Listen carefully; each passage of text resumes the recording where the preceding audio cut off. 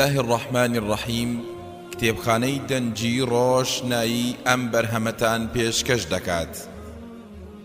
بەرنامەی خۆراکی پێغەمبەر صلی الله عليه وسلم. ناسنامەی کتێب.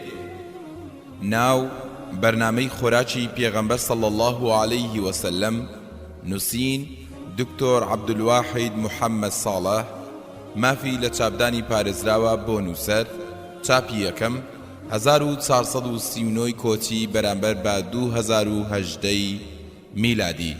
نووسینگەی تەفسیر بۆ چاپ و بڵاوکردنەوەی هەولێر شەقامی سیمەتری تەنیژ منارەی چۆلی. ئامادەکردنی پێڕست نووسینگەی تەفسیر. کۆی ژمارەی لاپەڕا 192 لاپەڕا. بابەت خۆراکی. لە بەڕێوەبەراتی گشتی کتێبخانە گشتیەکانی هەرێمی کوردستان ژمارە سپاردنی 119 ساڵی 2018 پێدراوە.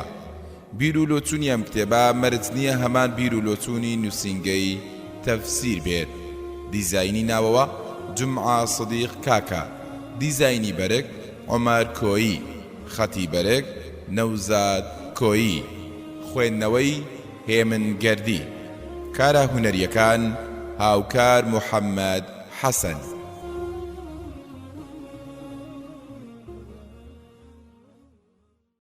پێشەچی لاپەڕا پێنج. إن الحمد لله نحمده ونستعينه ونستغفره ونعوذ بالله من شرور أنفسنا ومن سيئات أعمالنا، من يهد الله فلا مضل له ومن يضلل فلا هادي له، وأشهد أن لا إله إلا الله وحده لا شريك له، وأشهد أن محمدا عبده ورسوله. ماوەیەک بوو زۆر بیرم لەوە دەکردەوە دەکرێت بەرنامەی خۆراکی پێغەمبەر صلی الله عليه وسلم لەسەر چ بنەمایەک بووبێت؟ ئایا هەڵکردن بووە لەگەڵ واقیعەکە، یان ئەمەش بەڕێنمایی پەروەردگاری گەورە بووە؟ چونکە پەروەردگاری گەورە ڕێنمونی کردوین کە پێغەمبەر صلی الله عليه وسلم با پێشەنگ بگرین. پێغەمبەرێک کە بەبێ وەحی فەرمایی شتێکی نەبوو بێت، دەبێت خواردن و خواردنەوەشی بە وەحی و ڕێنمایی پەروەردگار بوو بێت. تەنانەت برسیەتی و تێری و هەبوونی و نەبوونیەکەشی بە بەرنامە بووە. واتە بنەڕەتی بیرۆکەکە ئەوە بوو: وما ينطق عن الهوى فكيف يأكل بالهوى. قسەکانی لە خۆ ناکات، چۆن لە خۆ دەخوات. چونکە خۆراک وەک هەر شتێکی تر نییە کە کەسێک یان کەسانێکی دیاری کراو بتوانن دەستی لێ هەڵگرن، بەڵکو گەورە و بچووک، نێر و مێ، کورد و فارس و تورک و عەرەب و ئینگلیز، ڕەش و سپی، شارنشین و لادێنشین، هەمووان پێویستی ڕۆژانیان بە خۆراکە. ناشکرێت ئەم بابەتە گرنگە لە ئیسلامدا پشتگوێ خرابێت و ڕێنمایی و وردەکاری لەبارەوە نەهات بێت. لە کاتێکدا هەندێ بابەت باس کراون کە تایبەت بە چینێکی دیاریکراو یان شوێن و حاڵەتێکی تایبەت. سەرەتا زۆر هەوڵماندا بەرهەمێکی پوختمان لەم بوارەدا دەست بکەوێت بۆ ئەوەی سوودی لێ ببینین، بەڵام کێشەکە لەوەدا بوو نووسین یا بەرنامێکی تایبەت و پڕ وردەکاری لەم بوارەدا بەردەست نەبوو. ئەو کەمەکەمەشکە لەم لاو لەولا باس کرابوو، هەم پەرت و بڵاوەیەکی پێوە دیار بوو، هەم چەندین فەرموودەی لاوازی تێدا بوو کە نەدەکرا پشتیان پێ ببەستین. بۆیە ناچار بیرمان لەوە کردەوە بگەڕێنەوە سەر فەرموودەکانی پێغەمبەر صلی الله عليه وسلم و بە دوای فەرموودە سەحیحەکاندا بگەڕین و ئەوەی پەیوەندی هەبێت بە بەرنامەی خۆراکی پێغەمبەرەوە صلی الله عليه وسلم جیایان بکەینەوە. اینجا لە توێژینەوەیەکی سەرەتاییدا چەند سەرباسێک دەستنیشان بکەین و لە زنجیرەیەکی ڕەمەضانیدا پێشکەشی بکەین.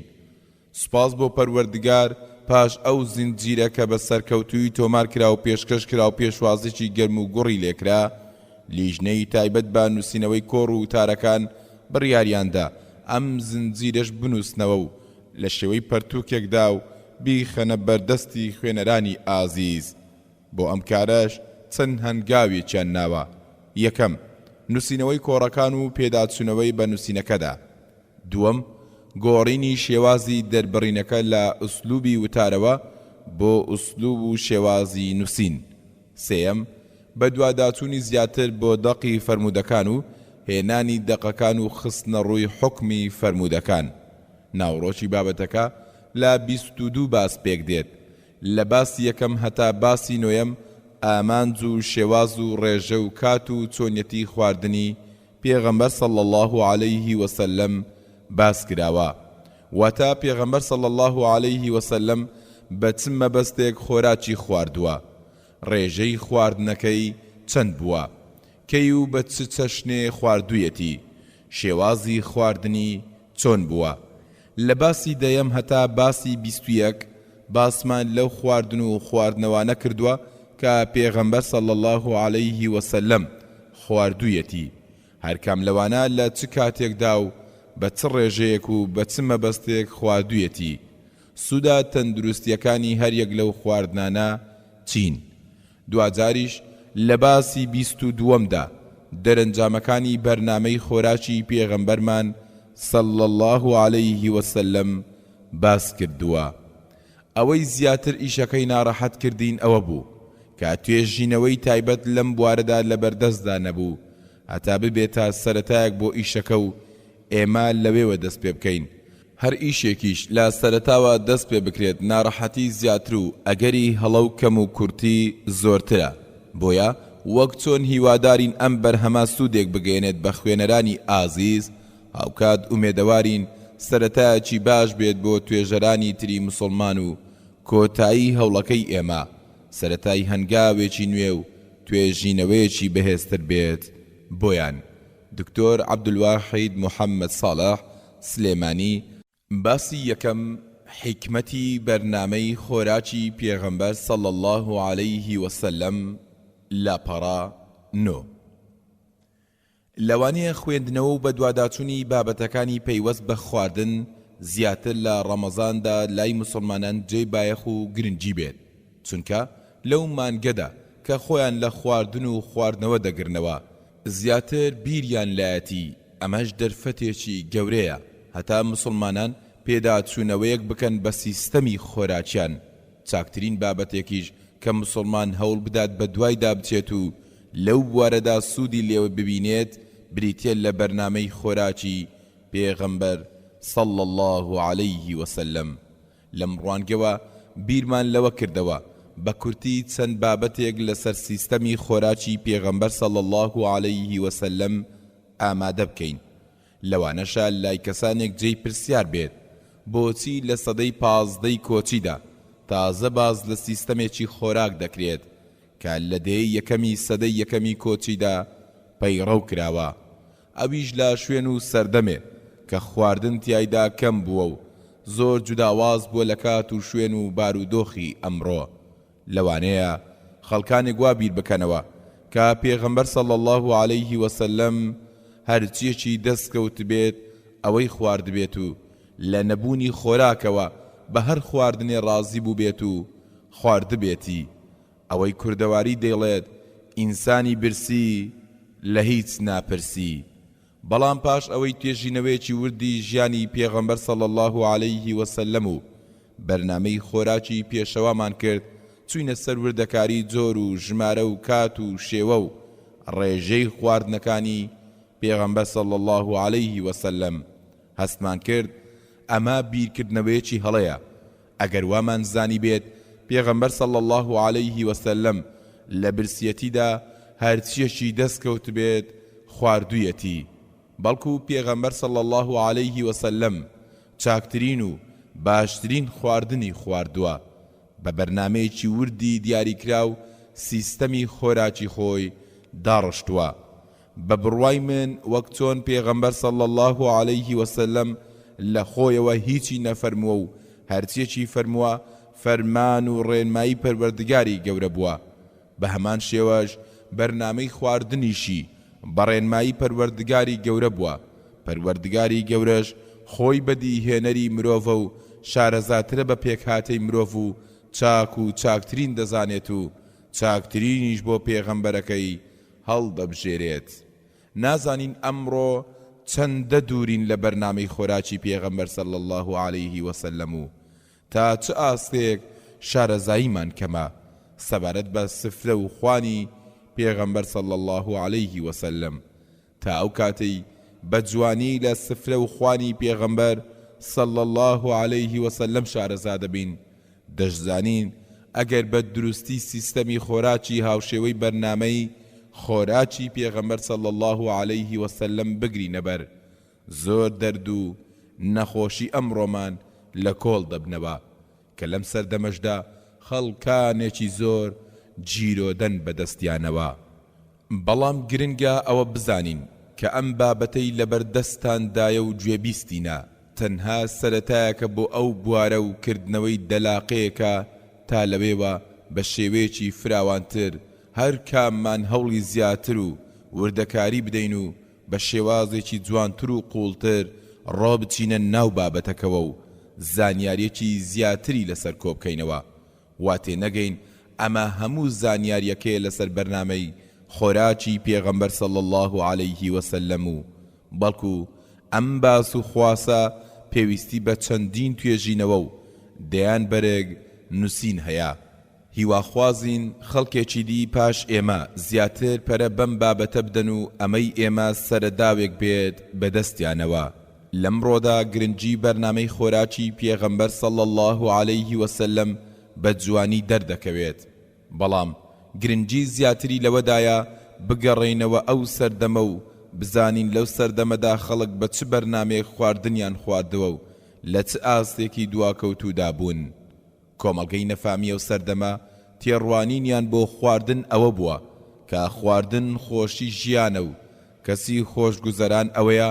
خۆشترین و زۆرترین خواردن بخوات گرنگ تام و چێژ بووە نەوەک پێویستی و چاکیەتی ورگزلی عادەتێکی باو بووە تیایاندا زۆری سفرە و خوانی قەرەباڵغ و بەتام ئاستی ڕێز و گەورەی کەسەکەی دیاری کردووە هەرکەس خوانی قەرەباڵغی نەبوو بێت هەژماری پیاوی پیاوانەی بۆ نەدەکرا پێشبڕچێ لەسەرەوە کراوە چێ زیاتر دەخوات چێ سفرە و خوانەکەی پڕە لە خواردنی جۆرا و جۆر و ئەتوانێت چەندی لێ بخوات چونکە کەمخۆری لای ئەوان نیشانەی نەخۆشی بووە سەیریان کردووە کەسی نەخۆش ناتوانێت وەک خەڵکەکەی تر خواردن بخوات ئەوەیان کردووە تا بنەمایەک بۆ ئەوەی بڵێن زۆرخۆری سوودبەخشە و نیشانەی گەورەی و ژیریە واتە خواردن لای ئەوان پێوەەر بووە بۆ زۆر شت گرنگی خواردنیش لای ئەوان بە پێی تام و جوانی و قەرەباڵغی بووە نەوەک بە پێی گرنگی و پێویستی و بە سوودیەکەی ئەم ڕۆژ گرنگیدان بە خواردن و خۆفێرکردن و جۆرەکانی خواردن دیاردەیەکی باوە لەناو کۆمەڵگەدا چەندین کەناڵی هەمەچەشنی تەلەڤیزیۆنی و ئینتەرنێتی تایبەت بە دروستکردنی خواردن پەخش دەکرێن و بەشێکی زۆری ئافرەتانیش کاتێکی زۆر خۆیان بەو بوارە سرف دەکەن زۆرجار لەبەر گرنگیدانی زۆریان بەو بوارە لە زۆر بواری تری تایبەت بە دینەکەیان یان پەیوەست بە هاوسەر و منداڵ و خزم و خۆیشیان کەم تەرخەمی دەنوێنن بەڵکو وای لێ هاتووە بەشێکی بەرچاوی پیاوانیش خۆیان داوەتە ئەم بوارە چونکە ئەم ڕۆژ هێندەی گرنگی دەدرێت بە خواردنی خۆش و بەتام و خوانی قەرەباڵغ و ڕازاوە هێندە گرنگی نادرێت بە خوانی تەندروست و گونجاو و بەسوود بەداخەوە ئەم ڕۆژە پڕکردنی ورێک بۆ بە شتێکی پیرۆز و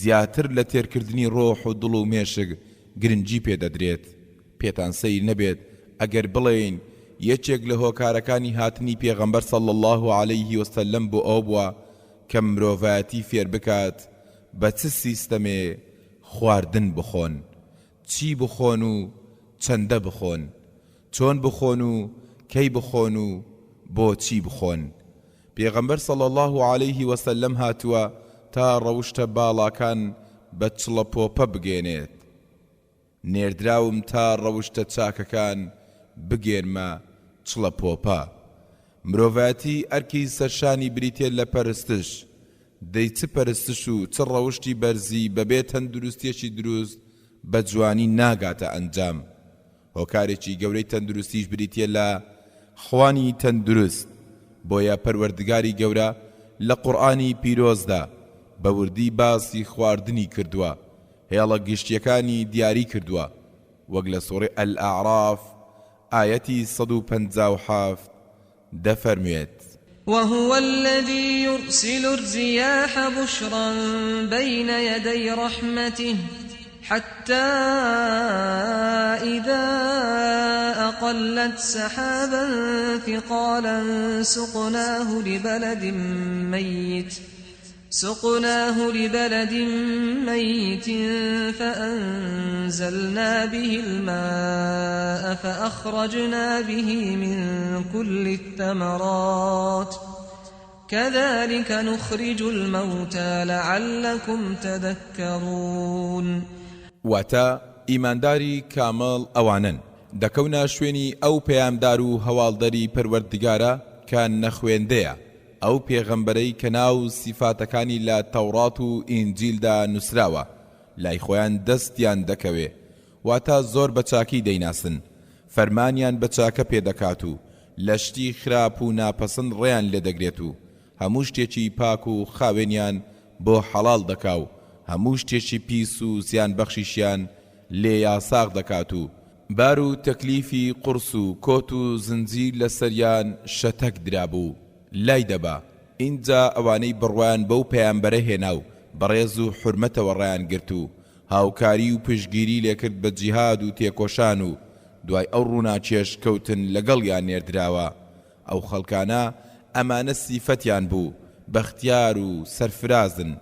یەکێک لەو ڕەخنانەی بێباوەڕان کە هەیان بوو لە پێغەمبەر صلی الله عليه وسلم ئەوە بوو کە دەیانوێت چۆن دەبێت پێغەمبەر صلی الله عليه وسلم نان بخوات و وەک ئێمە ئاسایی بەناو بازاردا بێت و بچێت، هەروەکو پەروەردگار لە سوورەی ئەلفورقان ئایەتی 7 دەفەرموێت: وقالوا ما لهذا الرسول يأكل الطعام ويمشي في الأسواق لولا أنزل إليه ملك فيكون معه نذيرا.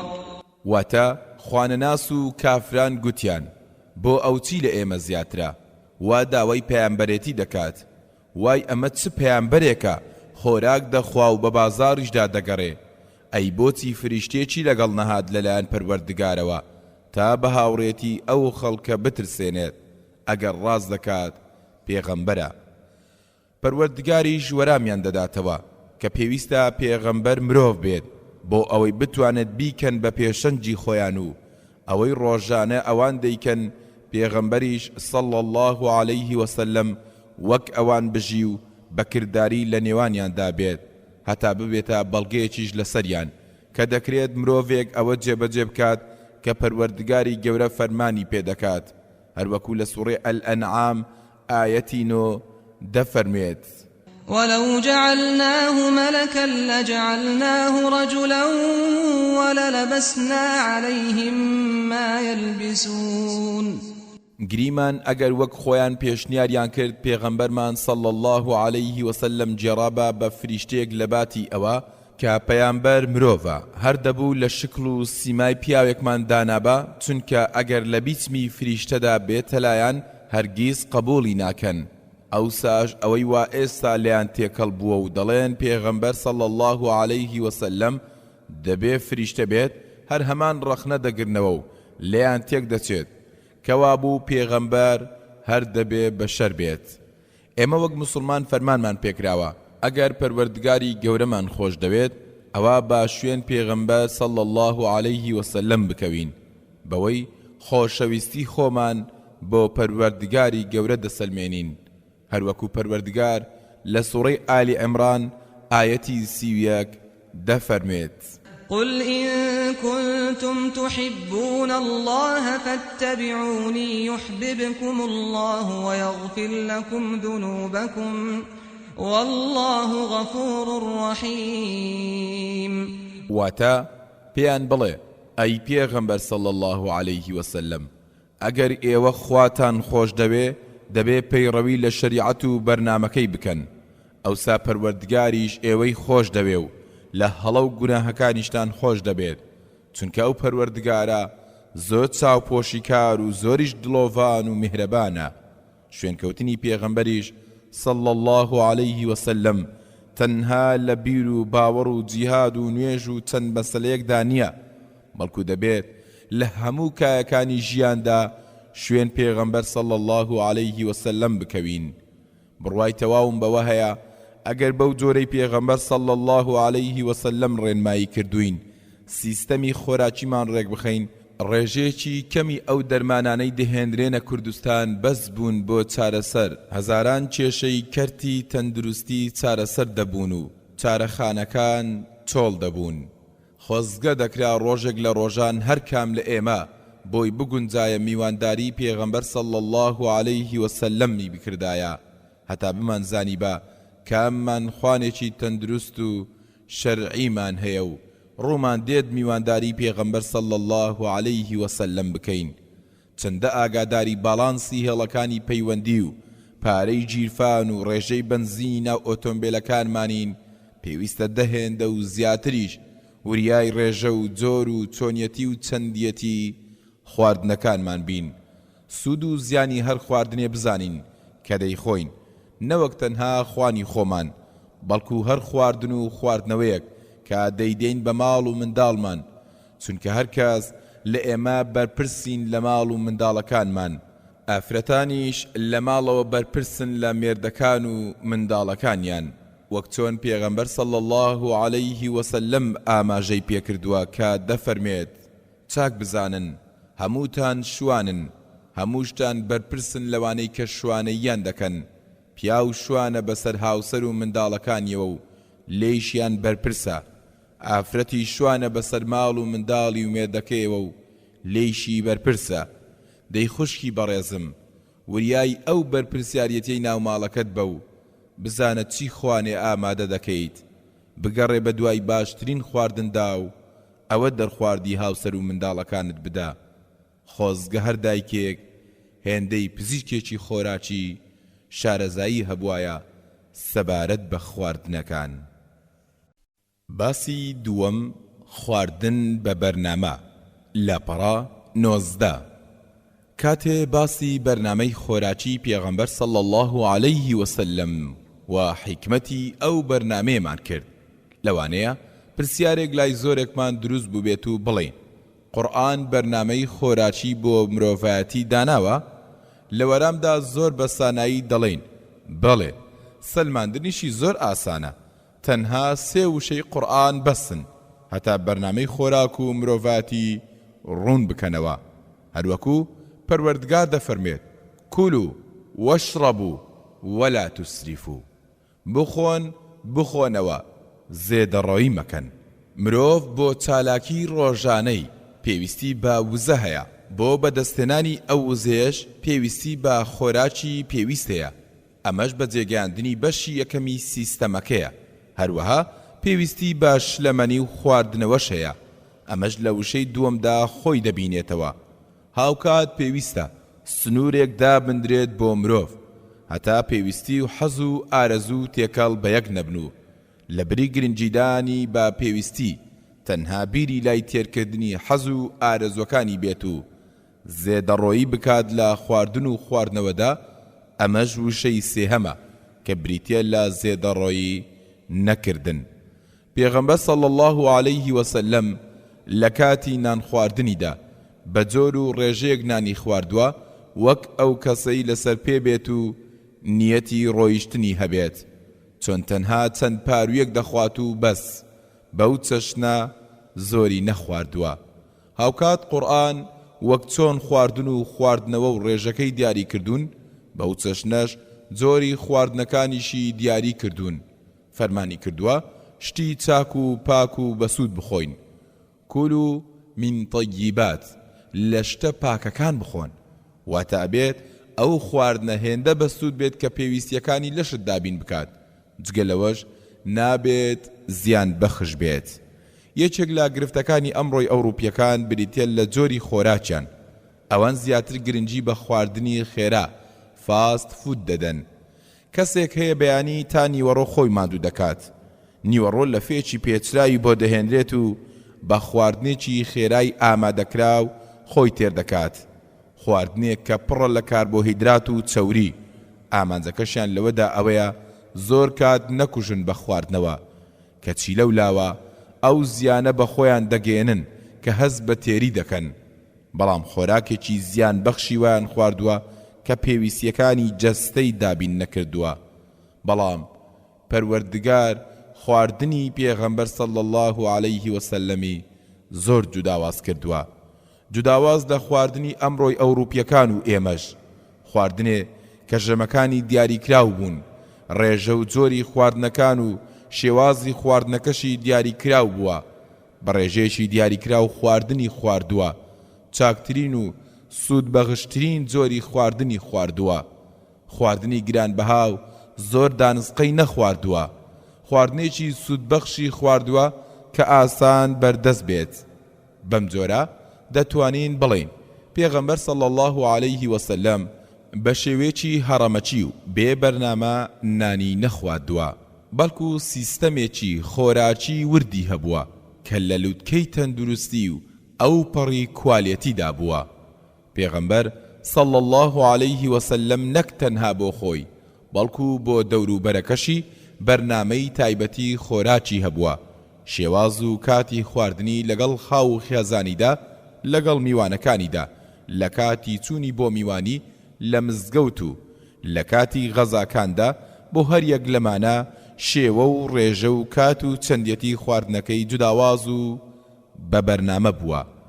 لەسەر سفرێک خاو و خێزانی کۆ کردوتەوە و پێکەوە نانیان خواردووە. بە تەنها نانی نەخواردووە، بەشی کەسی تری نەخواردووە. خواردنێکی بەدڵ نەبوو بێت لە بەرچاوی کەسانی تر نەیشکاندووە. ئەمە و دەیان وردەکاریتە کە دەکرێت لە خوانی پێغەمبەر صلی الله عليه وسلم تێبینی بکرێت. ئەمڕۆ خەڵکانێ بۆ ئەوەی کەم و کورتی خۆراکی باوی ناو کۆمەڵگە نەدەنەوە پاڵخۆیان و جوداواز لەو خەڵکەی تر سیستەمی خۆراکی خۆیان نیشان بدەن، جۆرەها سیستەمی جوداواز بۆ خۆراکیان دادەنێن کە زۆر جار زیانەکەی لە زیانەکانی سیستەمی باوی خۆراکی ناو کۆمەڵگە زیاترە. بۆ نمونە کەسانێک دەڵێن ئێمە بە هیچ چەشنێ گۆش ناخۆین، هەندێک دەڵێن ئێمە گرنگی بە بەرهەمە ئاژەڵیەکان دەدەین، هەندێکی دی گرنگی بە دانەوێڵە دەدەن. هەر یەک لەمانە بەشێکی زۆری خواردنەکانی ترواز دێدێنن، چونکە ئەم جۆرە خواردنە کەم و کورتی لە ڤیتامینەکاندا دەبێت. گۆژ نەخواردن کەمی ڤیتامین بی لێ دەکەوێتەوە. ئەم ڤیتامینە زۆر پێویستە بۆ خوێن و مێشک و دەمارەکان و تەنها لە بەرهەمە ئاژەڵیەکاندا دەست دەکەوێت. پێغەمبەر صلی الله عليه وسلم هەم گۆشتی خواردووە، هەم بەرهەمی دانەوێڵەی خواردووە، هەم بەرهەمی ئاژەڵی و بەرهەمی جیایی خواردووە، هەم گرنگیشی بە میوە داوە. بەڵام خواردنەکانی بە سیستەمێکی دروست ڕێخستووە. سیستەمی خۆراک و گرنگی پێدانی لە کۆتاییەکانی سەدەی بیستەمدا زیاتر قسەی لەسەر کرا. پێشتر خەڵکێ نەهاتووە بەو وردیە قسە لەسەر سیستەمی خۆراکی بکات. ئەدی پێغەمبەر صلی الله عليه وسلم چۆن ئەم وردەکاریەی گرتە بەر، بە دڵنیاییەوە ئەمەش ڕێنمایی پەروەردگاری گەورە بووە. هەروەها پێغەمبەر صلی الله عليه وسلم چۆن ئەم وردەکاریەی گرتە بەر، بە دڵنیاییەوە ئەمەش ڕێنماییەکی خوای گەورە بووە. هەروەها پێغەمبەر صلی الله عليه وسلم پێش نان خواردن و پاش نان خواردنیش هەندێ وردەکاری کردووە کە ئەو پەڕی جوانی و بەهێزی سیستەمە خۆراکیەکەی نیشان دەدات. بۆ نمونە پێش نان خواردن دەستی شۆردووە، هاوڵانی فێر کردووە گەر سفرە ڕاخرابێت نەچن بۆ نوێشکردن هەتا نانەکەیان نەخۆن. ناوی پەروەردگاری هێناوە لە کاتی نان خواردندا، لە بەردەم خۆیەوە خواردنی خواردووە، بەدەستی ڕاستی نانی خواردووە. دوجار دەگەینە ئەو قەناعەتەی کە پێغەمبەر صلی الله عليه وسلم بە بەرنامە نانی خواردووە و بەرنامەکەشی لە لووتکەی کواڵێتیدا بووە. باسی سێیەم، زێدەڕۆیی لە خواردندا. لاپەڕا 25. خواردن لە بنەڕەتدا بۆ ئەوەیە مرۆڤ هەم چێژی لێوەربگرێت هەم سوودی پێبگێنێت، چونکە وەک گوتمان مرۆڤ بۆ جوڵەی ڕۆژانەی پێویستی بە وزە هەیە و خۆراکیش ئەو وزێ دەبەخشێت بە مرۆڤ، بەڵام هەر کات خواردن بە شێوەی دروست نەخورا ئەو کات دەبێتە دەرد و بەڵا، نەک تەنها بۆ گەورەکان بەڵکو بۆ منداڵانیش هەروایە، تەنانەت بۆ شار و حکومەت و دەوڵەتیش دەبێتە کێشە و هەمویان بەدەستیەوە دەناڵێنن. خواردن سرف دەکات و لە بری ئەوەی وزەی لێوەربگرێ و وزەکە بەکاربێنێت دەیکات بە ژەهر و زیان بۆ کۆمەڵگا.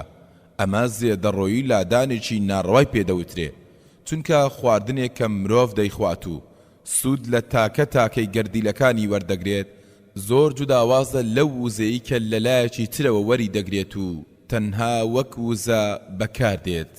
ئەگەر خەڵکێک بەبێ ئامانجی دینی و ترس لە پەروەردگار گەیشت بێتە ئەو بڕوایەی واز لە زێدەڕۆیی بهێنێت و بە شتێکی خراپی بزانێت، مسلمان زۆر لە پێشترە گوێڕالی فەرمانی پەروەردگار و پێغەمبەرەکەی بێت. لا خواردن و خواردنەوەدا زێدەڕۆیی نەکات، بەڵکو هەرچیەکی لێ زیادە پێش ئەوەی ببێت بە ژەهر و تا ئەو کاتەی سوودی لێوەردەگیرێت ببەخشێت بە کەسێک کە شیاوە و دەتوانێت بە شێوەیەکی دروست سوودی لێوەربگرێت.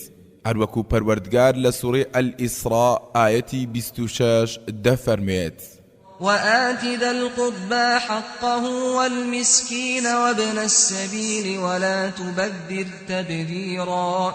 واتە لە چوارچێوەی شەرعدا مافی هەموو خزم و خۆیشیان بدەن و چاکیان لەگەڵ بکەن و بێنەوا و ڕێبواریش بێبەش مەکە و چاوت لێیانەوە بێت و نابێ زیادەڕە و هەڵە خەرج بیت، بەڵکو دەبێ میان ڕەوانە خەرج بکەیت.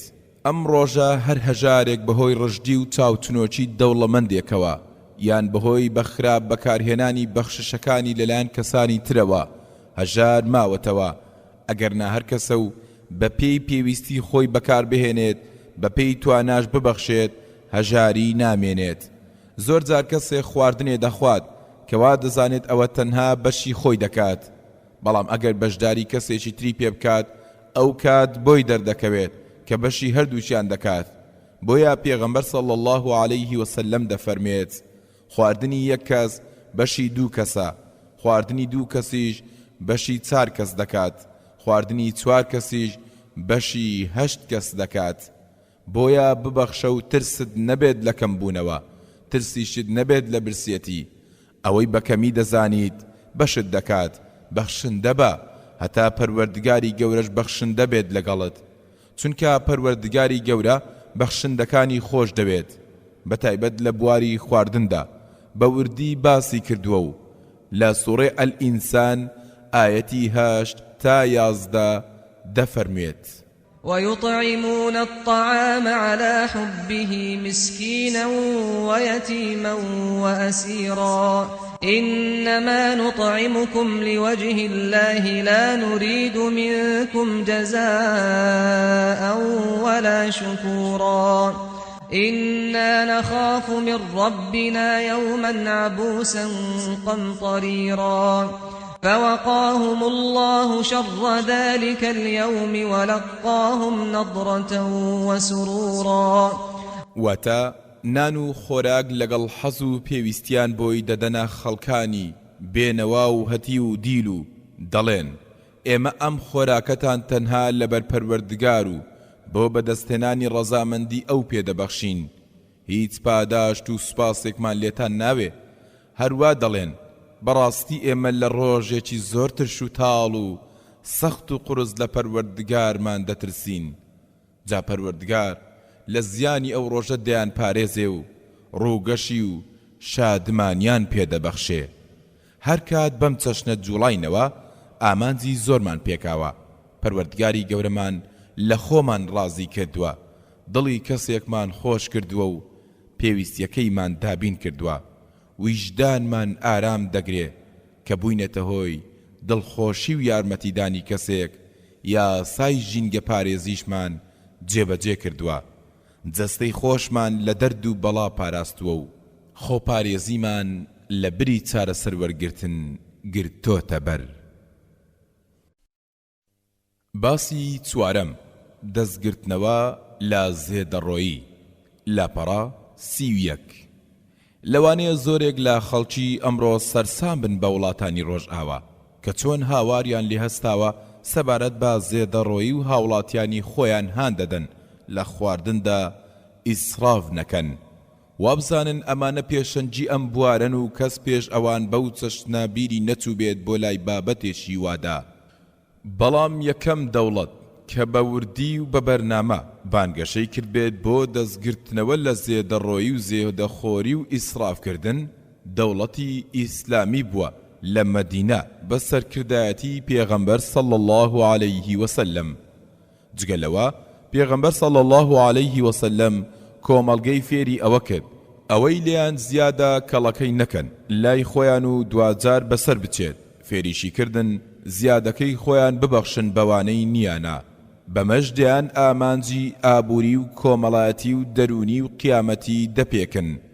پێغەمبەر صلی الله عليه وسلم دەفەرمێت هەر کەسێ خواردنێکی زیادەی هەبوو بابیدا بە کەسێک کە خواردنی نییە، هەر کەسێ توێشویەکی زیادەی هەبوو بابیدا بەوەی کە نیەتی. باو باپیرانمان ڕێڕەوی پێغەمبەریان ون نەکردووە و شوێنکەوتنی ئەو پێشەوایە لە ژیانیاندا ڕەنجی داوەتەوە. بۆ نمونە ئەگەر کەسێکی غەریبە ڕووی کردبێتە شوێنێکی کوردەواری و خەڵکی هەستیان کرد بێت ئەم کەسە لەوێ غەریبێ و میوانی کەسێ نییە، میوانداریان کردووە و هەتا دڵنیا نەبوو بن لەوەی بێخەم لە شوێنی میوانداری دەکرێت نەڕۆیشتونەتەوە ماڵەوە.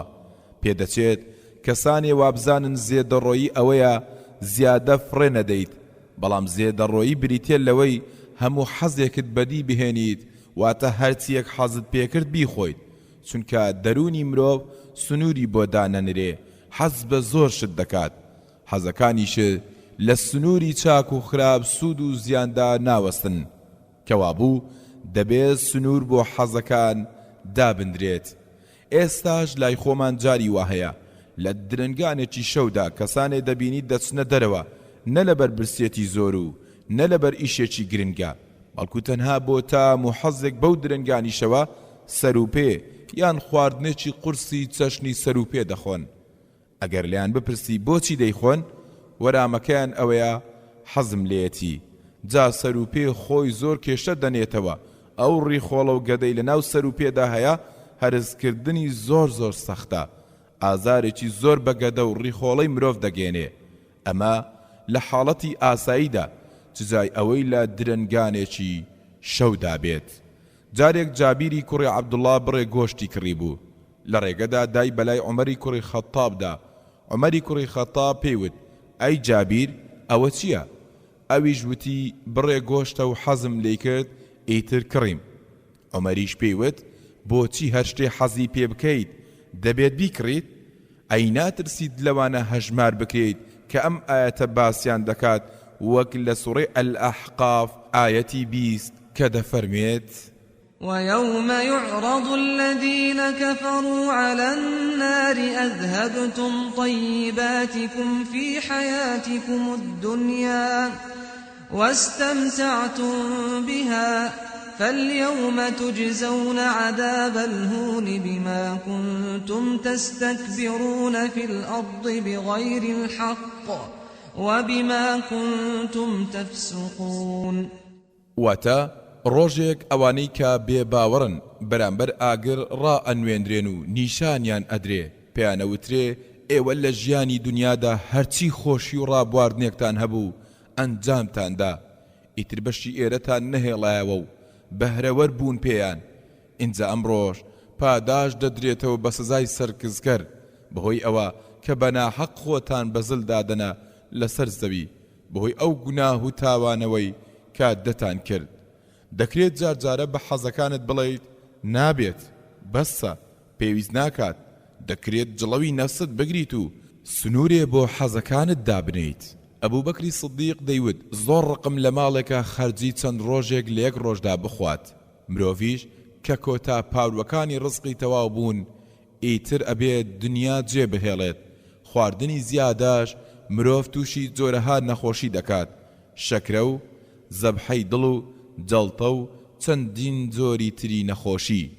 زۆرجار هەندێک لەو نەخۆشیانە بڕێ خواردنت بێکجارەکی لە قەدەغە دەکەن، بۆی ڕێگەمەدە حەزێکی کاتی بەخششێکی بەردەوامت لێ قەدەغە بکات لەبری ئەوەی بە ڕۆژێک خواردنی چەند ڕۆژێک بخۆیت و بەهۆیەوە تووشی نەخۆشی ببیت و خۆت لە دەیان ساڵ لە خواردنی چەند جۆرە خواردنێ بکەیت سنوورێک بۆ حەزەکانت دابنێ و کەم بخۆ مسلمان خاوەنی ئەم بنەڕەتە بەهێز و ئەو پاشخانە جوانن لە بواری دەستگرتنەوە لە زێدەڕۆییدا کەچی ئەمڕۆ هەژارانی ناوجیهانی ئیسلامی هێندە زۆرن لە باس نایەن ملیۆنەها میسڕی لە گۆڕستانەکاندا دەخەون ملیۆنەها مسلمانی ئەفریقی بەدەست برسیەتیەوە دەناڵێنن چونکە ئەو پەیامە تەنها لە نێوکتەبەکانی مسلماناندا ماوەتەوە و لە دڵ و دەروون و ڕەفتاریاندا ون بووە دوو گەنجی میسڕی کە برسیەتی خەڵکانێکی زۆریان دیت بیریان لە ڕێگە چارەیەکی سەرەتایی کردەوە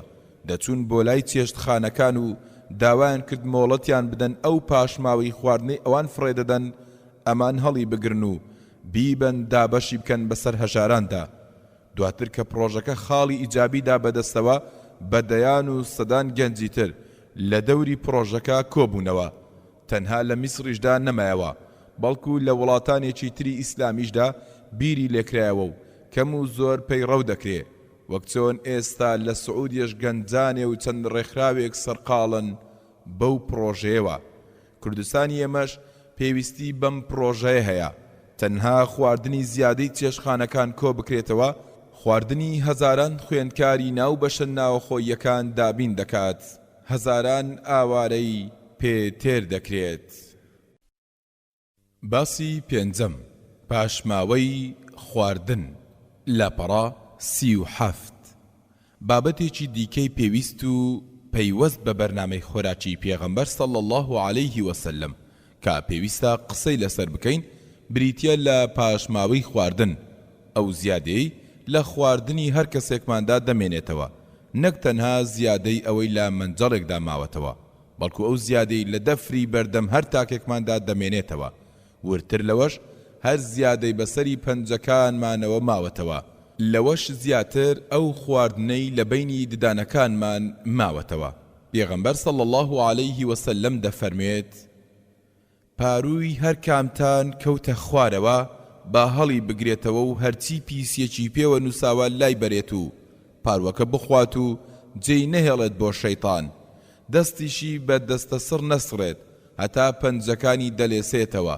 چونکە ئەو نازانێت بەرەکەتەکە لە کام بەشی خواردنەکەیدایە لە جێڕانەوەیەکی تردا ئەنەس دەڵێت پێغەمبەر صلی الله عليه وسلم فەرمانی پێکردن هەرچیەک لە دەفرەکانماندا ماوەتەوە بەدەست بیلێسینەوە و بیخۆین هەڵگرتنەوەی خواردنێک کە دەکەوێتە زەوی و خواردنی بەشە پاکەکەی و لێستنەوەی خواردنی ناوقاب بەدەست و خواردنی و دواتریش لێستنەوەی پەنجەکان هەموو ئەمانە لە پێناو ئەوەدایە بەرەکەتی خواردنەکە دەست ئەو کەسە بکەوێت واتە ڤیتامینی ناو خواردنەکە لە دەست نەچێت ئەمڕۆ بە ناوی پاک و خاوێنیەوە کەم تەرخەمیەکی زۆر ئەنجام دەدرێت لە پاراستنی خۆراکدا پێغەمبەر صلی الله عليه وسلم کە فەرموویەتی خواردنێک کەوتە خوارەوە هەڵی بگرنەوە ئەمەی لە ئەو پەڕی پاک و خاوێنیەوە فەرمووە چونکە بەشێکی بەرچاوی ڕێنمایەکانی ئیسلام بریتیە لە پاک و خاوێنی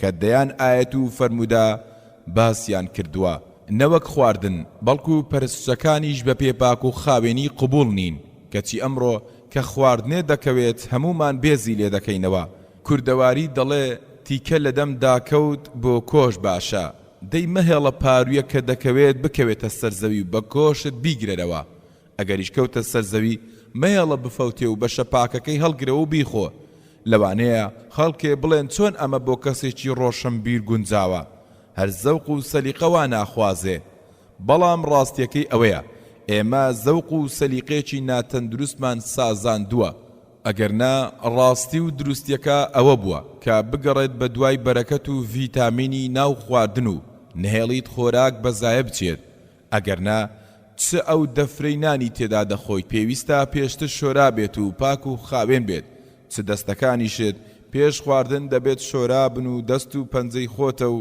بۆ خۆتی بەکاردەهێنیت نەوەک کەسێکی تر پەنجەی کەسێکی تر بلێسێتەوە پێغەمبەر صلی الله عليه وسلم لەمەشدا زیاتر فێرمان دەکات نەوەک تەنها خواردنێ بکەوێ نەفەوتێ یان خواردنی ناو دەفر و پاش ماوەی سەرپەنجەکانمان بەڵکو سەرنجمان ڕادەکێشێ بۆ ئەو تۆزە خواردنەی لە بەینی ددانەکانمان گیری خواردووە فێرمان دەکات بەرامبەر بەمەش چی بکەین دەفەرمێ هەر کەس خواردنێکی خوارد با نێوانی ددانەکانی پاک بکاتەوە ئەگەر بەدار و هەر شتێکی تر پاچی کردەوە با بیتفێتەوە و هەر خواردنێکی نێوان ددانەکانیشی بە زمانی دەرهێنا ئەوە با قوتی بدات تا ئێستا چ وڵاتێکی جیهان هێندە گرنگی داوە بە پاراستنی خۆراک ئەمەی پێغەمبەر صلی الله عليه وسلم فێری مسلمانانی کردووە ئەو پەڕی گونجاندنی پاک و خاوێنی و پاراستنی خۆراکە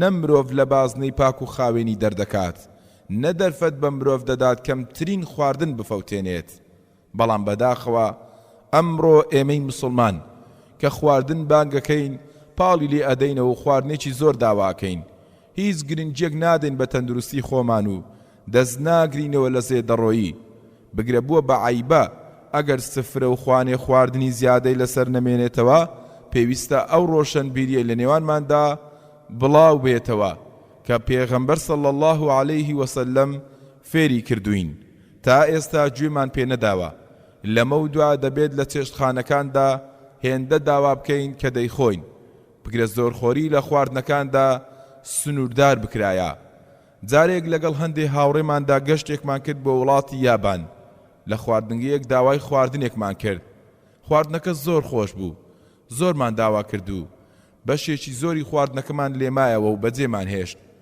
ڕۆیشتین و ڕۆژێکی دی هاتینەوە بۆ هەمان خواردنگە کەسێک هات بەدەممانەوە پێیوتین بۆچی هاتوونەتەوە وتمان حەزمان بە خواردنەکەتانە کابراوتی وانییە ئەگەر وابایە خواردنەکەی ئێمەتان لێ نەدەمایەوە و جێتان نەدەهێشت ئێمەش وتمان خواردنەکە زۆر بوو بۆیە جێمان هێشت کابراوتی جا بۆچی زۆرتان داوا کرد ئەگەر لەمە دوا پابەند دەبن بە ڕێنماییەکانی خواردنگەکەوە و بەشێکی پێویستی خۆتان داوا دەکەن باشە ئەگەر ناجارێکی تر سەرمان لێ نەدەنەوە کابرا باچی بەوە نەبوو زیان بەخۆی بگەێنێت و چەند کڕیارێ لە خۆی بکات کە پارەیەکی زیاتر لە خەڵک سرف دەکەن بەڵام ئەوی لا گرنگ بوو ئەو خواردنەی ئامادە دەکرێت نەفەوتێت لە بنەڕەتدا ئەم ڕۆشنبیریە هی ئێمەی مسلمانان بوو نەوەک هی ئەوان بەڵام ئێمە دەستمان لێبەردا و ئەوان جێبەجێی دەکەن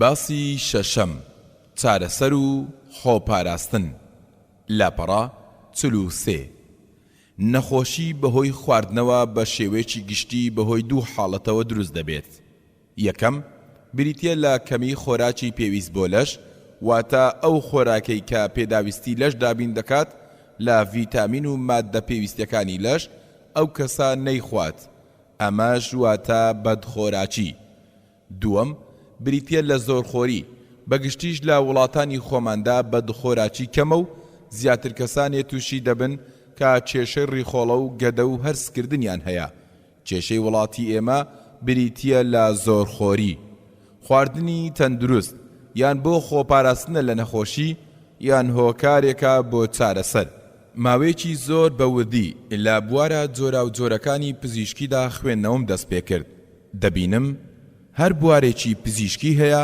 پێغەمبەر صلی الله عليه وسلم چارەسەرێکی بۆ داناوە بۆ نمونە بۆ نەخۆشیەکانی گەدە شیر و هەنجوینی داناوە بۆ جومگە خورما و زەنجەفیلی باز کردووە بۆ نەخۆشیەکانی چاو گەزۆی داناوە خواردنەکانی پێغەمبەر صلی الله عليه وسلم بە چەشنێ بوون یان خۆپارێزی بوون لە هەندێ نەخۆشی باو و بڵاو مەترسیدار یان چارەسەر بوون بۆ نەخۆشیەکان زانستی پزیشکی ئەمڕۆ گرنگێکی زۆر بەوە دەدات کە چۆن سیستەمی خواردنی خەڵک وارێک بخات کە لە نەخۆشی بیان پارێزێت پێغەمبەر صلی الله عليه وسلم زۆر گرنگی بەوە داوە وەک چۆن ئەمڕۆ کەسێک ئۆتۆمبیلێکی هەبێت ئۆتۆمبیلەکەی کێشەی تێدا بێت سووریش بزانێت کە کێشەکە لە جۆری بنزینەکەدایە و بە گۆڕینی بنزینەکە کێشەکە چارەسەر دەبێت بەرنامەی خۆراکی مسلمان بەو چەشنە کێشەکانی دۆزیوەتەوە و چارەسەریشی بۆ داناوە ئێمەی مرۆڤ بەگشتی و مسلمان بە تایبەتی پێویستە لەسەرمان بزانین چی دەخۆین و چەند دەخۆین و بۆ چیش دەخۆین. بەڵام کێشەکەی ئێستامان ئەوەیە دەخۆین و نازانین بۆچی دەخۆین. زۆریش دەخۆین بۆیە چارەخانەکان و کلینکە پزیشکیەکانمان پڕن لە نەخۆش. هۆکارەکەش ئەوەیە مۆڵ و چێشتخانەکانمان بەرناکەون. خواردنەکانیشمان زۆرێکیان ناتەندروستن و ڕێژەی خواردنەکەشمان نائاساییە. هەرکات چێشتخانەکان و شوێنەکانی تایبەت بە کڕینی خواردن ئەو قەرەباڵغیان نەما، چارەخانەکانیش ئەو قەرەباڵغیان نامێنێ. زانستی پزیشکی ئەمڕۆ لە هەوڵدایە پاشەکشە بکات بە زۆرخۆری و تاک ئاراستە بکات بەرەو خواردنی تەندروست، واتە هێندەی سەرقاڵە بە چارەسەری نەخۆشیەکانەوە زیاتر بیر بکاتەوە لە نەهێشتنی هۆکارەکانی نەخۆشی کە بەشێکی هەرە زۆری نەخۆشیەکان لە خواردنی ناتەندروستەوە سەرچاوە دەگرن. ئەگەر ئەمە بکرێت داهاتی وڵات هەڵدەکشێ و سوودێکی زۆرمان بۆ دەگەڕێتەوە. ئەمە ئەو خاڵەیە کە پێغەمبەر صلی الله عليه وسلم دەستی پێکردو. پاش ئەو هەموو ڕێبڕینەی زانستی پزیشکی ئەمڕۆ گەڕایەوە سەر ئەو خاڵە و دروستی بەرنامەی خۆراکی پێغەمبەر صلی الله عليه وسلم دەرکەوتەوە. فرمودەیەکی دایکی باوەڕداران عایشە لەلایەن زۆربەی خەڵکو تەنانەت مسلمانانیشەوە تەنها یەک جۆر خوێندنەوەی بۆ دەکرێت. عایشە دەڵێت جار هەبوو 3 جار مانجی 14 بە ماوەی 2 مانگ دەهات بەسەرماندا و لە هیچ ماڵێکی پێغەمبەر صلی الله عليه وسلم ئاگر نەدەکرایەوە. خواردنمان تەنها ئاو و خورما بوو. تەنها پێغەمبەر صلی الله عليه وسلم هەندێ دراوسەی هەبوو کە جارجارە شیریان دەنات بۆ پێغەمبەر صلی الله عليه وسلم، ئەویش دەرخواردی ئێمەی دەدا. جا خەڵکانێ وا دەزانن بابەتەکە ئەوە بووە کە ئەو هەموو ماوەیە هیچ خواردنێ لە ماڵی پێغەمبەر صلی الله عليه وسلم نەبووە. بەڵام کەسانی تایبەتمەند خوێندنەوەی دیکەی بۆ دەکەن، ئەویش گرنگجیدان بۆ بە خواردنی تەندروست و خۆپاراستن لە نەخۆشی. دکتۆر ئەندریا وێڵ کە دکتۆرێکی شارەزایە و پسپۆڕیەکەی لە بواری خواردندایە باز لە هەوڵێکی خۆی دەکات بۆ چارەسەری ڕیشەی کێشە تەندروستیەکانی سەردەم. دەیان توێژینەوەی کردو چەندین جار سەرکەوتوو نەبوو. 2000 کتێبێکی نووسی تایبەت بە 8 هەفتە خواردنی نمونەیی بۆ ئەوەی کەسێک تەندروستیەکی باشی هەبێت، چونکە بەو 8 هەفتەیە جەستەی مرۆڤ تەواو خاوێن دەبێتەوە.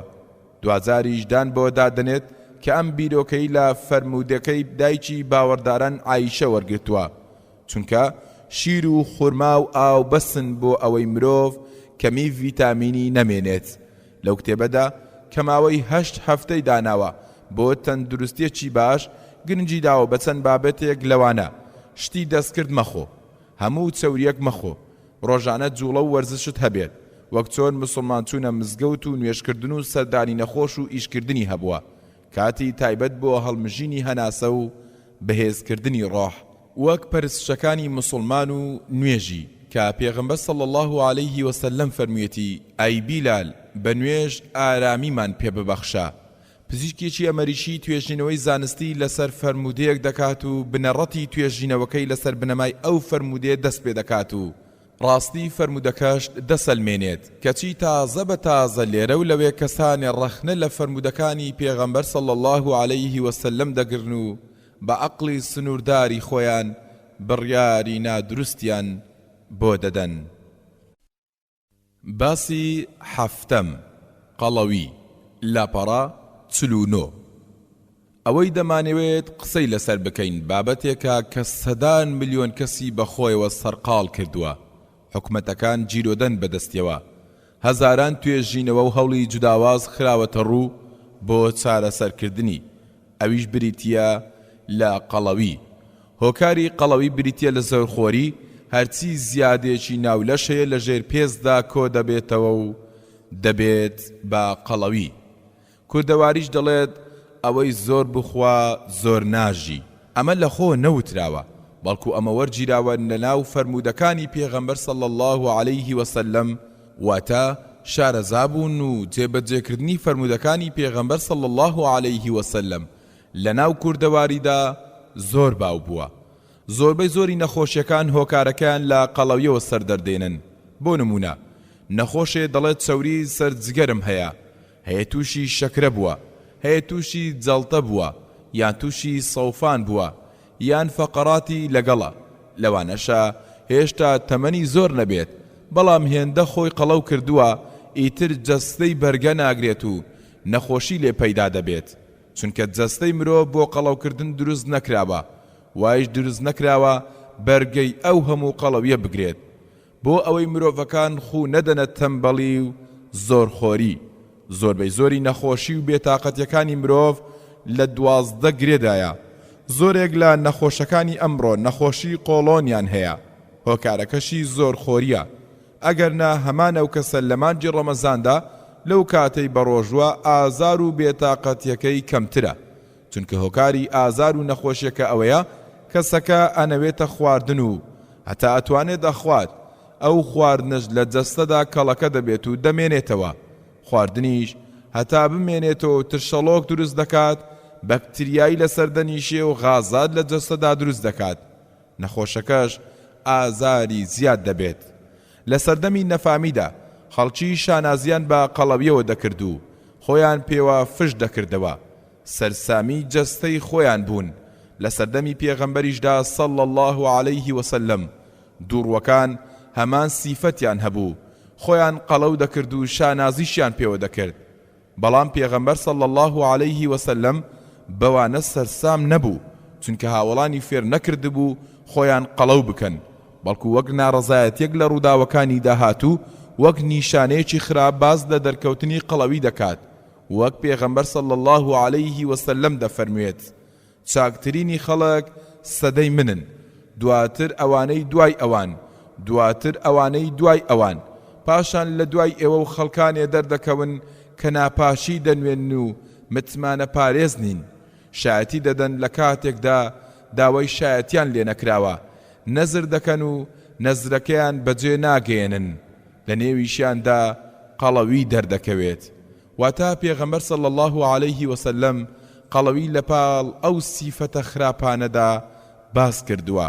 هەرچەندە ئێمەی مسلمان زۆری نەمان ئەم فەرمودانە دەبیستین، بەڵام لایانی هەرە کەمەکەی 70% چێشمان زیادە و قەڵەوین.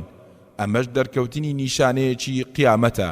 پێشەوا عومەری کوڕی خەتاب دەیوت پەروەردگار ڕقی لە مرۆڤی قەڵەوە، هەروەها دەیوت پەنادەگرم بە پەروەردگار کە لەوەی قەڵەو بن یاخود ورگتان هەبێ.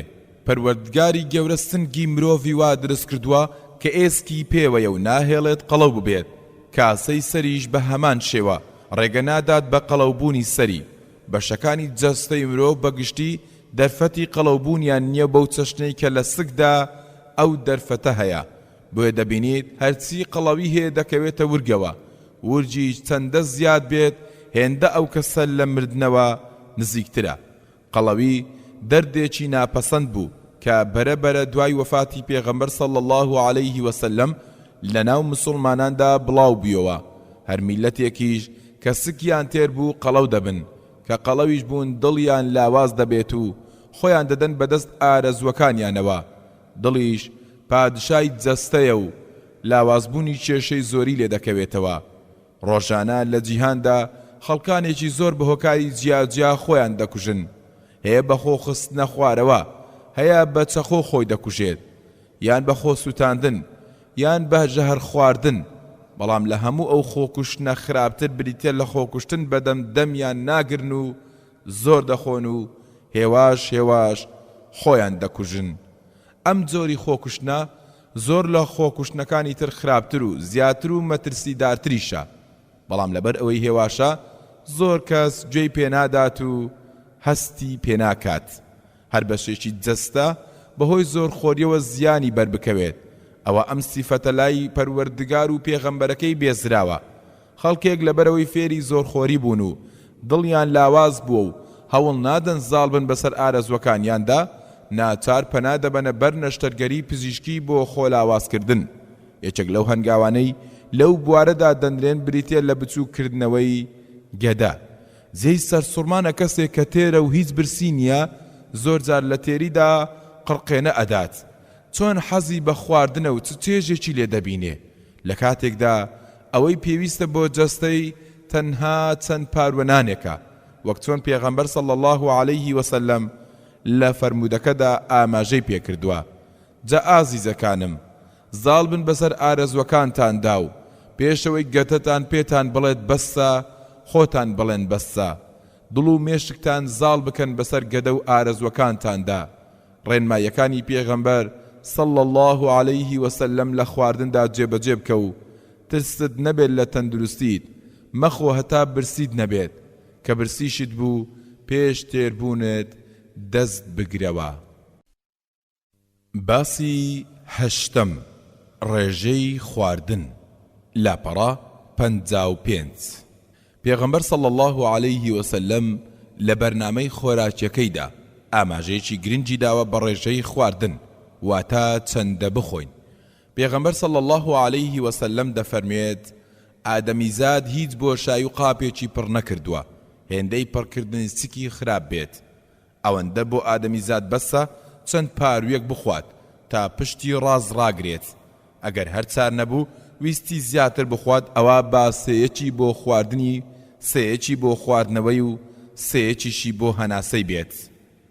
جا ئێستا بەشێکی ئەم فەرمودەیە لە نەخۆشخانەی شتوتگاردی ئەڵمانی کراوە بە دروشم، واتە لە فەرمودەکەدا ڕێژەی سەیەک بۆ خواردن بۆ حاڵەتی ناچاری و خۆنەگرتن و نەوسنیە، نەوەک بۆ هەموو کەس و هەموو کاتێک بێت. ئەمەش کۆتا سنوورە و نابێت لەوە زیاتر بێت. واتە لەو پەڕی تێر خواردنتدا دەبێت هێندەت خوارد بێت کە بتوانیت دوو ئەوەندەی تریش بکەیتە ناو گەدەتەوە. ئەگەر نا، وەک لە فەرمودەکەدا هاتووە، ئەوەی پێویستە تەنها چەند پارویەکە و بەس، چونکە دەبێت بەشی خواردنەوە و هەناسەش بهێڵیتەوە. ئەوانەی زۆر دەخۆن هەناسەیان تود نەبێت، چونکە لە سەرووی گەدەی مرۆڤەوە جێی هەناسەدان هەیە بۆ ئەوەی سیەکان بتوانن بە ئاسانی هەناسە بدەن. بۆڕی هەناسە کە لە لای ڕاستەوەیە پڕە لە هەوا، هەر فشارێ لەسەر ئەم بۆڕیە فشار لەسەر دڵ دروست دەکات. هەر خواردنێکی زیادەی ناوگەدا فشار لەسەر ناوپەنچک دروست دەکات. ناوپەنچکیش نووساوە بە دڵەوە، ئەویش کە فشاری لەسەر بوو فشار لەسەر دڵ دروست دەکات. بەڵام بەداخەوە ئەمڕۆ زانست سەلماندویەتی ئەوەی مرۆڤ ئەمڕۆ دەیخوات سێ ئەوەندەی ئەم بڕێە کە پێویستیەتی. گەدەی مرۆڤ لە ناوەندیدایە. فەرمودەکەش دەفەرمێت خراپترین دەفرێک کە مرۆڤ پڕی بکات سکیەتی، چونکە هەر کەس گەدەی پڕ کرد ئیتر لە پەل و پۆل دەکەوێ، چونکە زۆربەی خواردنی دڵ کە لە ڕێی خوێنەوە دەگوازرێتەوە، هەروەها زۆربەی ئۆکسیجینی دڵ کە لە ڕێگەی خوێنەوە دەگوازرێتەوە گەدە پێیەوە سەرقاڵ دەبێت. هەر کەم خواردنێ وا دەکات بەشێکی بەرچاوی خوێن بمێنێتەوە و بۆ بەشەکەی تری جەستە سوودی لێوەربگیرێت و سەرقاڵ نەکرێت بە گەدەوە. بۆیە زانانی پێشوو کاتێک ویستی بێتیان کێشەیەکی گەورە چارەسەر بکەن خۆیان برسی کردووە، هەرچەندە ئەمڕۆ ئێمە هەڵەت تێگەیشتوین. بۆ نمونە قوتابی لە کاتی تاقیکردنەوەدا بۆ بیانوویەک دەگەڕێت بە ڕۆژوو نەبێت، بە بیانووی ئەوەی سەعی هەیە. لە کاتێکدا برسی بوون باشترە بۆی و ئەو خوێنەی بۆ گەدە و هەرسکردن بەکاری دێنێت بۆ سەعیکردن و تێگەیشتنەکەی. چێژی خواردن تەنها لەو کاتەدا کە دەخورێت، هەرکە لە زمان و ناودەم تێپەڕی ئیتر تام و چێژەکە نامێنێت. بۆیە پێغەمبەر صلی الله عليه وسلم کە خواردنی خواردووە زۆر جوویەتی و لە ناو دەمیدا هێشتوویەتیەوە تا لە ناو دەمدایە چێژت پێدەدات. دواتر کە چووە ناو سکمانەوە لەوە بە دوا دەبێتە ئەرک و دەیان ئەرچی پێویستە، هەرکات زۆرمان خوارد زیاتر ماندوو دەبین و هەز بە بێتاقەتی زیاتر دەکەین. مرۆڤ دەتوانێت بیرکردنەوەی خۆی سەبارەت بە خواردن بگۆڕێت، پاشان هەنگاو بنێت و هەڵوێستی خۆشی بگۆڕێت. لەبری ئەوەی گەدەی فێری زۆرخۆری و پڕکردن بکەین، دەتوانین فێری برسیەتی و کەمخۆری بکەین. برسیەتیش جیا لە تێری چێژ و خۆشیەکی تایبەتی خۆی هەیە کە تا ئێستا ئێمە فێر نەبووین ئەو چێژە بکەین. کاتی خۆی لە کوردەواریدا کە مەشکە بەکار هاتووە، ئەو پەڕەکەی نیوەی مەشکە کەشتی تێکراوە بۆ ئەوی بتوانن بیژەنن. ئەی گەدەیەکی بچووکی مرۆڤ چۆن دەکرێت پڕ بکرێت بەو پڕیەی چۆن دەتوانێت بێ هیچ کێشەیەک هەرسی خواردنەکە بکات. بەڵکو کاتێک گەدە پڕ دەبێت سەری لێ دەشێوێ، نازانێت پێش و پاشی چاڵاکیەکان ڕێک بخات کەی دەرچەی خوارەوە بکرێتەوە، کام بەشەی خواردن پێش بخات. بۆیە پێویستە کە خواردنێکمان خوارد هەتا ئەوە هەرز نەکرێ سەرفی نەکەین، خواردنی دی نەخۆین، نەوەک خواردن بەسەر خواردندا کەڵەکە بکەین، کە ئەمە یەکێکە لە کێشە گەورەکان کە کار لە تەندروستیمان دەکات. ئەگەر تێبینی بکەین زۆربەی زۆری جۆرەکانی ژێرپەنجە لە ناو جۆگەی هەرزدان، وەک دەم و لێ و زمان، کۆتایی سورێنسک و کۆتایی گەدا، کۆتایی کۆڵۆن، بە تایبەت لە ناو کۆمدا، چونکە زۆرترین پەیوەندی خواردن بە جەستەی مرۆڤەوە لە ڕێی ئەم بەشانەوەیە و لەم بەشانەدا دەمێنێتەوە، کەچی لە شوێنێکی وەک ڕیخۆڵە بچکۆڵەدا ژێرپەنجە بەدی ناکەیت، چونکە خواردن تەنها پیایدا تێپەڕ دەبێت و نامێنێتەوە. پێویستە لەمە دووە کۆتا سنووری خواردن و پڕکردنی گەدەمان بەم چەشنە بێت کە پێغەمبەر صلی الله علیه وسلم بۆی دیاری کردوین: سێیەکی بۆ خواردن، سێیەکی بۆ خواردنەوە، سێیەکی بۆ هەناسەدان. باسی نۆیەم، ڕێجیم کردن. لاپەڕا 59.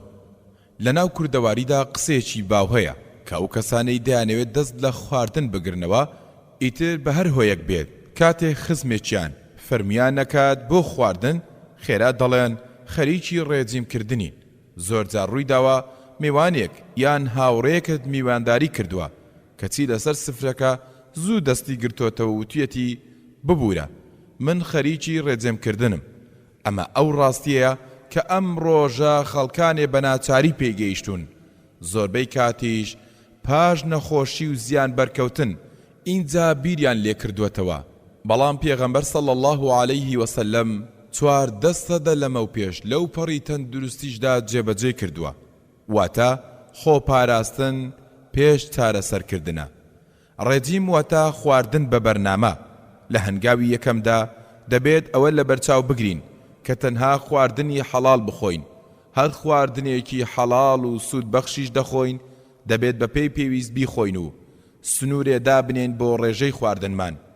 خاڵی بنەڕەتی بەرنامەی خۆگرتنەوە لە خواردن، خۆگرتنەوەی لە خواردنی چەوری و کۆلیسترۆڵ و ئەو خواردنانەی پڕ چەورین.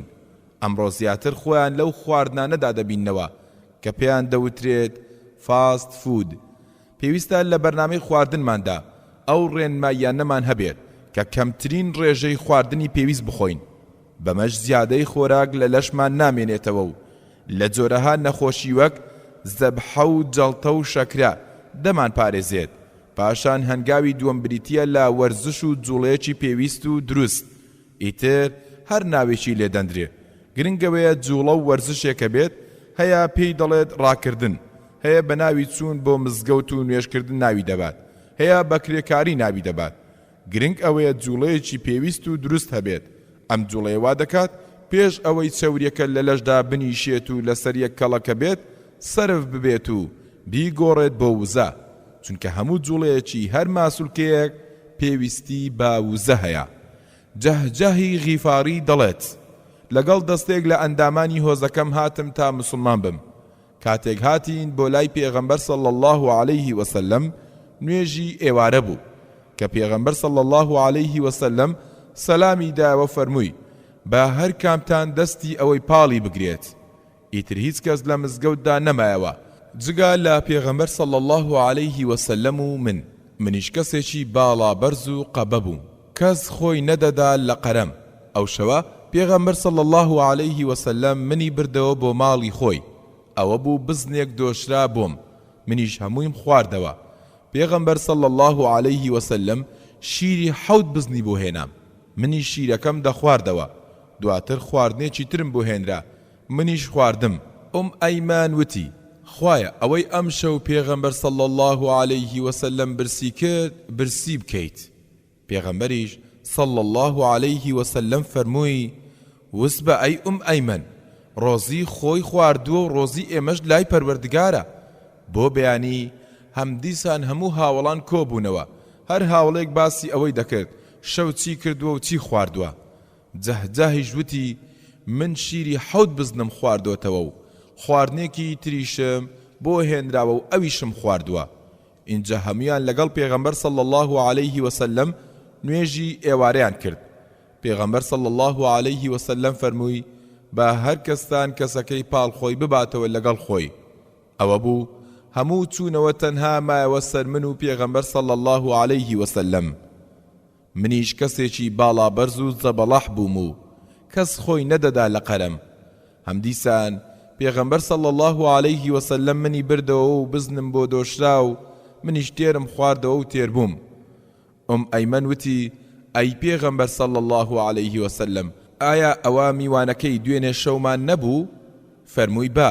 پێغەمبەر صلی الله عليه وسلم فەرمووی ئەم شەو ئەو بەڕیخۆڵەی باوەڕدار نانی خوارد و پێشتر بەڕیخۆڵەی بێباوەڕ نانی دەخوارد.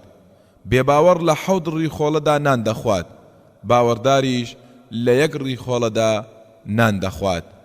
ئەم فەرمودەیە بە جێڕانەوەی تر لە هاوڵی تریشەوە هاتووە کە بە سەحیح دانراوە، وەک لە سونەتی تیرموزیشدا هەمان بەسەر هاتوو، هەمان فەرمودە هاتووە و ئەبوو هوڕەیرا دەیجێڕێتەوە، بەڵام ناوی میوانەکە نابات. بەمەدا دەردەکەوێت جاهجاهی غیفاری شەوی یەکەم کە چووەتەوە بۆ ماڵی پێغەمبەر صلی الله عليه وسلم تازە لە وەفدەکەدا بووە و بەبێ باوەڕی چووەتەوە بۆ ماڵی پێغەمبەر صلی الله عليه وسلم و شەو لەوێ ماوەتەوە و بۆ بەیانیەکەی باوەڕی هێناوە.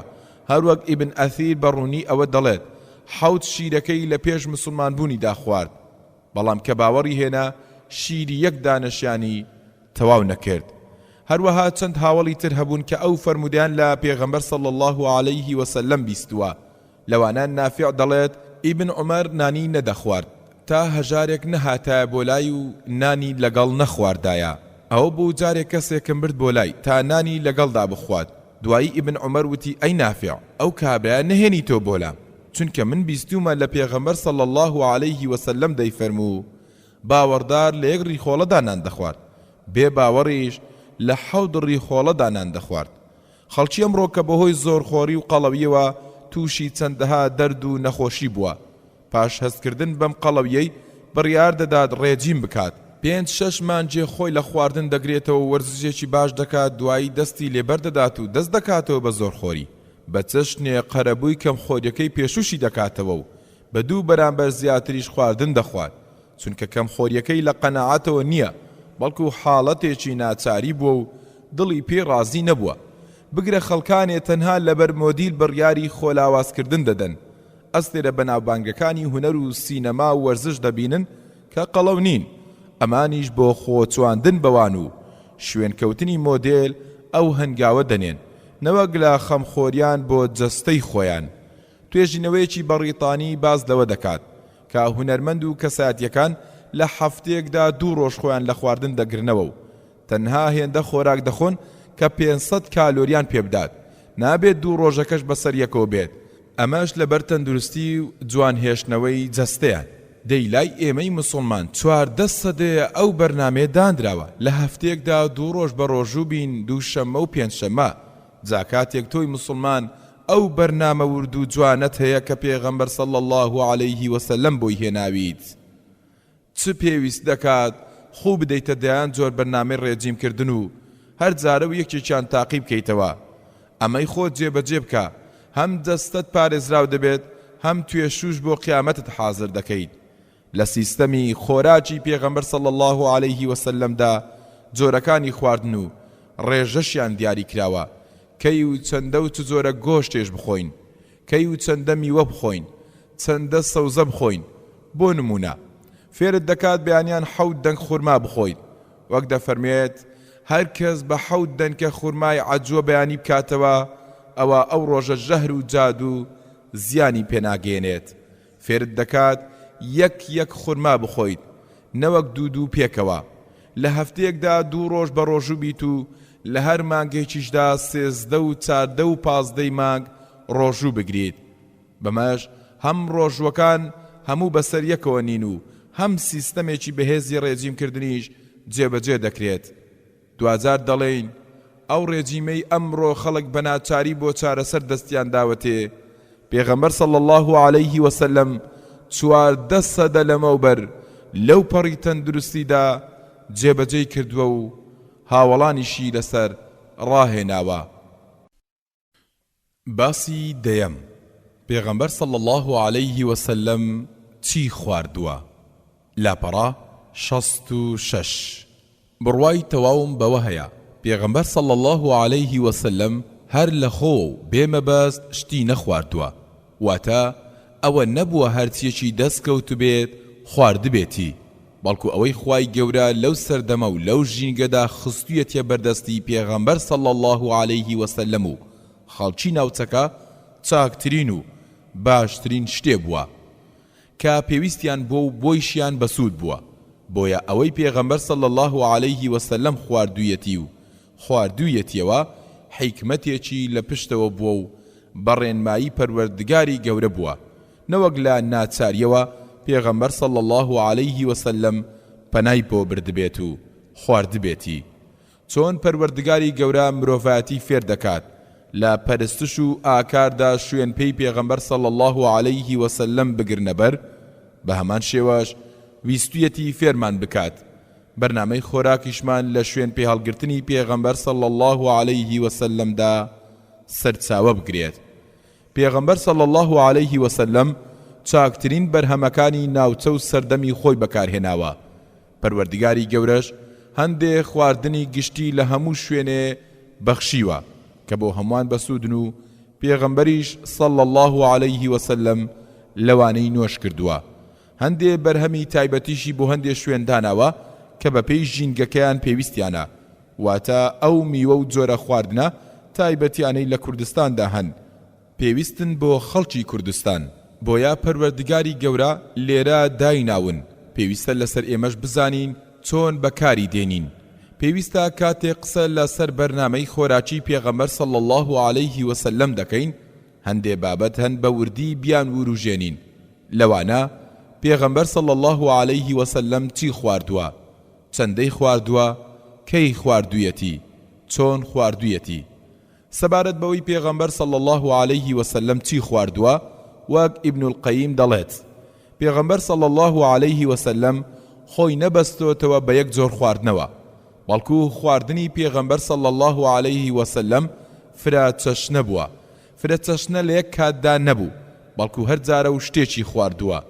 ئەم قسەیەش هەڵێنجراوی نێو فەرمودەکانە، پێویستە ئێمەش وا بکەین، نەوەک چەشنی کەسانێک کە لاسایی بڕێ کەسایەتی دەکەنەوە دەڵێن ئێمەش تەنها بەرهەمی جیایی دەخۆین، یان تەنها شیرەمەنی دەخۆین، یان تەنها گۆشت دەخۆین.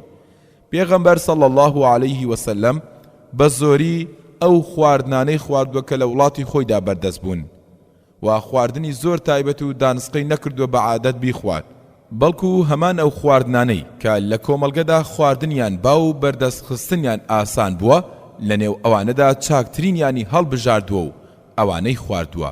بۆ نمونە شیر، نانی جۆ، گۆشتی سوور و سپی، خورما، سرکە، تێکوشە، ترۆزی. بەگشتی جۆری خواردنەکان دابەش دەبن بەسەر 5 جۆردا: زەڵاتە و پێشەچەکانی خواردن، خواردن و گۆشت، میوە، سەوزە، دانەوێڵە. پێغەمبەر صلی الله عليه وسلم لە هەموو ئەوانەی خواردووە بۆ ئەوەی ئوممەتەکەی لە هیچ کامیان بێبەش نەبن، هەرچێکیش حەڵاڵ و پاک بوو بێت، بەڵام حەزی پێ نەکرد بێت، بێدەنگ بووە و نەیخواردووە، ڕەخنەشی لێ نەگرتووە، تەنانەت ئەوەشی کە هۆکارێکی هەبووە بۆ خواردنی خۆی نەیخواردووە و هاوڵانی ئاگادار کردوتەوە کە حرام نییە، بەڵام ئەو لەبەر هۆکارێک نایخوات. بۆ نمونە ئەبوو ئەیوب دەڵێت کە خواردنێک دەهێنرا بۆ ماڵی پێغەمبەر صلی الله عليه وسلم لێی دەخوارد و زیادەکەی دەنارد بۆ ئێمە. ڕۆژێ خواردنێکی بۆ هاتبوو، هەمووی ناردبوو، هیچی لێ نەخواردبوو چونکە سیری تێدا بوو. منیش وتم ئەی پێغەمبەر صلی الله عليه وسلم بۆ حرامە؟ فەرمووی نا، بەڵام من لەبەر بۆنەکەی حەزی پێ ناکەم. ئەبوو ئەیوبی ژوتی دەی منیش حەز بە شتێک ناکەم کە تۆ حەزی پێ نەکەیت. پێغەمبەر صلی الله عليه وسلم چوو بۆ ماڵی مەیمونە و خالیدی کوڕی وەلیدیشی لەگەڵدا بوو. ضبێکی بژرا و جۆرێک لە خشۆکەیە وەک بزنا مژەوایە. پێغەمبەر صلی الله عليه وسلم ویستی لێی بخوات. ژنێکیان وتی بە پێغەمبەر صلی الله عليه وسلم بڵێن ئەو شتە چییە کە پێیان وت دەستی جێڕایەوە و نەیخوارد. خالیدی ژدی ئەی پێغەمبەر صلی الله عليه وسلم ئەمە حرامە؟ فەرمووی نەخێر، بەڵام ئەمە لە خاچی قەومەکەی مندا نەبووە، بۆیە حەزی پێ ناکەم. خالید دەڵێت منیش ڕام کێشا لای خۆم و دەستم کرد بە خواردنی. پێغەمبەر صلی الله عليه وسلم تەماشای دەکرد. بەڵێ خۆشەویستانم، هەموو ئەمانە پێغەمبەر صلی الله عليه وسلم کردوویەتی، بەڵام پێغەمبەر صلی الله عليه وسلم سروشتی وابووە ئەگەر حەزی لە خواردنێک باە خواردوویەتی، ئەگەر حەزیشی لێ نەبوو بێ عیبی لێ نەگرتووە و وازی لێ هێناوە. خۆزگە لەسەر خوانی خۆمان فێری ئەم کارە جوانەی پێغەمبەر صلی الله عليه وسلم دەبووین. چیمان هەیە؟ فڵان شت بە زیام نەکرد، بە خێر نێتەوە، هەموو ڕۆژێ دێمە سەر سفرە چۆڵ و خوانی بەتاڵ و مەشغوڵی چی بووی؟ ئەی ئێمە بە ڕۆژین و هاتوینێتەوە نان بخۆین؟ نا، پێغەمبەر صلی الله عليه وسلم هەرچیەکی هەبوو بێ لە بەردەستیدا خواردوویەتی. ئەگەر حەزی لێبوو بێ ئەمەش زۆرێک بووە لە پێشکەوتنی پزیشکی لە سیستەمی خۆراکی پێغەمبەر صلی الله عليه وسلمدا کە ئەوەی حەزی پێ نەکردووە نەی خواردووە بە پێچەوانەی ئێمەوە کە هەندێک جار لەبەر ڕووگیری شتێ دەخۆین کە هیچ حەزی پێ ناکەین، یان بە زۆر دەرخواردی منداڵەکانمانی دەدەین. تەنانەت فێرمان دەکات زۆر نەکەین لە نەخۆشەکانیشمان، واتە ئەو شتەی حەزی پێ ناکەن بە زۆر دەرخواردیان نەدەین. وەک دەفەرمێت نەخۆشەکانتان ناچار مەکەن بە خواردن و خواردنەوە، چونکە پەروەردگاری گەورە خواردن و خواردنەوەیان پێدەدات. هەروەها پێغەمبەر صلی الله عليه وسلم لە خواردندا بیانووی نەگرتووە، وەکەوەی ئەمڕۆ ئێمە ئەو بیانوانە دەگرین. فڵانە جۆری نان ناخۆم، فڵانەش لە ناخۆم، ئەو جۆرە برنجەم دەوێت، گۆشت دەبی وا لێ بندرێت، بەڵکو ئەوەی خراوەتە بەردەستی حەزی لێ بوو بێت خواردوویەتی، ئەوەشی حەزی لێ نەبوو بێت ئەگەر حەڵال بوو بێت بێ ئەوەی ڕەخنەی لێ بگرێت کشاوەتەوە دواوە و نەی خواردووە. خۆ داوای شتێکی تری بکردایە، هاوڵان ئەگەر گیانی خۆیان بەخت بکردایە بۆیان پەیدا دەکرد، واتە ئەوە نەبووە لە ناچاریدا بێدەنگ بوو بێت. بۆ نمونە کاتێک پێغەمبەر صلی الله عليه وسلم میوانی هاتوو، هیچ کام لە هاوسەرەکانی خواردنیان لا نەبوو.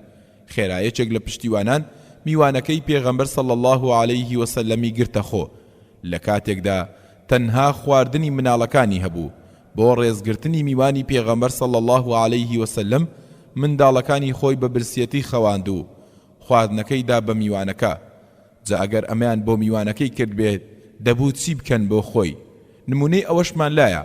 جابری کوڕی عەبدوڵڵا دەڵێت جارێک باوکم فەرمانی کرد خواردنی خەزیزە ئامادەکرا. اینجا بە مندا ناردی بۆ پێغەمبەر صلی الله عليه وسلم. منیش بردم بۆی و پێغەمبەر صلی الله عليه وسلم لە ماڵی خۆی بوو. فەرمووی ئەی جابیر ئەوە چییە؟ ئایا گۆشتە؟ وتم نا، بەڵکو خواردنی خەزیزەیە. ئەویش فەرمانی کرد و خواردنەکەیان لە دەستم گرت. کاتێک گەڕام و بۆ لای باوکم وتی ئایا پێغەمبەر صلی الله عليه وسلمت بینی؟ وتم بەڵێ. وتی ئایا هیچی وت؟ وتم بەڵێ. فەرمووی ئەی جابیر ئەوە چییە؟ ئایا گۆشتە؟ باوکم وتی لەوانەیە پێغەمبەر صلی الله عليه وسلم تاسەی گۆشتی کردبێت، چوو گیسکێکی سەر بڕی و چاک برژێنرا. اینجا پێی وتم بیبە بۆ پێغەمبەر صلی الله عليه وسلم. منیش کە گەیشتمە لای پێغەمبەر صلی الله عليه وسلم هەر لەو شوێنەی خۆی لێبوو. فەرمی ئەوە چییە ئەی جابیر؟ وتم ئەی پێغەمبەر صلی الله عليه وسلم.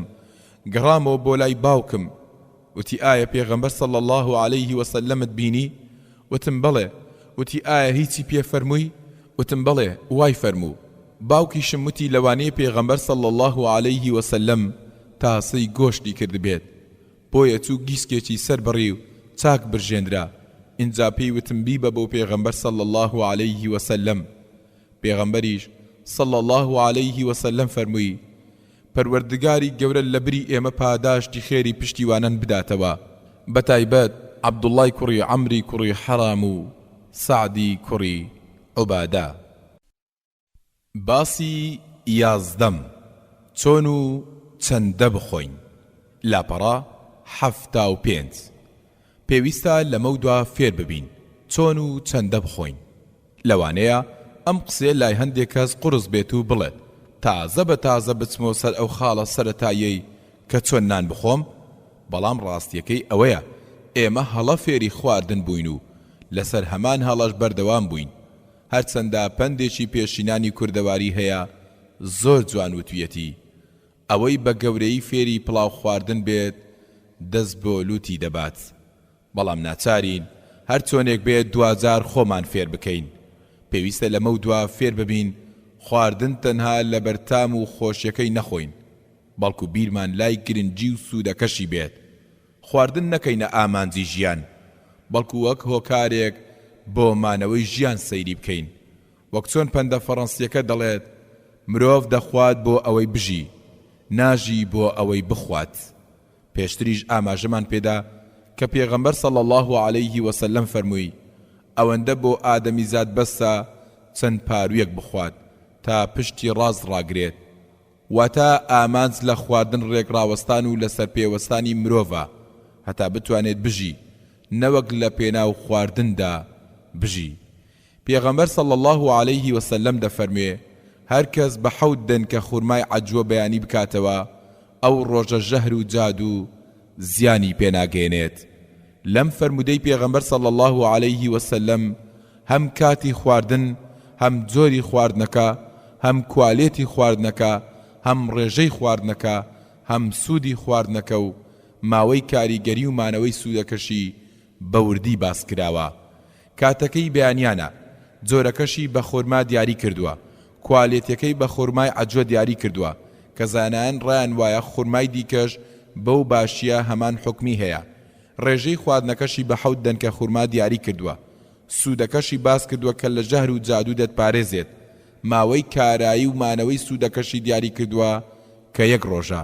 حەوت دەن خورما 800 کالۆری تێدایە، واتە خواردنی 1 ژەم واتە کارمەندێک پێشچوونی بۆ دەوام تەنها 7 خورما بخوات دەتوانێت بێ هیچ کێشەیەک هەتا دەمە و عەسر ئیشەکانی بەڕێ بکات و وزەی پێویستی هەبێت.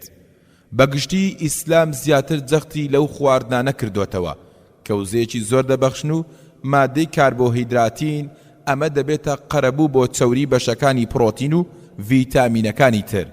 خواردنێکە گەدەت ئازار نادات و خواردنیشی ئاسانە، وزەیەکی زۆرت پێدەبەخشێت، سیستەمی بەرگری لەشیشت بەهێز دەکات. وردەکاری بەم شێوازە لە خواردندا لە چ شوێنێک هەبووە؟ ئەمە ئەگەر ڕێنماییەکی پەروەردگاری نەبێت و پێغەمبەر صلی الله عليه وسلم تەنها وەک مرۆڤێکی ئاسایی بڕیاری لەبارەوە بدایە چۆن خەیاڵی دەچوو بۆ وردەکاری لەو چەشنە. پێغەمبەر صلی الله عليه وسلم کە بەیانیان یان هەندێ جار عەسران هەنجوینی خواردووە، نەهاتووە بەرداغێک یان چەند کەوچکێک هەنجوین بخوات، بەڵکو کەوچکێک هەنجوینی کردوتە ناو بەرداخێک ئاوی ساردەوە و زۆر بە چاچی کەوچکی تێڕاداوە و هەتا هەنجوینەکە لە ئاوەکەدا تواوەتەوە. ئینجا خواردوویەتی. ئاویش سروشتی وایە کە مادەیەکت لەگەڵ تێکەڵ کرد تایبەتمەندی مادەکە وەردەگرێت.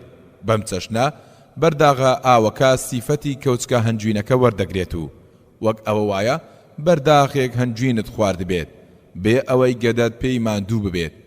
جگەلەوەی تێچوویەکی زۆر کەمتریشی تێدەچێت. لە شوێی ڕۆژانەن بەرداغێ هەنجوین سرف بکەیت و لە شوێ کەوچکێ هەنجوینی لە بری بەرداخێ هەنجوین. ئەگەر تێبینی بکەین کاتی خواردنەکان نزیکن لە کاتەکانی نوێژەوە. خوای گەورەش ڕۆیشتن بۆ نوێژەکان و خواردنی لە پاڵێکدا باس کردووە، هەروەکو پەروەردگار لە سوڕەی ئەلئاعراف ئایەتی 31 دەفەرمێت: يا بني آدم خذوا زينتكم عند كل مسجد وكلوا واشربوا ولا تسرفوا إنه لا يحب المسرفين. بۆیە باشترین ژەمەکانی خواردن ئەو کاتانن کە نزیکن لە نوێژەکانەوە، لە جاتی کە لە نوێژ هاتنەوە دەست بکەن بە خواردن. پێغەمبەر صلی الله عليه وسلم دەفەرمێت ئەگەر خوانی شێوان دانرا و نوێژیش بەرپاکرا سەرەتا بە خوانەکەت دەست پێ بکەن، واتە ئەگەر دانرا و کاتی نوێژی شات نەکەی بە پەلا پرۆزە نوێژەکەت لە کۆڵ بکەیتەوە بۆ ئەوەی فریای نانەکە بکەویت. نانەکەت بخۆ و هیچ خەیاڵت لای خوانەکە نەمێنێت، اینجا بە جوانی نوێژەکەت بکە، چونکە مرۆڤ کە بۆنی خواردنی کرد هەموو لیکە ڕژێنەکانی دەجوڵێن. گەدەی ترشەڵۆک دەردەدات، پەنکریاس ڕژێنی پەنکریاس دەردەدات، هەموو بەشەکان ئامادەکاری دەکەن بۆ خواردن و کەسەکە خەیاڵی لای خواردن دەبێت. بۆیە باشترین شت ئەوەیە کەنانەکەی بخوات، اینجا نوێژەکەی بکات. ئەگەر خواردنەکەی پێ نەدەیت و دواتر نان بخۆیت کردداری هەرستێک دەچێت. زۆرێک لە خەڵکی تووشی خراپی هەرسکردن بوون بەهۆی ئەوەی کاتێ حەزی خواردنیان هەبووە و لە بەردەستیاندا بووە نیان خواردووە و دوایان خستووە. بەڵام خەڵکانی هەن کاتی خواردنیان دیاری کراوە، هەر کات لەو کاتە لابدەن خێرا هەست بە برسێتی دەکەن. لە ڕەمەزانان یان لە هەر کاتێکی تری بە ڕۆژوبووندا باشتر وایە بۆ بەربانکردنەوە 3 دەنگ خورما بخۆین، اینجا بچین بۆ نوێژەکەمان، پاش نوێژەکە ژەمی شێوانمان بخۆین. باسی 12 خورما لاپەڕا 81. تەوەری یەکەم خورما و خواردنەکانی ئەمڕۆمان. یەکێک لەو خواردنانەی کە پێغەمبەر صلی الله عليه وسلم زۆر گرنگی پێداوە و دەکرێت بۆترێت ڕۆژانە لە سفرە و خوانی پێغەمبەر صلی الله عليه وسلمدا هەبووە و زۆر جار لە بری ژەمە خواردن بووە، بریتە لە خورما، چونکە هەم لە ناوچەکەدا زۆر بووە، هەم خورما جوداواز لە زۆر خواردنی تر کۆمەڵێک تایبەتمەندی هەیە. پێغەمبەریش صلی الله عليه وسلم دەفەرموێ خەڵکی ماڵێ تووشی برسیەتی نابن مادەم خورمایان لا هەبێ. بەداخەوە تا ئێستاش پەیڕە و پرۆگرامێکی دروستمان بۆ خواردن نییە. یەکێک لە کێشەکانی ئێمە ئەوەیە کە گرنگیەکی زۆر دەدەین بە هەڵگرتنی خواردن و کۆگاکانمان پڕ خۆراک دەکەین. گرنگ لامان زۆری خۆراکی بەردەستە، بەڵام گرنگی نادەین بە بەهای خۆراکی خواردنەکە و تایبەتمەندیەکانی. پێویستە زیاتر گرنگی بەمایان بدەین، بیر لەوە بکەینەوە فڵانە خۆراک لەم ڕوانگەوە شیاوی هەڵگرتن نییە، فڵانە خواردن پێویستە مانجی جارێک بخورێت و نابێت زۆری لێ هەڵبگیرێت. کەچی زۆربەی ماڵەکانمان لەم ڕۆدا برنجی تێدا نەمێنێت، هەمووان جیرۆدە دەبن بەدەست ئامادەکردنی خوانێکەوە و نازانن چی بخۆن و دەشڵەژێن، لە کاتێکدا زۆر بەشمان نازانین سوود و زیانەکانی برنج چین. چۆن خوماندایە برنج و وازمان هێنا لە خواردنی کوردەواری جاران کە خواردنێکی زۆر حەکیم بووە، کەچی ئەمڕۆ گاڵتەیان پێدەکرێت. لەوەش دڵنیابن ڕۆژگارێ دێدنەوەکانمان بەسەر سوڕمان و ناڕەزایەتیەوە واقیان وڕدەمێنێ لەوەی چۆن ئەمڕۆ ئێمە خواردنی لەم چەشنەمان خواردووە، چۆن پزیشکەکان ڕێگەیان داوە هێندە خوب دەینە برنج خواردن و زۆر خۆری. بڵیت کەناڵی تەلەڤیزیۆنی و ئینتەرنێتیشیان هەبوو بێت، بڵیت ئاگان لە دنیا بوو بێت و کەسێک نەبوو بێت پێیان بڵێت ئەم خواردنە ناتەندروستە. چاوەڕێ بکەن بزانن 2 ڕۆژی تر چۆن نەوەکانمان لەسەر سیستەمی خۆراکیمان سەرکۆنەمان دەکەن. بەڵکو دەبێت خۆمان سەرکۆنەی خۆمان بکەین. ئەو هەموو نەخۆشیە جۆر بە جۆرەی ئەمڕۆ بڵاوبوونەتەوە هۆکارەکەی چییە؟ بەرزبوونەوەی ڕێژەی ژێرپەنجە بە چ هۆکارێکە؟ هۆکارە سەرچیەکەی پەیوەندی بە خواردنمانەوە هەیە. بەشێکی دی پەیوەندی بە هۆکارەکانی تری وەک پیسبوونی ژینگەوە هەیە، چونکە کەمن ئەو کەسانەی خۆیان دەپارێزن لە خواردنە ناتەندروستەکان. مارکێتەکان پڕن لە خواردنی لە قوتونراو، وەلێ خواردنە تازە و خۆماڵیەکان زۆر کەم.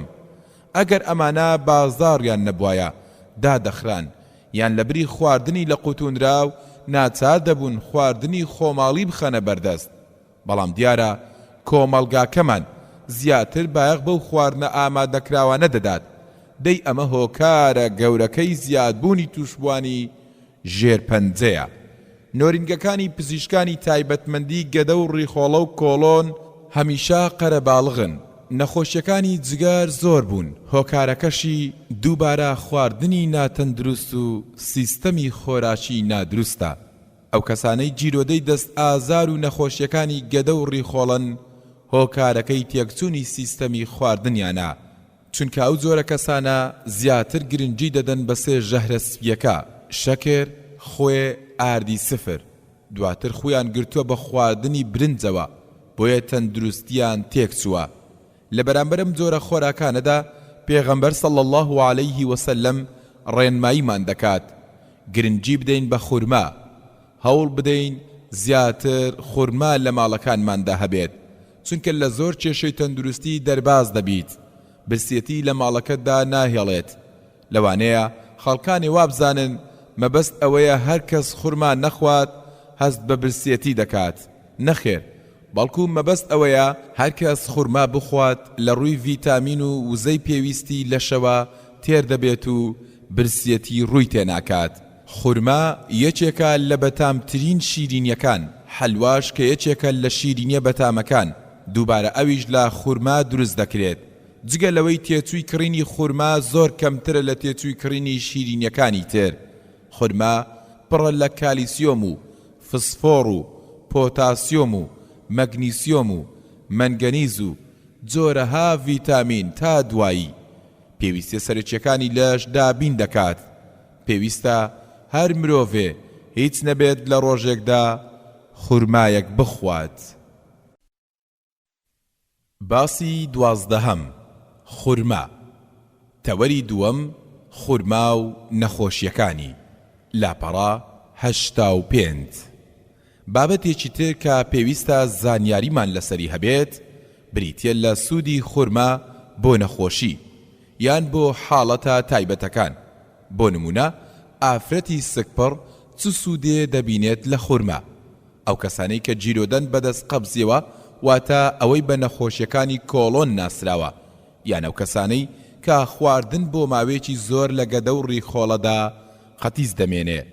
باشترین چارەسەر بۆ ئەم کەسانە بریتیە لە خورما خواردن، چونکە نەوەک ئەوەی لە گەدە و ڕیخۆڵەدا قەتیز ناخوات، بەڵکو سەرجەم خواردنە پەنگ خواردوەکانی ناو گەدە و ڕیخۆڵەش ڕادەماڵێت. خورما خواردن هۆکارێکی زۆر گرنگە بۆ ڕێگریکردن لە ژێرپەنجەی کۆڵۆن. ئەمەش لە نوێترین توێژینەوە پزیشکەکاندا ئاماژەی پێکراوە. بۆ حاڵەتی پێچەوانەش ئەوانەی کێشەی زکچوونیان هەیە، خورما یەکێکە لە خواردنە پێویست و بەسوودەکان کە دەتواندرێت چارەسەر بێت بۆ نەخۆشیەکەیان. هەروەها خورما سوودێکی زۆری هەیە بۆ ئەو کەسانەی نەخۆشی دڵیان هەیە، چونکە خورما ڕێژێکی باشی پۆتاسیۆم و کالیسیۆمی تێدایە کە ئەم کەسانە پێویستیان پێیەتی. کەسانێک کە کێشەی کەم خوێنیان هەیە، ئەوانەی کێشەی لاوازی جنسیان هەیە، ئەمانە و دەیان نەخۆشی تر هەن کە خورما سوودێکی زۆری هەیە بۆیان و دەکرێت وەک چارەسەر بەکار بهێندرێت.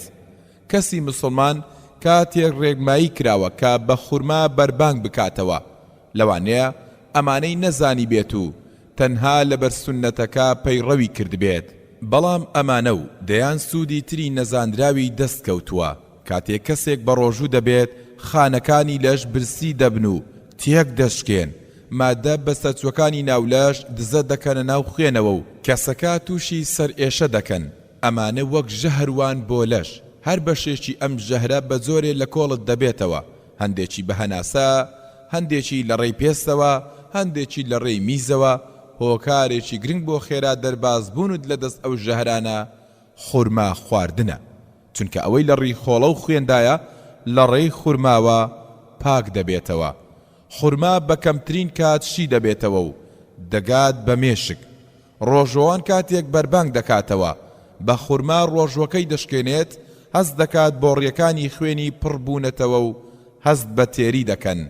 دواتریش کە دەچێتە سەر سفرە ناتوانێت خواردنی زۆر بخوات، لە کاتێکدا پێشتر وای داناوە زۆر بخوات. بەڵام خورماکە بەشی پێویست تێری کردووە، هەم تێرت دەکات، هەم لە چەند لایەنەوە سوودت پێدەگێنێت. یەکێک لەو ماددانەی لەناو خورمادا هەیە بریتیە لە فایبەر. دەستەی ئەمریکی بۆ ژێرپەنجە لە پەیامێکیاندا دەڵێت پێویستە هەموو کەسێک ڕۆژانە 20 تا 35 گرام فایبەر بخوات. ئەمەش لە خورمادا زۆر بە ئاسانی دەست دەکەوێت. هەر کەس خورما بخوات ئەمەی دەستکەوتووە. هەروەها خورما سوودێکی زۆری هەیە بۆ تەندروستی چاو. زانایان ڕێنمایی خەڵکیان کردووە کە لە ڕۆژێکدا 1 دەنگ خورما بخۆن بۆ پاراستنی چاویان. ئافرەتی سکپڕیش دەتوانێت سوودێکی زۆر لە خورما وەربگرێت، چونکە ئافرەتی سکپڕ بە گشتی بڕێک حاڵەت و هەندێک کێشەی دێتەڕێ، وەک غازات، فشاری خوێن، کەم خوێنی، ئەوەی لە کاتی منداڵبووندا لە دەستی دەدات، خوێنبەربوون، شیردان بە منداڵ.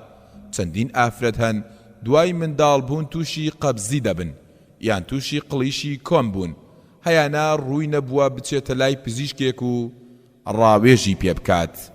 ئافرەتان ئەگەر لە کاتی سکپڕیدا گرنگی بدەن بە خورما لەو کێشانە ڕزگاریان دەبێت وەک چۆن پەروەردگاری گەورە ڕێنمایی مەڕیەمی کرد خورما بخوات هەروەکو لە سوورەی مەڕیەم ئایەتی 25 پەروەردگار دەفەرموێت وهزي إليك بجذع النخلة تساقط عليك رطبا جنيا بە خواردنی خورما ئەو ئافرەتە هەم ڕیخۆڵەی پاک دەبێتەوە و لە قەبزی دەرباز دەبێت هەم سۆدیۆمی پێدەبەخشێ کە بۆ هەموو کردارەکانی جەستا پێویستە هەم پۆتاسیۆمی پێدەبەخشێ کە فشاری خوێنی کەسەکە نزم دەکاتەوە و بۆڕیەکانی خوێنی فراوان دەکات بۆ ئەوەی خوێن بچێت و بۆ هەموو بەشەکان و تووشی خوێن بەربوون نەبێت هەروەها وا لە ڕەحم دەکات زوو بچێتەوە یەک و خوێن بەربوونەکەی بگریسێتەوە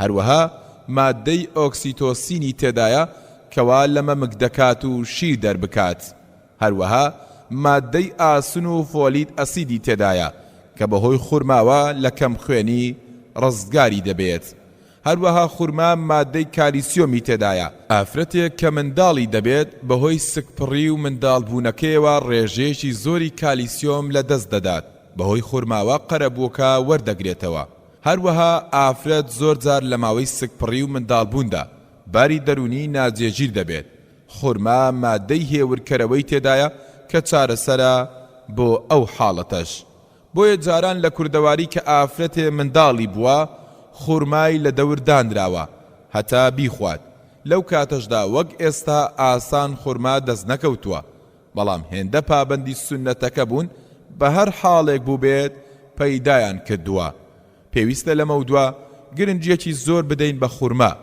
دەکرێت لەگەڵ خواردنەکانی تریشدا بیخۆین هێندەی خۆمان ماندوو دەکەین بە ئامادەکردنی زەڵاتەیەک دەکرێت خورما بخۆین پێغەمبەر صلی الله عليه وسلم خورمای بە ترۆزیەوە خواردووە چونکە خورما گەرمی هەیە و ترۆزیش ساردی هەیە گەرمی خورماکە بە ساردی ترۆزیەکە ڕێک دەکرێتەوە ئەمە زانیاریەکە کە هێشتا زانستی نوێ پێی نەگەیشتووە دەکرێت ئێمەش خورما لەگەڵ هەندێ میوە و سەوزەواتی تردا بخۆین یان پێغەمبەر صلی الله عليه وسلم خورمای لەگەڵ کەرە خواردووە ئەوەش لە کوردەواری خۆماندا هەیە کە پێی دەوترێت خورما و ڕۆن ئەمەش لە سونەتەوە وەرگیراوە واتە پێشینانمان لەسەر سونەت ژیاون ئەمڕۆژ هەر نزیکین لە سونەتەوە بەڵام بڕێکی کەم چەکوشکاریمان دەوێت هەروەها کاتی خۆی حەڵوا دراوە بە ئافرەت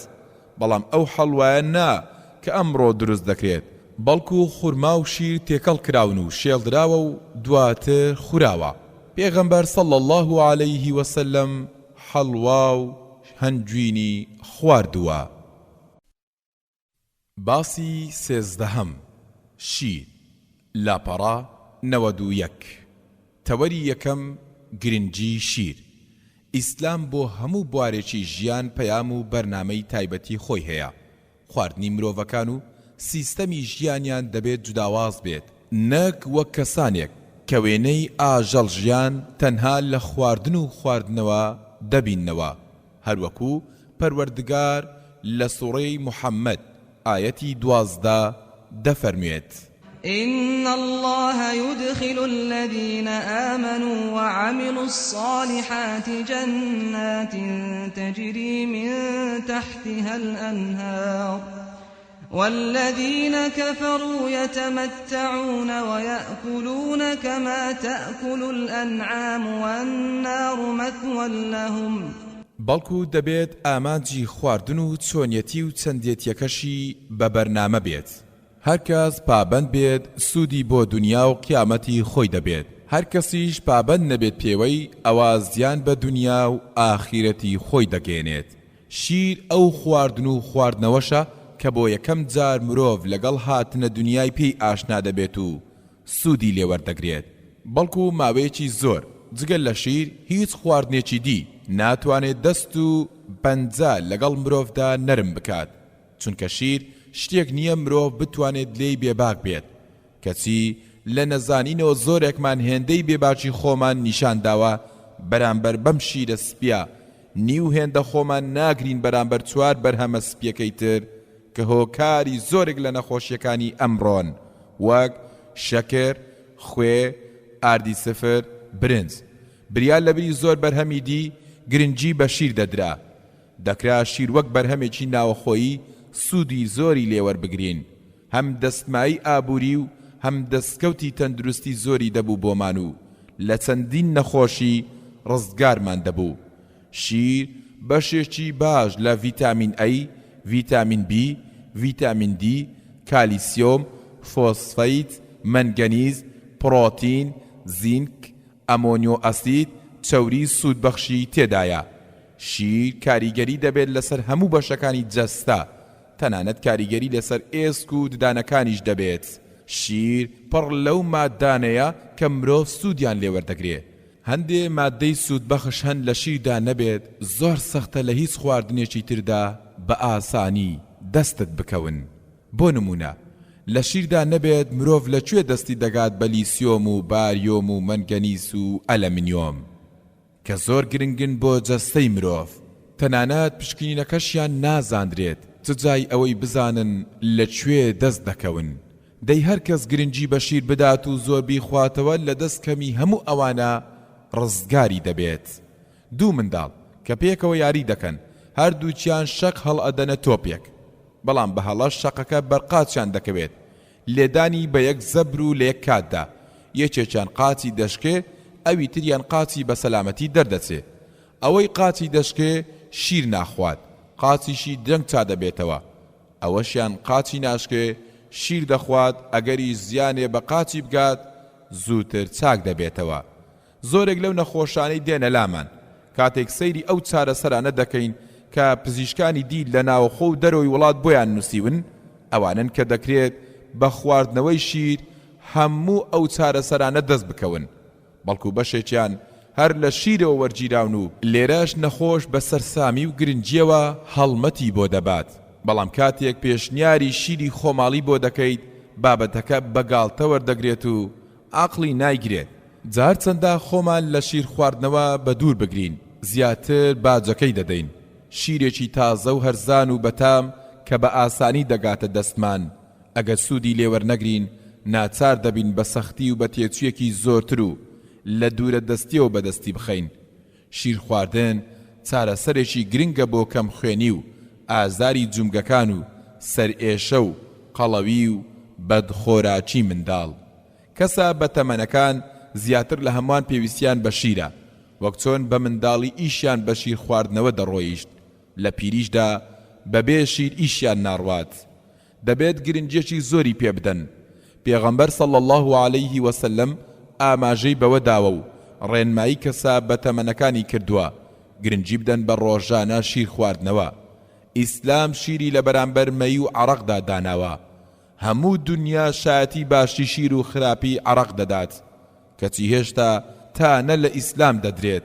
جا ئەگەر ئیسلام عەرەق و گۆشتی مردارەوە بوو جگەرەی لە بەرامبەر شیر و گۆشتی فرێش و میوەکان حەڵال بکردایە، دەبوو ئەو کەسانەی ئەمڕۆ تانە لە ئیسلام دەدەن ئەو کات چیان بووتایە؟ بە پێی توێژینەوەکان ئەو مانگایەی تووشی نەخۆشیەک دەبێت. جەستەی هێزی بەرگری دش بە ڤایرۆسی ئەو نەخۆشیە بەرهەم دێنێ. ئەو بەرگریەش لە ناو شیرەکەیدایە کاتێک کەسێک شیری ئەو مانگایە دەخوات وەک ئەوە وایە کوترانی دش بەو ڤایرۆسەی وەرگرت بێت. ئەمەش جێچێکە لە بەخششەکانی پەروەردگار کە لە ڕێی شیر خواردنەوە دەستمان دەکەوێت. جا لەوە دڵنیابن دوورکەوتنەوەمان لە خواردنە سروشتیەکان ڕێمان دەخاتە دەرمانخانە و چارەسەرە کیمیاویەکان. باسی سێزدەهەم شیر. تەوەری دووەم شیر وەک چارەسەر. لاپەڕا 97. شیر گرنگێکی زۆری هەیە و لەوانەیە بە سەدان وتار و دەیان کتێب نەتوانین ئەوەی زانیاریە لەبارەی شیرەوە بیخەینە ڕوو، بەڵام لێرەدا کورتێکی لەبارەوە باز دەکەین. گرنگی بەرهەمی شیر بۆ وڵات ئەگەر زیاتر نەبێت هیچی کەمتر نیە لە گرنگی بیرە نەوت و کێڵگە غازی و شوێنە گەشتیاریەکان. کێشە و عیبەشە لەم پەڕ و ئەو پەڕی دنیاوە شیر هاوردەی ناو کوردستان بکرێت لە کاتێکدا هەلێکی زۆر گونجاو و لەبار هەیە بۆ بەرهەمهێنانی شیری خۆماڵی. ئەو دایکانەی شیری خۆیان نادەن بە منداڵەکانیان و بە شیری وشکراوە گۆشیان دەکەن، لەبری ئەوە نانی وشک بدەن بە منداڵەکانیان باشترە.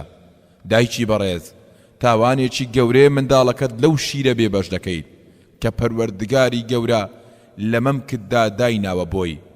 هەمستەم لە منداڵەکەت دەکەیت کە لەو شیرە بێبەشی دەکەیت، هەمستەم لە خۆت دەکەیت، چونکە ئەگەر ئەو شیرە بدەیت بە منداڵەکەت ئەوە دەبێتە هۆکاری پاراستنی مەمکت لە نەخۆشی ژێرپەنجە.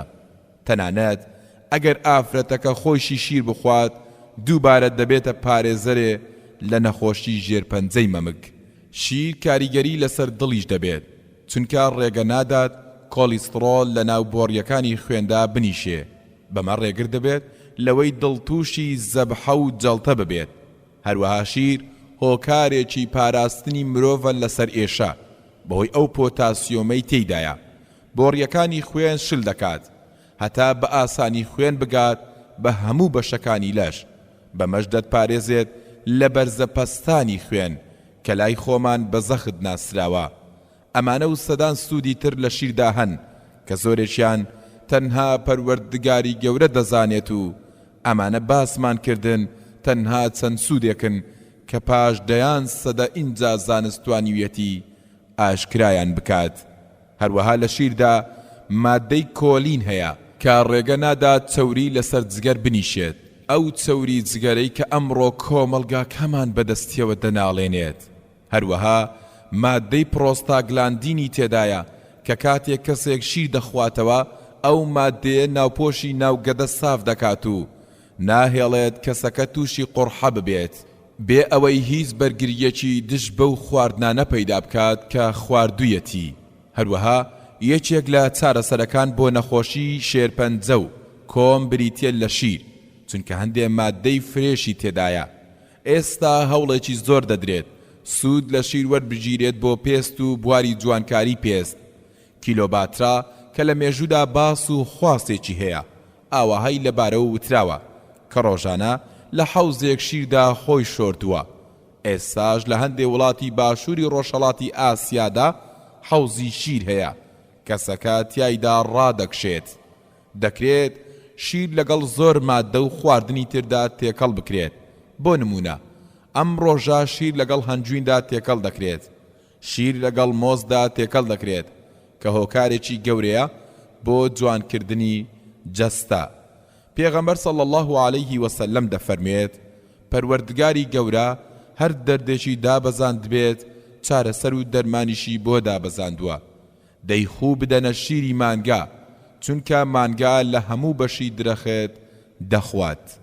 پێغەمبەر صلی الله عليه وسلم هەم ئاماژە بەوە دەدات کە کۆمەڵێک دەرد هەن و چارەسەریش بۆ هەمیان دابەزێنراوە. هەم جۆری چارەسەرەکەشمان بۆ دیاری دەکات چارەسەرێک کە ئاسان بێت و زۆر پێوەی ماندوو نەبین. ئەویش شیر خواردنە، بە تایبەت شیری مانگا. جا ئەم فەرمودەیە کەسی ژیری دەوێت توێژینەوەی لەبارەوە ئەنجام بدات و ئەم ڕاستیە بۆ هەموو جیهان بسەلمێنێت. ئەوە بخاتە ڕوو کە چەند نەخۆشی هەن دەکرێت بە شیری مانگا چارەسەر بکرێن. پێغەمبەر صلی الله عليه وسلم لە فەرمودەیەکی تردا دەفەرمێت هەر کەسێک پەروەردگار خواردنێ لەو خواردنانەی دەرخواردا با بڵێت پەروەردگارە بەرەکەت بخەرە ناویەوە و بۆمان و لەمەش چاکترمان پێ ببەخشە. هەر کەسێکیش پەروەردگاری گەورە شیری پێنۆش کرد با بڵێت پەروەردگارە بەرەکەت بخەیتە ناویەوە و بۆمان و زیاتر لەم شیرەمان پێ ببەخشە، چونکە شتێ نابینم جگەل لە شیر جێی خواردن و خواردنەوەش بگرێتەوە. 85% تا 90% شیر لە ئاو پێکاتوە، واتە شیر نەوەک لە بری خواردن دەبێت، جێی ئاویش دەگرێتەوە بۆت و تیونیەتی ناهێڵێت. ئەگەر کەسێک لە شوێنێ بند بکرێت و سەرپشک بکرێت تەنها یەک خواردن هەڵبژێرێت، ناچارە تەنها شیر هەڵبژێرێت، چونکە هەم خواردنە و هەم خواردنەوەشە، هەروەها هەموو پێویستیەکانی لەشیش دابین دەکات. ئەبوو هوڕەیرە دەڵێت جار هەبوو لە برساندا دەکەوتمە سەر زەوی، بەردم لە سکم دەبەست. ڕۆژێک لە سەرڕێی خەڵک دانیشتم، ئەبوو بەکر تێپەڕ بوو. منیش سەبارەت بە ئاەتێکی قورئان پرسیارم لێ کرد. بەخوا بەس لەبەر ئەوە پرسیارم لێ کرد بەڵکو شتێک خواردنم پێ بدات. کەچی تێپەڕ بوو هیچ. دواتر عومەر هات و هەمان شت ڕوویدا. دواتر پێغەمبەر صلی الله عليه وسلم هات کە منی بینی زەردەخەنەیەکی کرد و بەدەم و چاومدا زانی حاڵم چۆنە. پاشان فەرمووی ئەی ئەبوو هوڕەیرە. وتم بەڵێ ئەی پێغەمبەر صلی الله عليه وسلم. فەرمووی دوام کەوە. منیش بە دوایدا چووم چوونەوە ژوورەوە و داوای مۆڵەتی کرد و مۆڵەت بە منیش درا چوومە ژوورەوە. پێغەمبەر صلی الله عليه وسلم بڕێک شیری بەدی کرد و فەرمووی ئەم شیرە لەکوێ بوو؟ وتیان ئەوە فڵان کەس بە دیاری هێنای.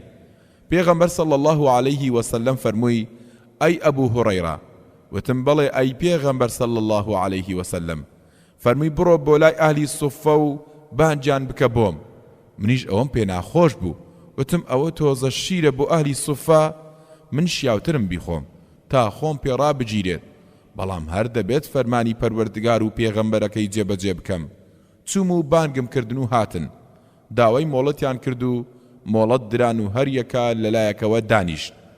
پێغەمبەر صلی الله عليه وسلم فەرمووی ئەی ئەبوو هوڕەیرە. وتم بەڵێ پێغەمبەر صلی الله عليه وسلم. فەرمووی بگرە و بیان دەرێ. منیش یەک یەک دەمدا بەدەستیانەوە، ئەوانیش تێریان دەخواردەوە، هەموویان تێریان خواردەوە. اینجا پێغەمبەر صلی الله عليه وسلم قاپا شیرەکەی گرتە دەست و تەماشای منی کرد و پێکەنی. فەرمووی ئەی ئەبوو هوڕەیرە. وتم بەڵێ ئەی پێغەمبەر صلی الله عليه وسلم.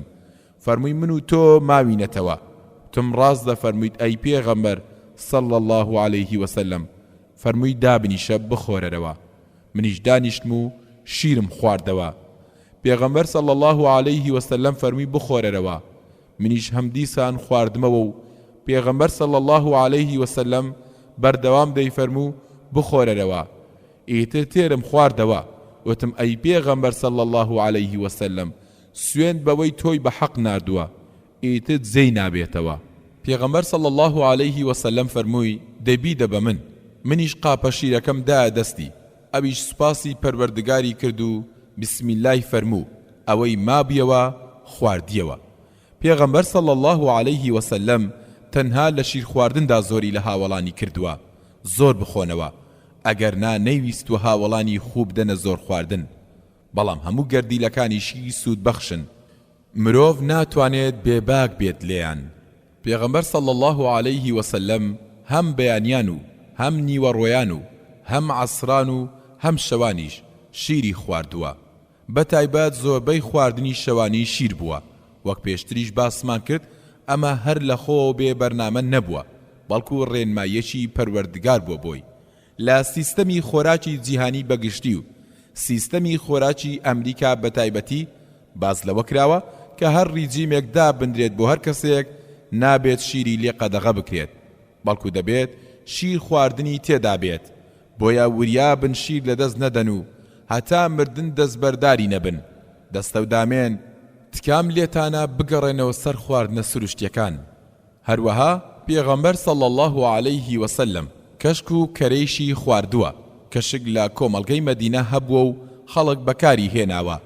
ئیبن عەباس دەڵێت ئوم حەفید کە پووری ئیبن عەباس بوو، بڕێ کەشک و بڕێ کەرێ و ڕێژێ گۆشتی زوبی گیاندارێکی خشۆکە وەک بزنە مژە بە دیاری هێنا بۆ پێغەمبەر صلی الله عليه وسلم.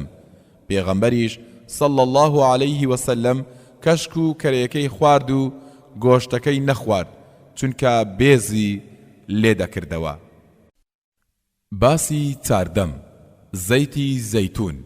تەوەری یەکەم گرنگی زەیتون. لاپەڕا 105. زەیتون ئەو بەخششە پەروەردگاریەیە کە زۆرێکمان نرخ و گرنگیەکەی نازانین و دەمێکە خۆمان بێبەش کردووە لە سوودەکانی. سوپاس بۆ پەروەردگار بەرهەمێکیشە لە کوردستاندا دەچێندرێت، واتە شتێک نییە بە سەختی بەردەست بخرێت. زەیتی زەیتونیش هێندە بە نرخ و گرنگە دەکرێت بە زێڕی شێل ناو ببرێ. پەروەردگار لە سوڕەی ئەننوور ئایەتی 35 دەفەرموێت: الله نور السماوات والأرض مثل نوره كمشكاة فيها مصباح المصباح في زجاجة الزجاجة كأنها كوكب دري يوقد من شجرة مباركة زيتونة لا شرقية ولا غربية يكاد زيتها يضيء ولو لم تمسسه نار نور على نور يهدي الله لنوره من يشاء ويضرب الله الأمثال للناس والله بكل شيء عليم. واتا هر پەروەردگارە نور و ڕووناچی ئاسمانەکان و زەوی و نمونەی نور و ڕووناچی ئەو پەروەردگارەیە وەک تاقێکە کە چرایشی گەورەی پڕشنگداری پڕنووری تێدا هەڵکرابێت. چراکەش لەناو چوارچێوەیەکی پاچی درەوشاوەی شوشەیەکدا بێت. شوشەکەش وەک ئەستێرەیەکی پڕشنگدار و گەشت بێت. چراکە لە دار زەیتونێکی بە فەڕ و بە بەرەکەت ڕۆن و سوتەمەنیەکەی وەربیگیرێ. دارەکەشی نە هەمیشە لەبەر خۆرگەیە تا بە درێژایی ڕۆژ خۆر لێی بدات، نە هەمیشەش لە نزار و سێبەردایە تا قەت خۆر لێی نەدات، بەڵکو لە شوێنێکدا ڕوابێت خۆران گەز نەبێ و بە هەمیشەش سەوز و جوان بێت. ڕۆنەکەشی ئەوەندە پاک و پاکش بێت نزیک بێت هەر لە خۆی وەک گەڕ بگرێ، بەبێ ئەوەی ئاگریشی بەرکەوێ. ڕووناچی لەسەر ڕووناچی. بێگومان پەروەردگار ویستی لە هەر کەسێک ببێ ئەوە ڕێنمونی دەکات بۆ نور و ڕووناچی خۆی. پەروەردگار هەمیشە بۆ خەڵکی نمونە دێنێتەوە بۆ ئەوەی باشتر و چاکتر تێبگەن. پەروەردگار بە هەموو شتێک زانا و ئاگادارە، ئەزانێ چێ شایستەی هیدایەتە. هەروەها دەفەرمێت: وەتینی وەزەیتون. دەبینین پەروەردگاری گەورە لە باسی زەیتوندا باسی پیرۆزی و بەرەکەت دەکات. هەروەها سوێن دەخوات بە زەیتون چونکە دەیەوێت سەرنجمان ڕابکێشێت بۆ لای زەیتون. بڕوای تەواوم بەوە هەیە ئەگەر بەو جۆرەی پێغەمبەر صلی الله علیه وسلم ڕێنمایی کردوین سیستەمی خۆراکیمان ڕێک بخەین، سەتادەی ئەو دەرمانانەی دەهێنرێتە کوردستان بەس بوون بۆ چارەسەر، هەزاران کێشەی کەرتی تەندروستی چارەسەر دەبوون و نەخۆشخانەکان چۆڵ دەبوون. یەکەم توێژینەوەی زانستی سەبارەت بە زەیتون لە ساڵی 1986 دا بڵاوکرایەوە. واتە خەڵکی درەنگانێکی زۆر درەنگ هەستیان کرد بە گرنگی زەیتون و کەوتنە لێکۆڵینەوە لەسەری. بەڵام ڕۆژ بە ڕۆژ بازاڕی زەیتون گرمتر دەبێت و کەرتی تەندروستی زیاتر بیر لە گرنگیدان بەو بەخششە دەکاتەوە. کۆمپانیای ئەوروپی تایبەت بە دروستکردنی دەرمان هەیە، بەشی هەرە زۆری دەرمانەکانی لە زەیتون دروست دەکات. خۆم بە چاوەکانی خۆم نمونەی بەرهەمەکانی کۆمپانیاکی بەریتانیم لە وڵاتی ئەردەن بینی کە زۆربەی زۆری بەرهەمەکانی لە زەیتون بوو. پێکهاتەی زەیتی زەیتون بەم چەشنەیە لە 167 ئاوە، لە 113 زەیتە، لە 105 پڕۆتینە، لە 101 معدەن و خۆیەکانە. ئەم پێکاتەش لە هەر خواردنێکی تردا دەست ناکەوێ، بۆیە هەر کەس کەمتر گرنگی بدات بە زەیتون زەحمەتە بتوانێت بە خواردنی تر قەرەبووی بکاتەوە. ڕێکخراوی جیهانی خواردن و دەرمان پێشنیاری کردووە هەر مرۆڤێک پێویستە لە ڕۆژێکدا 2 کەوچک زەیتی زەیتون بخواتەوە. ئێمەی مسلمانیش 14 سەدەیە لەلایەن پێغەمبەر صلی الله علیه وسلمەوە ڕێنمایی کراوین کەچی تا ئەو پەڕی سنوور کەم تەرخەمیمان بەرامبەر نواندووە. بڕوام وایە دەبێت 2000 سەدجەم پزیشکان، سیاسەتمەداران، بەڕێوبەران و تایبەتمەندانی تریش ڕووبکەنە بەرنامەکەی پێغەمبەر صلی الله علیه وسلم و بپرسن چی بکەین و چۆن بخۆین و چۆن بڕۆین، چونکە پێغەمبەر صلی الله علیه وسلم لەلایەن پەروەردگارەوە ڕێنوێنی کراوە. باسی 14هەم زەیتی زەیتون. تەوەری دووەم زەیتی زەیتون وەک چارەسەر. لاپەڕا 109. زەیتی زەیتون مادەی سیلینیۆم و زینک و نوحاس و ئاسنی تێدایە، سۆدیۆم و مەگنیسیۆم و فۆسفەیت و یۆدی تێدایە. جا ئێمە لە کوردستان زۆر پێویستمان پێیەتی، چونکە ناوچەکەمان شاخاویە، هەرچی مادەی یۆد هەیە دەچۆڕێتەوە خوارەوە و دەشۆرێتەوە و سوودی لێ نابینین. بۆیە نەخۆشی غودا لە لای ئێمە زۆرە، دوای ئەوەی دەبێتە گرێ دواتر نەخۆشی لێ دروست دەبێ. ئافرەتانی سکپڕ و منداڵانیش زۆر جار کێشەی کەمی ئاسنیان هەیە. زەیتی زەیتون یەکێکە لەو خواردنانەی کە بە چڕی مادەی ئاسنی تێدایە. لەناو زەیتی زەیتوندا ڤیتامین ئەی هەیە کە بۆ چاو و شەبەکەی چاو و پێست و پەردەکانی ناوەی جۆگەی هەرس و جۆگەی هەناسەدان پێویستە. ڤیتامینی تێدایە کە پێویستە بۆ کۆئەندامی زاوزێ. هەروەها ئەمڕۆ زانست سەلماندوویەتی کە زەیتی زەیتون ڤیتامین کەی و ڤیتامین ئیشی تێدایە. ئەمە ژوا لە مرۆڤ دەکات ڕوخسار و جەستەی گەنج ببێتەوە. بڕوانە ئەو وڵاتانەی کە زەیتی زەیتون زۆر بەکاردەهێنن وڵاتەکەیان تەندروستە و کێشەی نەخۆشیان لە چاو شوێنەکانی تر کەمترە. هەروەها زەیتی زەیتون مادەی فایبەری تێدایە کە ئەگەر کەسێک میوەش نەخوات زەیتی زەیتون قەرەبووی بۆ دەکاتەوە. زەیتی زەیتون بۆ پرۆسەی هەرسکردن زۆر گرنگە. لە زۆربەی ئەو دەرمانانە باشترە کە بۆ چارەسەری قۆڵۆن بەکاردەهێنرێن، چونکە چاکترین مادەیە بۆ شۆردنەوە و پاکردنەوەی گەدە و ڕیخۆڵە. بۆیە تکام وایە ئەو کەسانەی قۆڵۆنیان هەیە هەتا دەتوانن گرنگی بە زەیتی زەیتون بدەن. ڕۆژێ تاقی بکەرەوە بە برسیەتی تۆزێ زەیتی زەیتون بخۆ لەگەڵ خواردنێک یان زەڵاتە یان کەمێک هەنجویندا. بزانە هیچ ژانە سک و قەبزیەکت هەیە، بزانە هەز ناکەیت جەستەت سووک دەبێت. ئەمڕۆ چەوریەکی زۆر لەسەر جگەری هاوڵاتیانمان نیشتووە.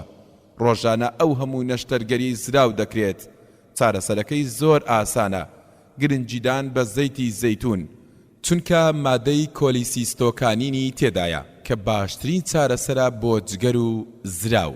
هەروەها زەیتی زەیتون بەردی گورچیلە و بەردی زراو لێک هەڵدەوەشێنێ و ناهێڵێت دروست ببن. هەڵەیەکی ئێمە ئەوەیە زەیتون تەنها لەگەڵ مقەبیلاتدا دەخۆین. لە کاتێکدا زەیتی زەیتون بۆ خواردن زۆر چاکترە و هیچ زیانێکی نییە بۆ جەستەی مرۆڤ.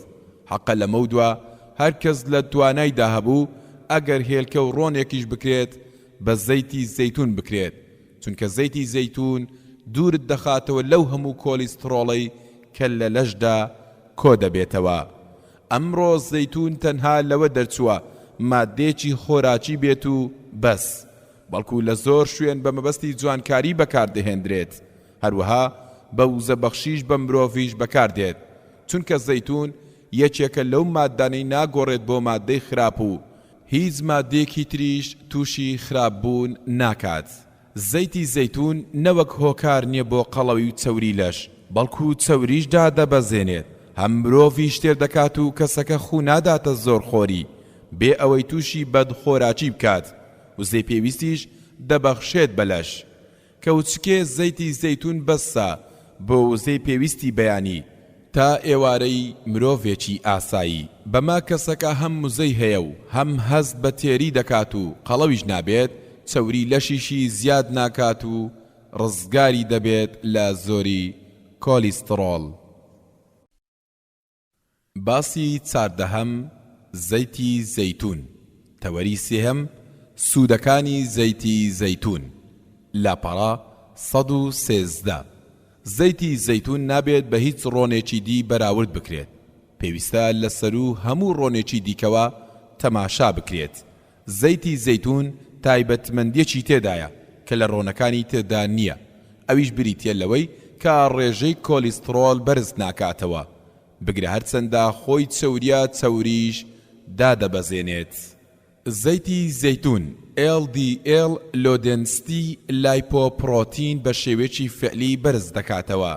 HDL کە پێی دەوترێ هایدێنستی ئەوەیە کە خەڵک حەزکە ئەم چەوریەی بەرز بێ. هایدێنستی لایپۆپرۆتین بەرز دەکاتەوە، ئەمە کۆلیسترۆڵ دا ئەبەزێنێ و HDL بەرز دەکاتەوە. نزیکەی 170 زەیتی زەیتون بریتە لە چەوری تێر نەکراو مۆنۆ ئەنساتۆرێتد فاتی ئەسید کە باشترین چەوریە و چارەسەرێکی گەورەشە بۆ مرۆڤ. لەوانەیە کەسانی ئەو بیانویان هەبێت و بڵێن زەیتی زەیتون زۆر گرانە و توانای کڕینمان نییە. لە وەرامدا دەڵێن داوات لێ نەکراوە هەرچی چەوری ماڵەکە تێ بیکەیت بە زەیتی زەیتون، بەڵام پێویستە لە ڕۆژێکدا کەوچکێ یان دوو کەوچک زەیتی زەیتون بۆ خۆت و ماڵ و مناڵت بەکار بهێنیت، چونکە بەم هۆیەوە لە دەیان نەخۆشی دوور دەکەونەوە. زەیتی زەیتون 40 مادەی ئەنتی ئۆکسیداتی تێدایە کە ڕێگرە لە زۆر نەخۆشی. بۆ نمونە دوورکەوتنەوە لە شێرپەنجە، بەرگرتن و بە دەرکەوتنی نیشانەکانی پیری، هۆکارێکی باشە بۆ پاکردنەوەی چەوری ناوجگەر و ڕێگری لەوە دەکات ئەو چەوریە لەسەر جگەر بنیشێت. لە زەیتی زەیتوندا ڕێژێکی باش لە ئۆمیگا 3 هەیە کە ڕێگری دەکات لە ڕەغبوونی دەمارەکانی خوێن و توشبوون بە ئەلزەهایمەر و پەستانی خوێن و نەخۆشیەکانی دڵ و پاراستنی دیواری خانەکانی لەش. هەر بۆیە خەڵکی وا ڕاهاتووە کە تووشی تەشەنوجات دەبن داوا دەکەن بە زەیتی زەیتون بشێڵدرێن. بە هەمان شێوەی کە ماسوولکەکان نەرم دەکاتەوە بۆڕیەکانی خوێنیش نەرم دەکاتەوە و ناهێڵێت ڕق ببن، چونکە ڕقبوونی بۆڕیەکانی خوێن هۆکارە بۆ پەستانی خوێن و جەڵتا. هەروەها زەیتی زەیتون فۆلیک ئەسیدی تایە کە دیسانەوە ئەمیش ڕێگە لەم جۆرە نەخۆشیانە دەگرێ. هەروەها زەیتی زەیتون مادەی ئەدیپۆنیکتینای تێدایە کە هۆکاری توانەوەی چەوریە پاش چەند کاتژمێرێک لە خواردنی دەست دەکات بە توانەوەی چەوری و ڕێگری دەکات لە قەڵەوبوون، بەتایبەت ئەو زەیتونەی لە ناوچەکانی دەوروبەری دەریای ناوەڕاستدا هەیە کە چاکترین جۆری زەیتونە. هەروەها زەیتی زەیتون ڕێژەی 110 شەکردا دەبەزێنێت لە کاتێکدا خۆی هیچ پەیوەندیەکی نییە بە پەیدابوونی شەکرەوە. لە وڵاتی یابان لێکۆڵینەوەیەک ئەنجام دراوە، لە ئەنجامدا دەرکەوتووە زەیتی زەیتون ڕێگرە لە توشبوون بە نەخۆشی ژێرپەنجەی پێست و کۆڵۆن و ڕیخۆڵا. لە زانکۆی ئۆکسفۆردیش لێکۆڵینەوەیە کراوە و دەرکەوتووە زەیتی زەیتون ڕێژەی شێرپەنجەی مەمک لە ئافرەتان بە ڕێژەی 145 کەم دەکاتەوە. زەیتی زەیتون ڤیتامین ئی تێدایە کە ڕێگرە لە هەندێ نەخۆشی و دیاردەی وەک دەرکەوتنی نیشانەکانی پیری یان نەخۆشی ژێرپەنجە.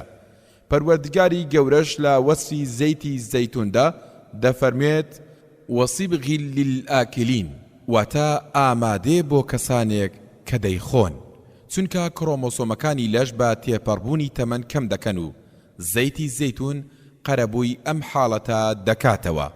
پێغەمبەر صلی الله عليه وسلم دەفەرمێت زەیتی زەیتون بخۆن و بۆ چەورکردنیش بەکاری بهێنن، چونکە لە دارێکی مبارەکە. ئەگەر کەسێک زەیتی زەیتونی خوارد با سوود لە وەشبەر بگرێت کە بە دەست و دەم و کەوچکەوە دەمێنێتەوە بۆ چەورکردنی سەر و پێستی بەکاری بهێنێت، چونکە زەیتون چرچی و وشکی و زبری قڵیشی پێست ناهێڵێت و لە تیشکی زیان بەخش دەیپارێزێت و زۆر باشترە لەو چارەسەرەی ئەمڕۆ پێی دەوترێت سنبلۆک و دش بە تیشکی خۆر بۆ پاراستنی پێست بەکار دەهێنرێت. هەروەها ڕێگری دەکات لە هەڵوەرینی قژ، بگران نەوەک تەنها پێست گەنج دەکاتەوە بەڵکو مرۆڤ بە کاملی گەنج دەکاتەوە. یەکێکە لە هۆکارەکانی زۆربوونی ئارەزووی جنسی لە ژن و پیاویشدا و هەندێک کێشەی تایبەت بە داوێنی ئافرەت چارەسەر دەکات کە تووشیان دەبێت. هەروەها مادەی دژە بەکتریاشی تێدایە کە ئافرەتان بە تایبەتتر کاتێ سک دەکەن پێویستیانە، هەم پێویستی کالیسیۆمی ئافرەتەکە و هەم پێویستی منداڵەکەش دابین دەکات. هیوادارم لەمە دووە بە ساغ و نەخۆشمانەوە، بە سەڵت و هاوسەردارمانەوە، بە گەورە و بچووکمانەوە گرنگی زیاتر بدەین بە زەیتی زەیتون و خۆمان بێبەش نەکەین لەو بەرهەمە مبارەکەی کە پەروەردگاری گەورە ئاماژەی داوە بە مبارەکیەکەی، هەتا لە دەیان و سەدان دەرد و نەخۆشی بمان پارێزێ و جۆرەها سوودمان پێ بگێنێت و چارەسەرێکیش بێت بۆ نەخۆشیەکانمان. هیواداریشم لە کوردستانمان گرنجێکی زۆرتر بدرێت بە چاندنی داری زەیتون و خۆمان بتوانین بەشی پێویست بەرهەم بهێنین و بەشی پێویستیش بەکار بهێنین و دەستبەرداری مادە چیمیاویەکانی تر بین. مامۆستا قانعی شاعیر دەڵێ من کەڕۆڵەی کوردەکانم تورکوتارم بۆ چییە تا برای کوردیم هەبێ یاری لەمارم بۆ چییە تا کڵاشی بەنچنی ژێرمەحکەمی خۆم دەست بدا قۆندەرەی تەسک و تروسک و لار و خوارم بۆ چییە. باسی 15 سرکە لاپەڕا 119 ئەوەی لێرەدا باسی دەکەین تەنها کەمینەیەک وەک خۆراک تەماشای دەکەن. لەوانەیە ماڵی زۆربەمان دەیان دەبە سرکەی تێدا بێت بە خواردن هەژماری نەکەین، بەڵام لە ماڵی پێغەمبەر صلی الله عليه وسلم خواردن بووە. سرکە لە چەند زۆر بەرهەم دروست دەکرێت وەک خورما و ترێ و سێو. پێغەمبەر صلی الله عليه وسلم گرنگێکی زۆری داوە بە سرکە و وەسفی ئەو خواردنەشی کردووە. لەوانەیە ئێمە جۆرێکی تر تێگەیشت بین. زۆر جار دەڵێن سرکە ترشە و بۆ گەدەمان خراپە، تیژە و بۆمان ناخورێ، بەڵام پێغەمبەر صلی الله عليه وسلم زۆر گرنگی پێداوە. جارێک پێغەمبەر صلی الله عليه وسلم چوو بۆ ماڵی ئومهانیئی کچی ئەبوو تاڵیب کە ئامۆزای بوو. فەرمووی هیچ خواردنێکت لا هەیە بیخۆم؟ چونکە پێغەمبەر صلی الله عليه وسلم برسی بوو. ئومهانیئی ئامۆزای دەڵێت منیش وتم پارچەیەک نانە ڕقم لا هەیە، بەڵام شەرم دەکەم بیهێنمە بەردەمت. یان بە جێڕانەوەی تر هاتووە وتی تەنها بڕێ نانە وشکە و سرکەمان هەیە. ئەویش فەرمووی بیهێنە. منیش نانەکەم پارچە پارچە کرد و خوێم کرد بەسەریدا. اینجا پێغەمبەر صلی الله عليه وسلم فەرمووی ئەی هیچ پێخۆرێ هەیە؟ منیش وتم ئەی پێغەمبەر صلی الله عليه وسلم تەنها کەمێ سرکەمان لا هەیە. فەرمووی بیهێنە. منیش کە بۆم برد سرکەکەی کرد بەسەر خواردنەکەدا و لێی خوارد. دواتر سوپاسی پەروەردگاری کرد. اینجا فەرمووی ئەی ئومهانی سرکە پێخۆرێکی زۆر باشە، ماڵی سرکەی تێدا بێت هەژار ناکەوێ.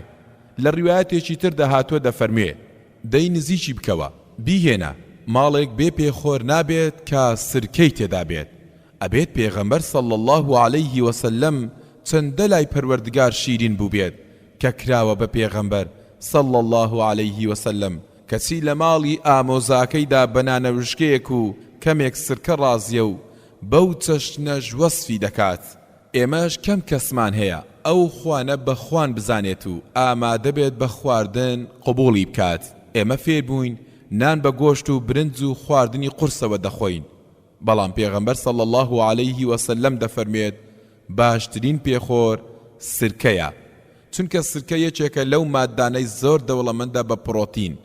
لەوانەیە کەسمان بڕوا نەکەین سرکە ئینزیم و مەنگەنیز و مەگنیسیۆم و پۆتاسیۆم و سیلیکۆنی تێدا بێت، بەڵام لە ڕاستیدا وایە چۆن تێزاب بکرێت بەسەر مادێکدا هیچی پێوە ناڵێت، سرکەش ئاوا گەدە پاک دەکاتەوە و هیچ خڵتە و نیشتوێکی پێوە ناهێڵێت، کۆڵۆن پاک دەکاتەوە، چالاکی هەرسکردن زۆر ئاسان دەکات، چونکە مادێکی ترشەڵۆکی تێدایە کە ناهێڵێت بەکتریا بنیشێت، کڕوەکانی ناو گەدە و ڕیخۆڵە دەکوژێ. تەنانەت ئەو کەسانەی دەم و ددانیان کێشەی تێدایە دەتوانن غەرغەڕەی پێ بکەن. هەروەها سرکە مادێکی بەسوودە بۆ ئازاری ماسوولکە و جومگەکان. هەر کتێبێکی تایبەت بە بواری پزیشکی تەماشا بکەین لە چەند شوێندا باسی سرکەی تێدایە. سەدان توێژینەوە لە ماڵپەڕە پزیشکیەکاندا سەبارەت بە سرکە بەدی دەکەیت. هەر توێژینەوەیەک و لە ڕوانگەیەکەوە باسی کردووە و سوودێکی سرکەی خستۆتە ڕوو بۆ ڕەقبوونی ماسوولکەکان، بۆ ئیلتیهاباتی جومگەکان، بۆ پەستانی خوێن، بۆ کۆلیسترۆڵ، بۆ شەکرا، سوتانەوە، کۆڵۆن، سکتون، ئازاری ناوسک، ئاسانکردنی هەرسکردن، ئیلتیهاباتی جیوب، وەک چارەسەر بۆ دەم و چاو. تەنانەت ئەمڕۆ بۆ ئیلتیهابی برینەکان لە بری کحوڵ سرکە بەکاردێت. بۆیە سرکە پشکێکی باشی توێژینەوە پزیشکیەکانی بۆ خۆی چڕیوە. کەسانی قەڵەو بۆ خۆ لاوازکردن زۆر ئیشیان بە سرکە هەیە. هەروەها کەسانێک کە بێتاقەتی درێژخایانیان هەیە سرکە چارەسەرێکی باشە. بۆیە تەنانەت سرکە کار دەکاتە سەر زاکیرەی مرۆڤ بۆ پاراستنی پێستیش وەک دژەخۆرێک بۆ پاراستن لە تیشکی خۆر بەکار دەهێنرێت. مرۆڤ ئەگەر بتوانێت لە ڕۆژێکدا کەوچکێک سرکە بخوات زۆر باشە، باشتریش وایە بەسکی برسی نەبێت، واتە پاش خواردنێ ئینجا بخورێت یان هاودەم بە خواردنێ بخورێت. بۆ نمونە لای خۆمان تێکەڵ بە زەڵاتە دەکرێت یان ئەمڕۆ سرکە تێکەڵ بە هەنجوین دەکرێت. وەک پێشتر لە باسی خورما داوتمان، مەبەستی پێغەمبەر صلی الله عليه وسلم لەوەی ماڵی بێ خورما هەژارە، بریتە لە هەژاری لە ڤیتامین و پێویستیەکانی لەش، نەوەک هەژاری مادی. هەروەها بۆ سرکەش کە پێغەمبەر صلی الله عليه وسلم دەفەرموێت ماڵێ سرکەی تێدا بێت هەژار ناکەوێت. دەکرێت دوالێکی بدەینەوە کە سرکە هێندە پێویستی لەش دابین دەکات کە ئیتر جەستەی ئەو کەسانە ناو ئەو خێزانە هەژار نەبێت بە ڤیتامین و پێویستیەکانی، چونکە سرکە ئاوەدانی ماڵە. مرۆڤ کە کاربۆهیدرات دەخوات دەبێت بە مادەیەک کە ئەسیتۆ ئەسیدی لێ بەرهەم دێ، کە چەوری دەخوات پاش لێک هەڵوەشان ئەسیتۆ ئەسیدی لێ بەرهەم دێ. بۆ پرۆتین و چەندین شتی تر هەموو ئەمانە لێ خاڵدا یەک دەگرنەوە کە ئەویش دروستبوونی ئەسیتۆ ئەسیدە.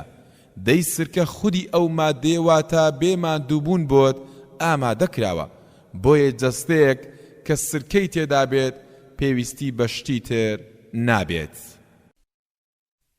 باسی 16 نانی جۆ لاپەڕا 125 بابەتێکی تر کە لە بەرنامەی خۆراکی پێغەمبەر صلی الله عليه وسلم پێویستە باز بکرێت بریتیە لەو نانەی کە پێغەمبەر صلی الله عليه وسلم خواردوویەتی، چونکە ئەمڕۆ لە کوردستاندا گرنگیەکی زۆر دەدرێت بە نان خواردن و زۆربەی زۆرمان لەگەڵ هەر خواردنێکدا نانی پێدەخۆین. ئەبوو حازم دەڵێت پرسیارم کرد لە سەهلی کوڕی سەعد کە هاوڵێکی پێغەمبەر صلی الله عليه وسلمە، وتم ئایا پێغەمبەر صلی الله عليه وسلم نانی ئاردی سپی خواردووە؟ واتە ئاردێ وەک ئاردی سفری ئەمڕۆ لەو چەشنە؟ سەهلی ژوتی پێغەمبەر صلی الله عليه وسلم لەو کاتەوەی بوو بە پێغەمبەر هەتا ئەوەی ڕۆژی وەفاتی کرد ئاردی سپی نەبینی، بەڵکو کە زۆکەمان دەهاڕی فومان پێدا دەکرد مەبەستی ئەوەیە دەدرایە بەربە ئیتر ئەوەی کە باکە دەیبرد دەڕۆیشت و ئەوەی دەماوە و دەمان شێلاو دەکرا نان و دەمان خوارد. پێغەمبەر صلی الله عليه وسلم کە ئاردی سپی بەکار نهێناوە ئەمە بێهۆکار نییە، بەڵکو وەک پێشتر وتمان ئاردی سفر وەک زەهری سپی وایە، زیانی زۆرە، گرنگە ئاردی بۆر بەکار بهێندرێت.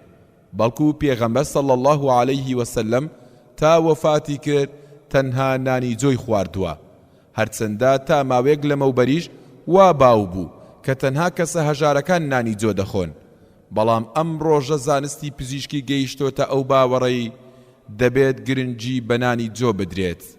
پێکاتەی گوڵی گەنم یان جۆ بەم جۆرەیە، دەنکی گەنمەکە یان جۆکە کە لە ناویدا کۆرپەلەی گەنم یان جۆ هەیە و جارێکی تر گەنم یان جۆیەکی تر دروست دەکاتەوە، بە دەوری ئەمانەدا توێ کڵێک هەیە، ئەگەر ئەمانە پێکەوە هاردران ئاردێکی بۆر بەدەست دەکەوێت. ئەگەریش توێکڵەکەت لا بردوو بە تەنیا دەنکە گەنمەکەت کرد بە ئارد، ئەوە ئاردێکی سپید بەردەست دەکەوێت. ئەم ڕۆژە خەڵکی بە هەڵە بەشە بە سوودەکە دەدەن بە ئاژەڵەکان و ئەوەی وەک ژەهری لێهاتووە و بوونی بە تەنها زیان بەخش دەبێت ئەو بەشە دەخۆن. بەڵام گرنگە هەموو پێکاتەی گەنمەکە یان جۆکە پێکەوە بەهاردرێت و ئاردێکی بۆری لێ بەرهەم بێت و لەو ئاردە بۆرە نان دروست بکرێت بۆ ئەوەی نانێکی بەسوود و تەندروستمان دەست بکەوێت، چونکە ئەو بەرگ و توێکڵەی گەنم یان جۆ مادەی دژە ئۆکسیدی تێدایە کە دژە ژێرپەنجە و دژە کۆلیسترۆڵە و پڕە لە مادەی فایبەر و زینک و ئاسنی تێدایە. هەر بۆیە ڕێژەی کەم خوێنی لە کۆمەڵگاماندا زۆرە. سوودی بەکارهێنانی ئاردی بۆر تەنها لەوانەدا بەرتەسک نابێتەوە، بەڵکو ئەم سوودانەی تریشی هەیە.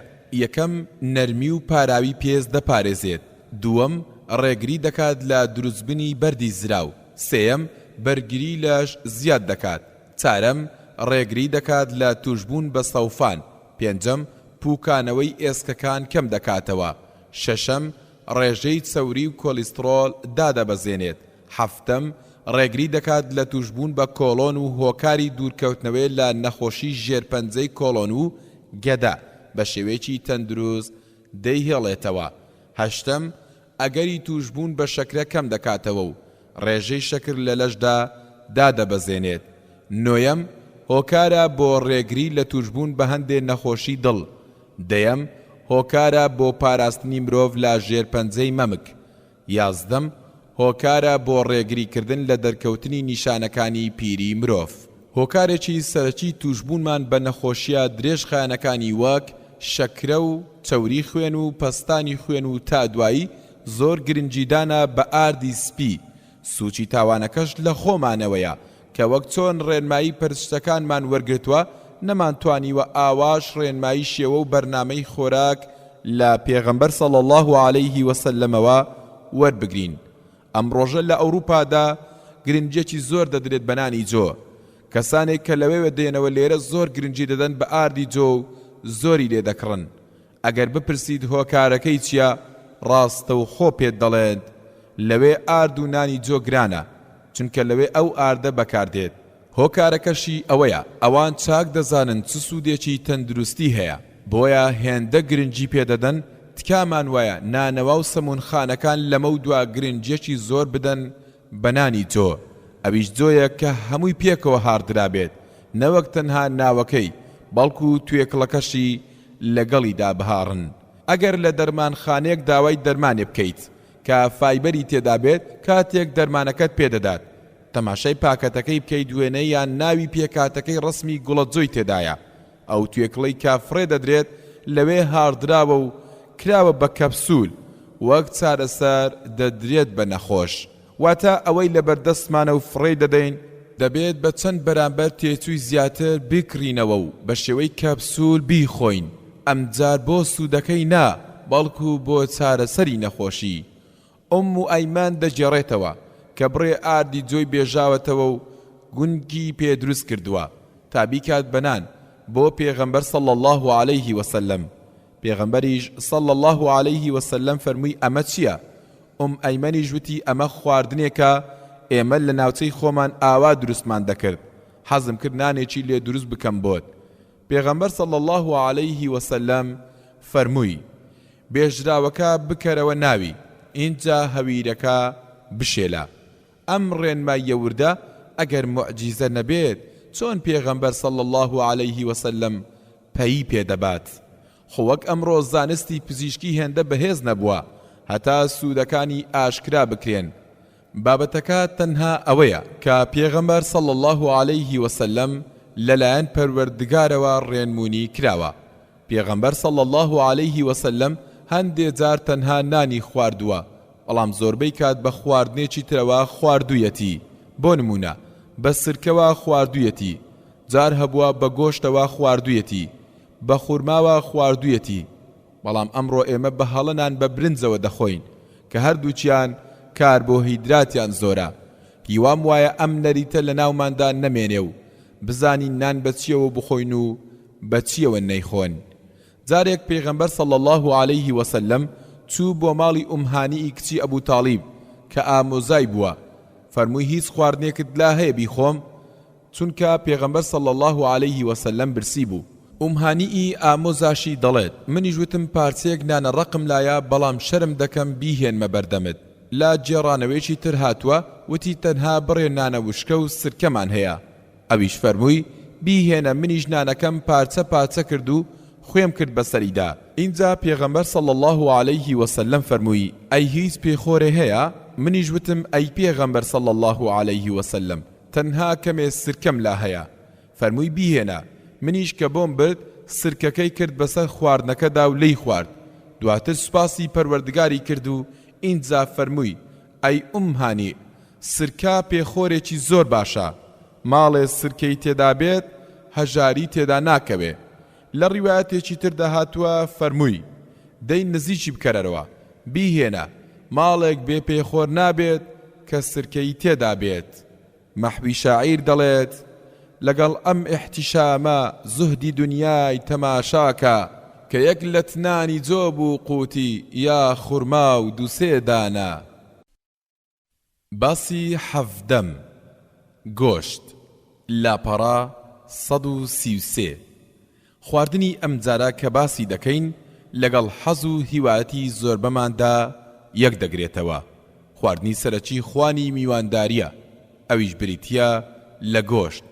خەڵکانێ نەک تەنها بە خواردنەکەی بەڵکو حەزیان بە بازکردنیشی هەیە.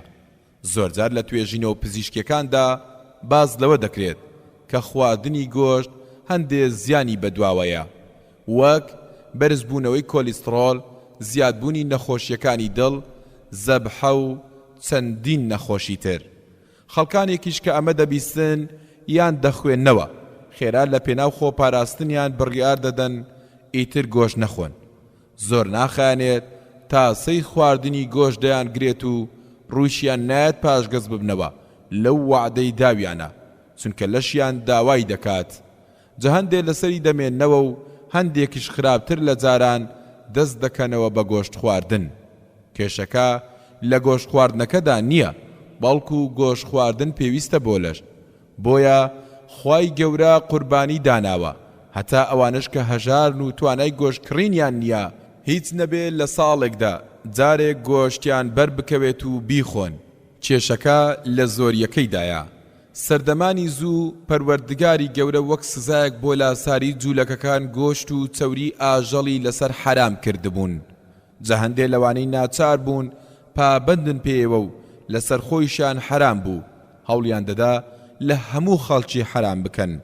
ئەمڕۆژ دەڵێن چەوری ئاژەڵ کۆلیسترۆل بەرز دەکاتەوە. بەڵێ ئەمە ڕاستیەکی هەیە، بەڵام سوودێکی زۆریشی تێدایە بۆ لەشی مرۆڤ. تەنها هێندە گرنگە کە بە پێوەرێکی دروست بخورێت. دەکرێت ئەمڕۆ و سبەی چەند توێژینەوەیەک بخوێنیتەوە کە باز لە خراپی گۆشت بکەن. نابێت بەوانە قەناعەت بکەیت، چونکە پێوەری دروست بریتیە لە پەیامی پەروەردگار و سیستەمی پێغەمبەر صلی الله علیه وسلم کە ڕێگەیان داوە بە خواردنی گۆشت و لە هەندێک کات و حاڵەتیشدا مرۆڤیان بۆ هانداوە. وەک چۆن دەیان بابەتی تر بە توێژینەوە شتێکیان سەلمان پێچەوانەی ئەوەی لە ئیسلامدا باس کراوە و دوای ماوەیەک بە توێژینەوەی تر هەڵە و نادروستی ئەو پێچەوانەوە بوونەوەیان سەلماند. ئەمڕۆ و سبەینێش هەمان شت دووبارە دەبێتەوە. بۆیە پێوەرە سەرچیەکە لە پێناو ئەگەرە کاتیەکاندا پشتگوێ مەخا. لە گشت دنیا یەک پەرسترا و خودایەک، لە ناو ملیۆنان ڕێگادا ڕێگایەک. ئەگەر خەڵکی گشت خودانێ بەڕێبەر لە لای من هەر یەکە و هەر پێشەوایەک. ئاشکرایە کە ڕێگای جۆر بە جۆر هەن، بەڵام هی من هیوایەکە هیوایەک. خودایە عەزمی من ئەوهایە ئەمما گوناهبارم دەسا لوتف و نیگایەک.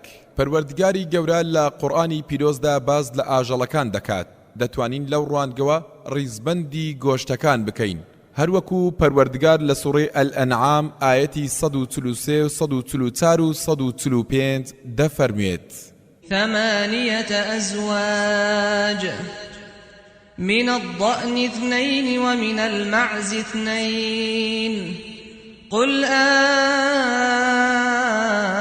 أذكرين حرم أم الأنثيين أما اشتملت عليه أرحام الأنثيين نبئوني بعلم إن كنتم صادقين. ومن الإبل 2 ومن البقر 2 قل أذكرين حرم أم الأنثيين أما اشتملت عليه أرحام الأنثيين أم كنتم شهداء إذ وصاكم الله بهذا فمن أظلم ممن افترى على الله كذبا ليضل الناس بغير علم إن الله لا يهدي القوم الظالمين.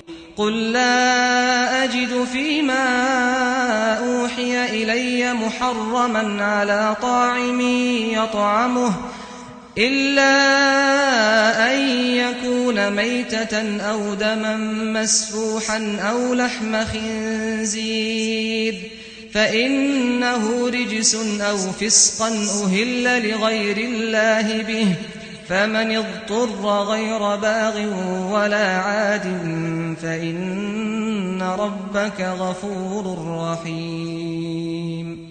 واتا لآجل و ماڵاتیشدا هەشت جوود گۆشت خوراوی بۆ دروست کردوون لە جۆری مەردا دوان مەڕ و بەران و لە جۆری بزنیشدا دوان نێر و مێ تگە و بزن بڵێ ئاخۆ خوا نێری ئەو دوانەی یاساغ کردووە یان مێینەکانیان یان ئەوەی حرام کردووە لە منداڵدانی مێینەکاندایە جاگەر ئەوانە قسەی ئاوا بکەن ئەوە هیچی وان نییە چونکە گەلێ جار گۆشتەکەیان ئەخۆن و سواری وشترەکان نەبن کەوابوو ئەم قەدەغەکردنیان لەکوێوە هێنا ئەگەر لەبەر نێرینەکان بێت دەبێ هەموو نێرینەکان لیان حرام بن خۆگەر لەبەر مێینەکانیش بێت دیسان دەبێ مێینەکان هەموو حرام بن لیان دەسا ئەگەر ڕاست دەکەن لە داواکەتاندا کە دەڵێن پەروەردگار بە حیرە و سائیبە و وەسیلە و حامی حرام کردووە بەڵگەیەکی ڕاست و ڕەوانم نیشان بدەن لە جۆری وشتریش دوانی نێر و مێو لە جۆری گاییش دوانی نێر و مەی بۆ فەراهەم هێنان هەم دیسان بڵێ باشە نێرەکانی حرام کردووە یان مێینەکانیان یان ئەوی لە منداڵدانی مێینەکانیاندایە یان ئێوە لەوێ بوون ئەو کاتە کە پەروەردگار ئەم مەبەستەی پێڕاستپاردن واتە کاتی ئەو جۆرە ماڵیاتانەی لێ حرامکردن ئێوە بۆ خۆتان ئاگادار بوون جا دەبێت چ کەسێ لەو کەسە ستەمکارتر و سەرکێش بێت کە درۆ و لەسەر پەروەردگار هەڵبەستێت بێ ئەوەی هیچ جۆرە زانیاریەکی لەو بارەوە هەبێ و خەڵکیش گومڕاو سەر لێ شێواو بکە بەڕاستی پەروەردگاری گەورە گەلی ستەمکار ئاشنا و شارەزای ڕێگەی ڕاز ناکات بەوانە کە لە خۆیانەوە ئەو ئاژەڵ و مەڕ و ماڵاتە یاساغ دەکەن بڵێ لەو شتانەدا پەروەردگاری گەورە بە وەحی بۆی ناردووم شتێک نابینمەوە خواردنی لە کەسێک حرام بی باشە ئێوە ئەو هەموو شتانەتان چۆن حرام کرد بێجگە لە مردارەوە بوو یان خوێنێکی ڕژێندراو یان گۆشتی بەراز کە بێگومان ئەو بەرازە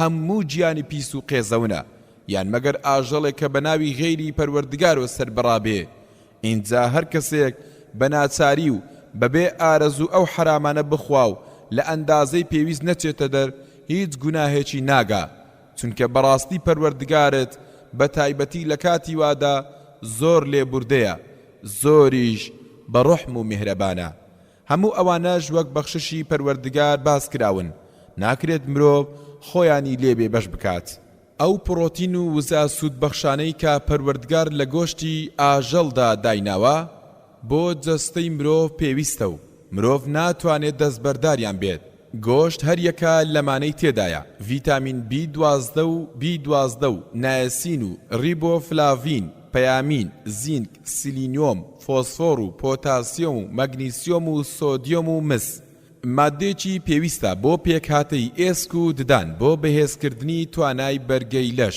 بۆڕیەکانی خوێن ڕێک دەخات و بەهێزیان دەکات تەغزیەی مێشکی مرۆڤ دەکات و بەهێزی دەکات بۆ زیرەکی منداڵان گرنگە بەڵام لە هەموو گرنگتر ئەوەیە بزانین چەندە و چۆن و کەی گۆش بخۆین چونکەوەی ئەمڕۆ ئێمە دەستمان داوەتێ زۆر نەگونجاوە جا هیچ کەس ئەم بابەتە نەکاتە بیان و بۆ ئەوەی خوب بداتە گۆشت خواردن ئەگەر هەفتەی جارێک بخورێت هەوڵ دەبیکەیت بە 2 هەفتە جارێک چونکە گۆشت ماوەیەکی زۆری دەوێت تا پێکەوە دەندرێت بۆیە گۆشتی بەرەق لە گۆشتی مەڕ بەسوودترە چونکە مەڕ ماوەیەکی زیاتری دەوێت تا گۆشتەکە پێکەوە بنێت گۆشتی مەڕیش لە گۆشتی مانگا باشترە ئێستا بتەوێت گۆشتێک کە چەند مانجێ یان چەند ساڵێکی ویستووە پێکەوە بندێت لە گەدەتدا بە چەند کاتژمێرێک هەرز بکەیت ئەزیەت و ناڕەحەتی هەیە بۆیە زۆر خواردنی گۆشت نەوەک سوودەکەت پێ لە دەست دەدات بەڵکو زیانیشی دەبێت گەدە و جۆگەی هەرز ماندوو دەکات و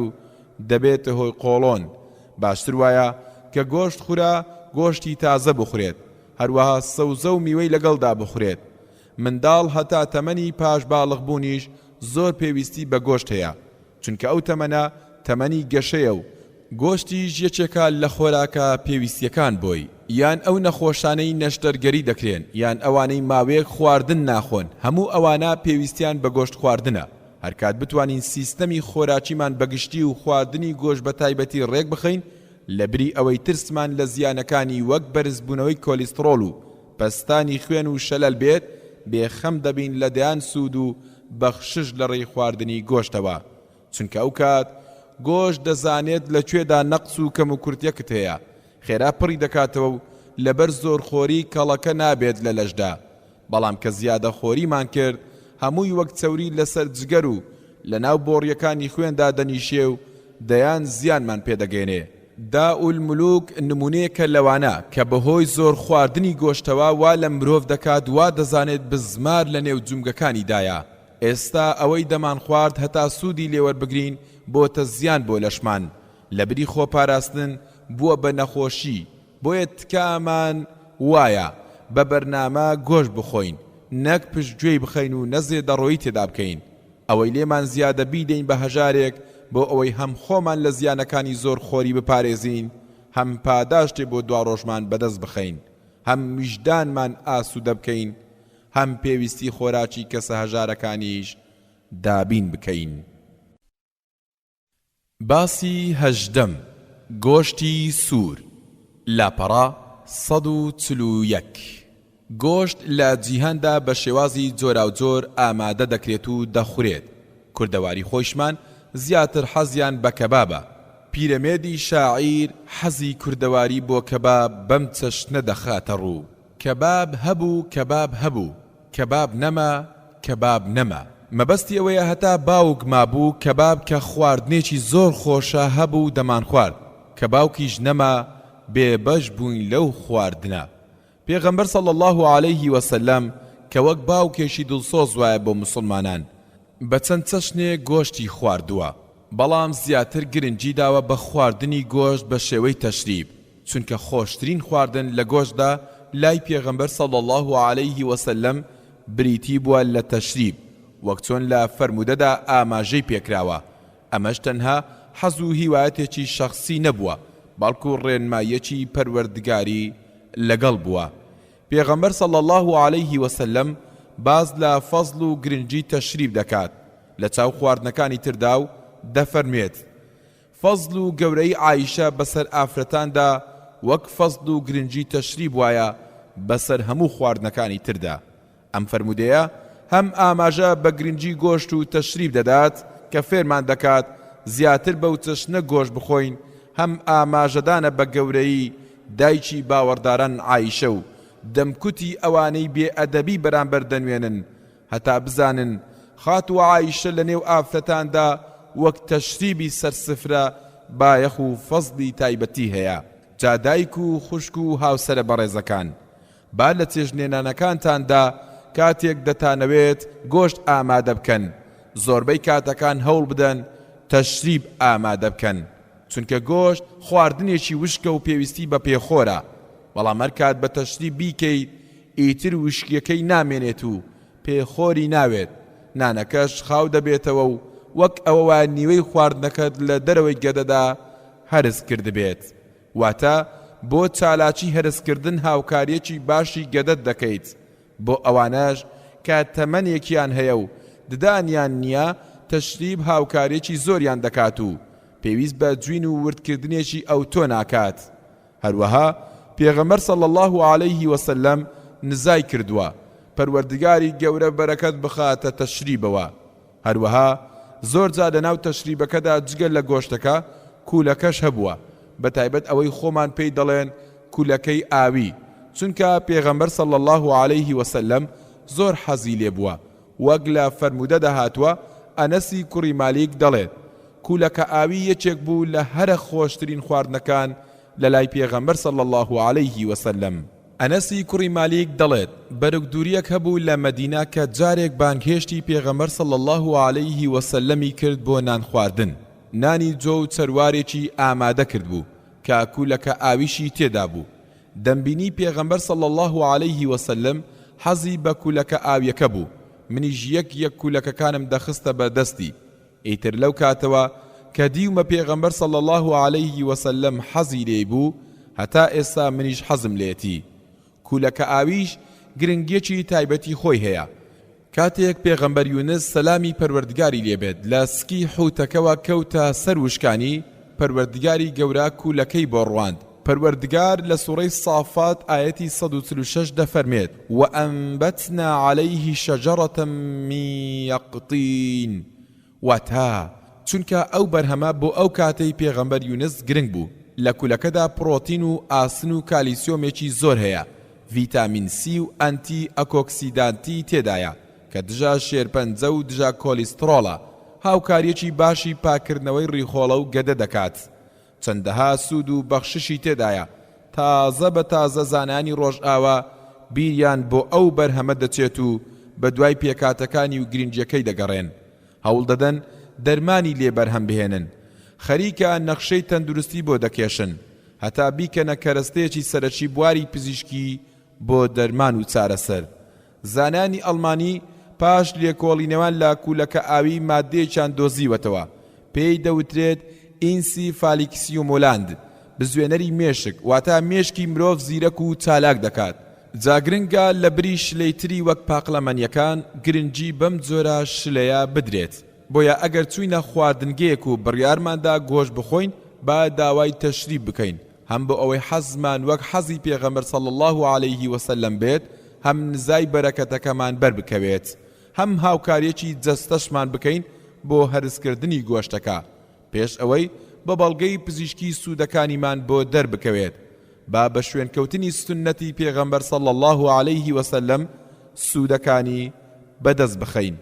ئەنەس دەڵێت دراوسێکی پێغەمبەر صلی الله علیه وسلم فارس بوو، شلەی گۆشتاوی زۆر بەتامی دروست دەکرد. جارێک ئەوەی ئامادەکرد بۆ پێغەمبەر صلی الله علیه وسلم، هات بانگێشتی پێغەمبەر صلی الله علیه وسلمی کرد. پێغەمبەریش صلی الله علیه وسلم فەرمووی ئەمەش مەبەستی عایشە بوو کە لەگەڵیدا بوو. کابراوتی نا، تەنها خۆت پێغەمبەر صلی الله علیه وسلم فەرمووی دەینایەم مادەم. کابرا دیسان هاتەوە و پێغەمبەر صلی الله علیه وسلمی بانگێشت کردەوە، هەمان شت ڕوویداوە. لە جاری سێمدا کابراوتی باشە بە ئەویش بێت. اینجا پێغەمبەر صلی الله علیه وسلم خات و عایشە بە شانەخڕێ و گەمەکردنەوە چوون تا گەیشتنە ماڵی کابرای فارس. هەروەها پێغەمبەر صلی الله علیه وسلم حەزی بە گۆشتی برژاو هەبووە، ئەمەش هێندە زانراو بووە کە نەوەک تەنها هاوڵانی پێغەمبەر صلی الله علیه وسلم بەڵکو ناموسڵمانەکانیش ئەمەیان زانیوە. بە تایبەت گۆشتی دەستی ئاژەڵ بە برژاوی وەک لە بەسەراتی ئافرەتە جوولەکەکەدا هاتووە. بەسەرهاتی ئافرەتە جوولەکەکەش بەم جۆرە بوو.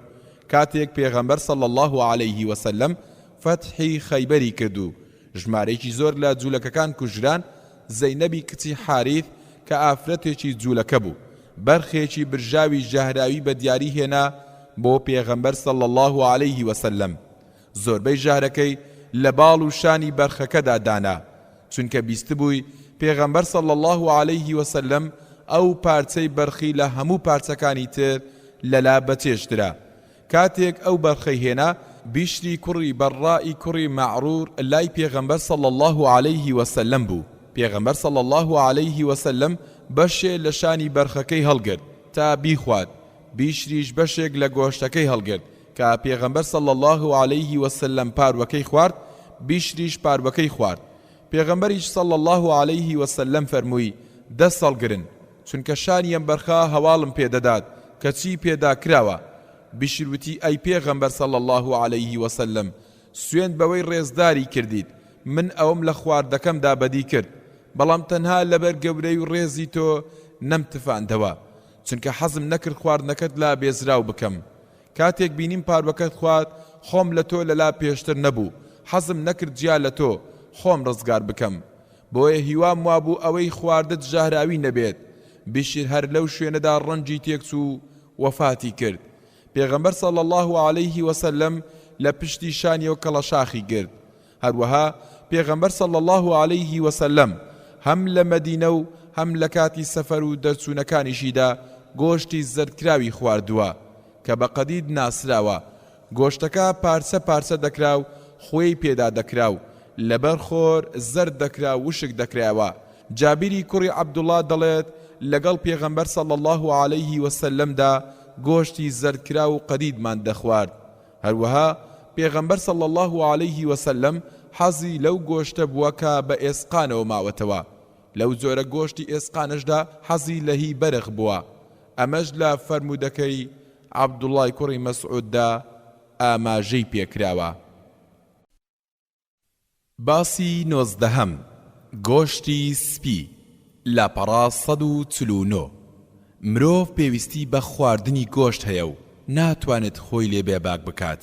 گۆشتیش تەنها جۆرێک نییە و بەپێی جۆرەکانیەوە تام و پێویستی و سوودەکانیشی جوداوازی هەیە. جۆرێکی گۆشتەکانیش بریتیە لە گۆشتی سپی، گۆشتێکی سوکتر لە گۆشتی سوور، سوودیشی لە گۆشتی سوور زیاترە و سوکتریشە بۆ گەدە و خێراتر گۆشتی سوور هەرز دەبێت. گۆشتی سپی هەم گۆشتی باڵندەی وەک مریشک و هەم گۆشتی بەرهەمی دەریایی وەک ماسی لەخۆ دەگرێت.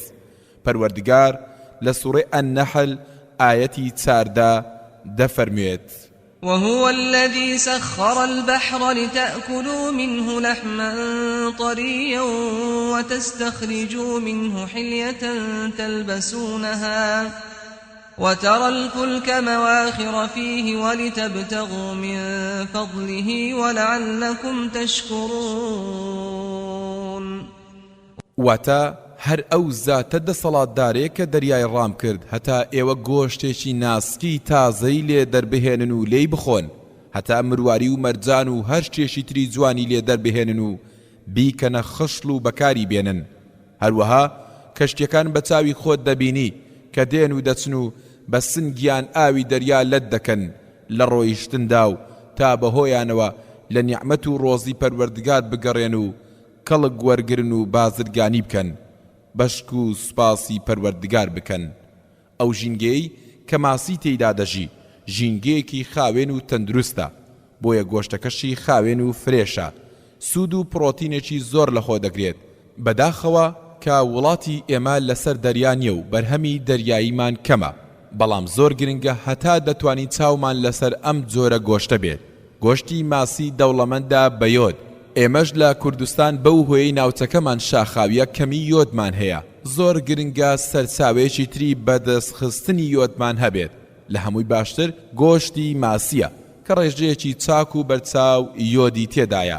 هەروەها گۆشتی ماسی ڤیتامینی بی و ڤیتامین دی و ڤیتامین ئەی و ئۆمێگا سریشی تێدایە. ئەمانەش پێویستن بۆ بەهێزی ئێسکی لەش و بەرگری مرۆڤ و پاراستنی بەهێزی چاو. ئۆمێگا 3 مادەیەکە تێر نییە بە چەوری، بەڵکو خۆی چەوری دادەبەزێنێت. ئەم پێکاتێت دڵ دەپارێزێ و مرۆڤ دوور دەخاتەوە لە توشبوون بە جەڵتە و زەبزەبە و لێدانی ناتەندروستی دڵ. هەروەها جمگەکانی لەش بە پاچی و لینجی و کارایی دەهێڵێتەوە و ناهێڵێت تووشی ڕەقبوون ببن. بۆیە بە شێوەیەکی گشتی کەسە بە تەمەنەکان لەلایەن پزیشکانەوە ڕێنمایی دەکرێن ئۆمێگا 3 بەکار بهێنن. ئەمەش لە ناو ماسیدا زۆرە. ئەو کەسانەی ڕۆماتیزمیان هەیە پێویستە ئەم مادەیە بخۆن. سوودێکی تری ئۆمێگا 3 پاراستنی شەبەکەی چاوە، هەروەها پێستێکی جوان و پاراو دەبەخشێ بە مرۆڤ. هێزی مێشک زیاد دەکات و خەفەت و خەمۆشی لە مرۆڤدا کەم دەکاتەوە و چارەسەرێکی گرنگە بۆ ئەو بوارە. بۆ ئافرەتی سکپڕیش زۆر بەسوودە و گەشەیەکی دروست دەبەخشێت بە کۆرپەکەی ناوسکی و بەرگریەکی سروشتی تەندروستیش دەبەخشێت بە ئافرەتەکە. تەنانەت ئۆمێگا 3 چارەسەرێکە بۆ نەخۆشی زەهایمەر و خەڵەفاوی و سەڕع و گرژی ماسوولکە و پاراستنی خانەکانی لەش. هۆکارێکە بۆ ڕێگریکردن لە ژێرپەنجەی مەمک و ژێرپەنجەی کۆڵۆن. هەموو ئەمانەش بە توێژینەوەی زانستی سەلمێنراون. ئۆمێگا 3 ڕێژەی کالۆری کەمە، بەڵام سوودێکی زۆر دەبەخشێت، واتە ڕێگری دەکات لە قەڵەوبوون.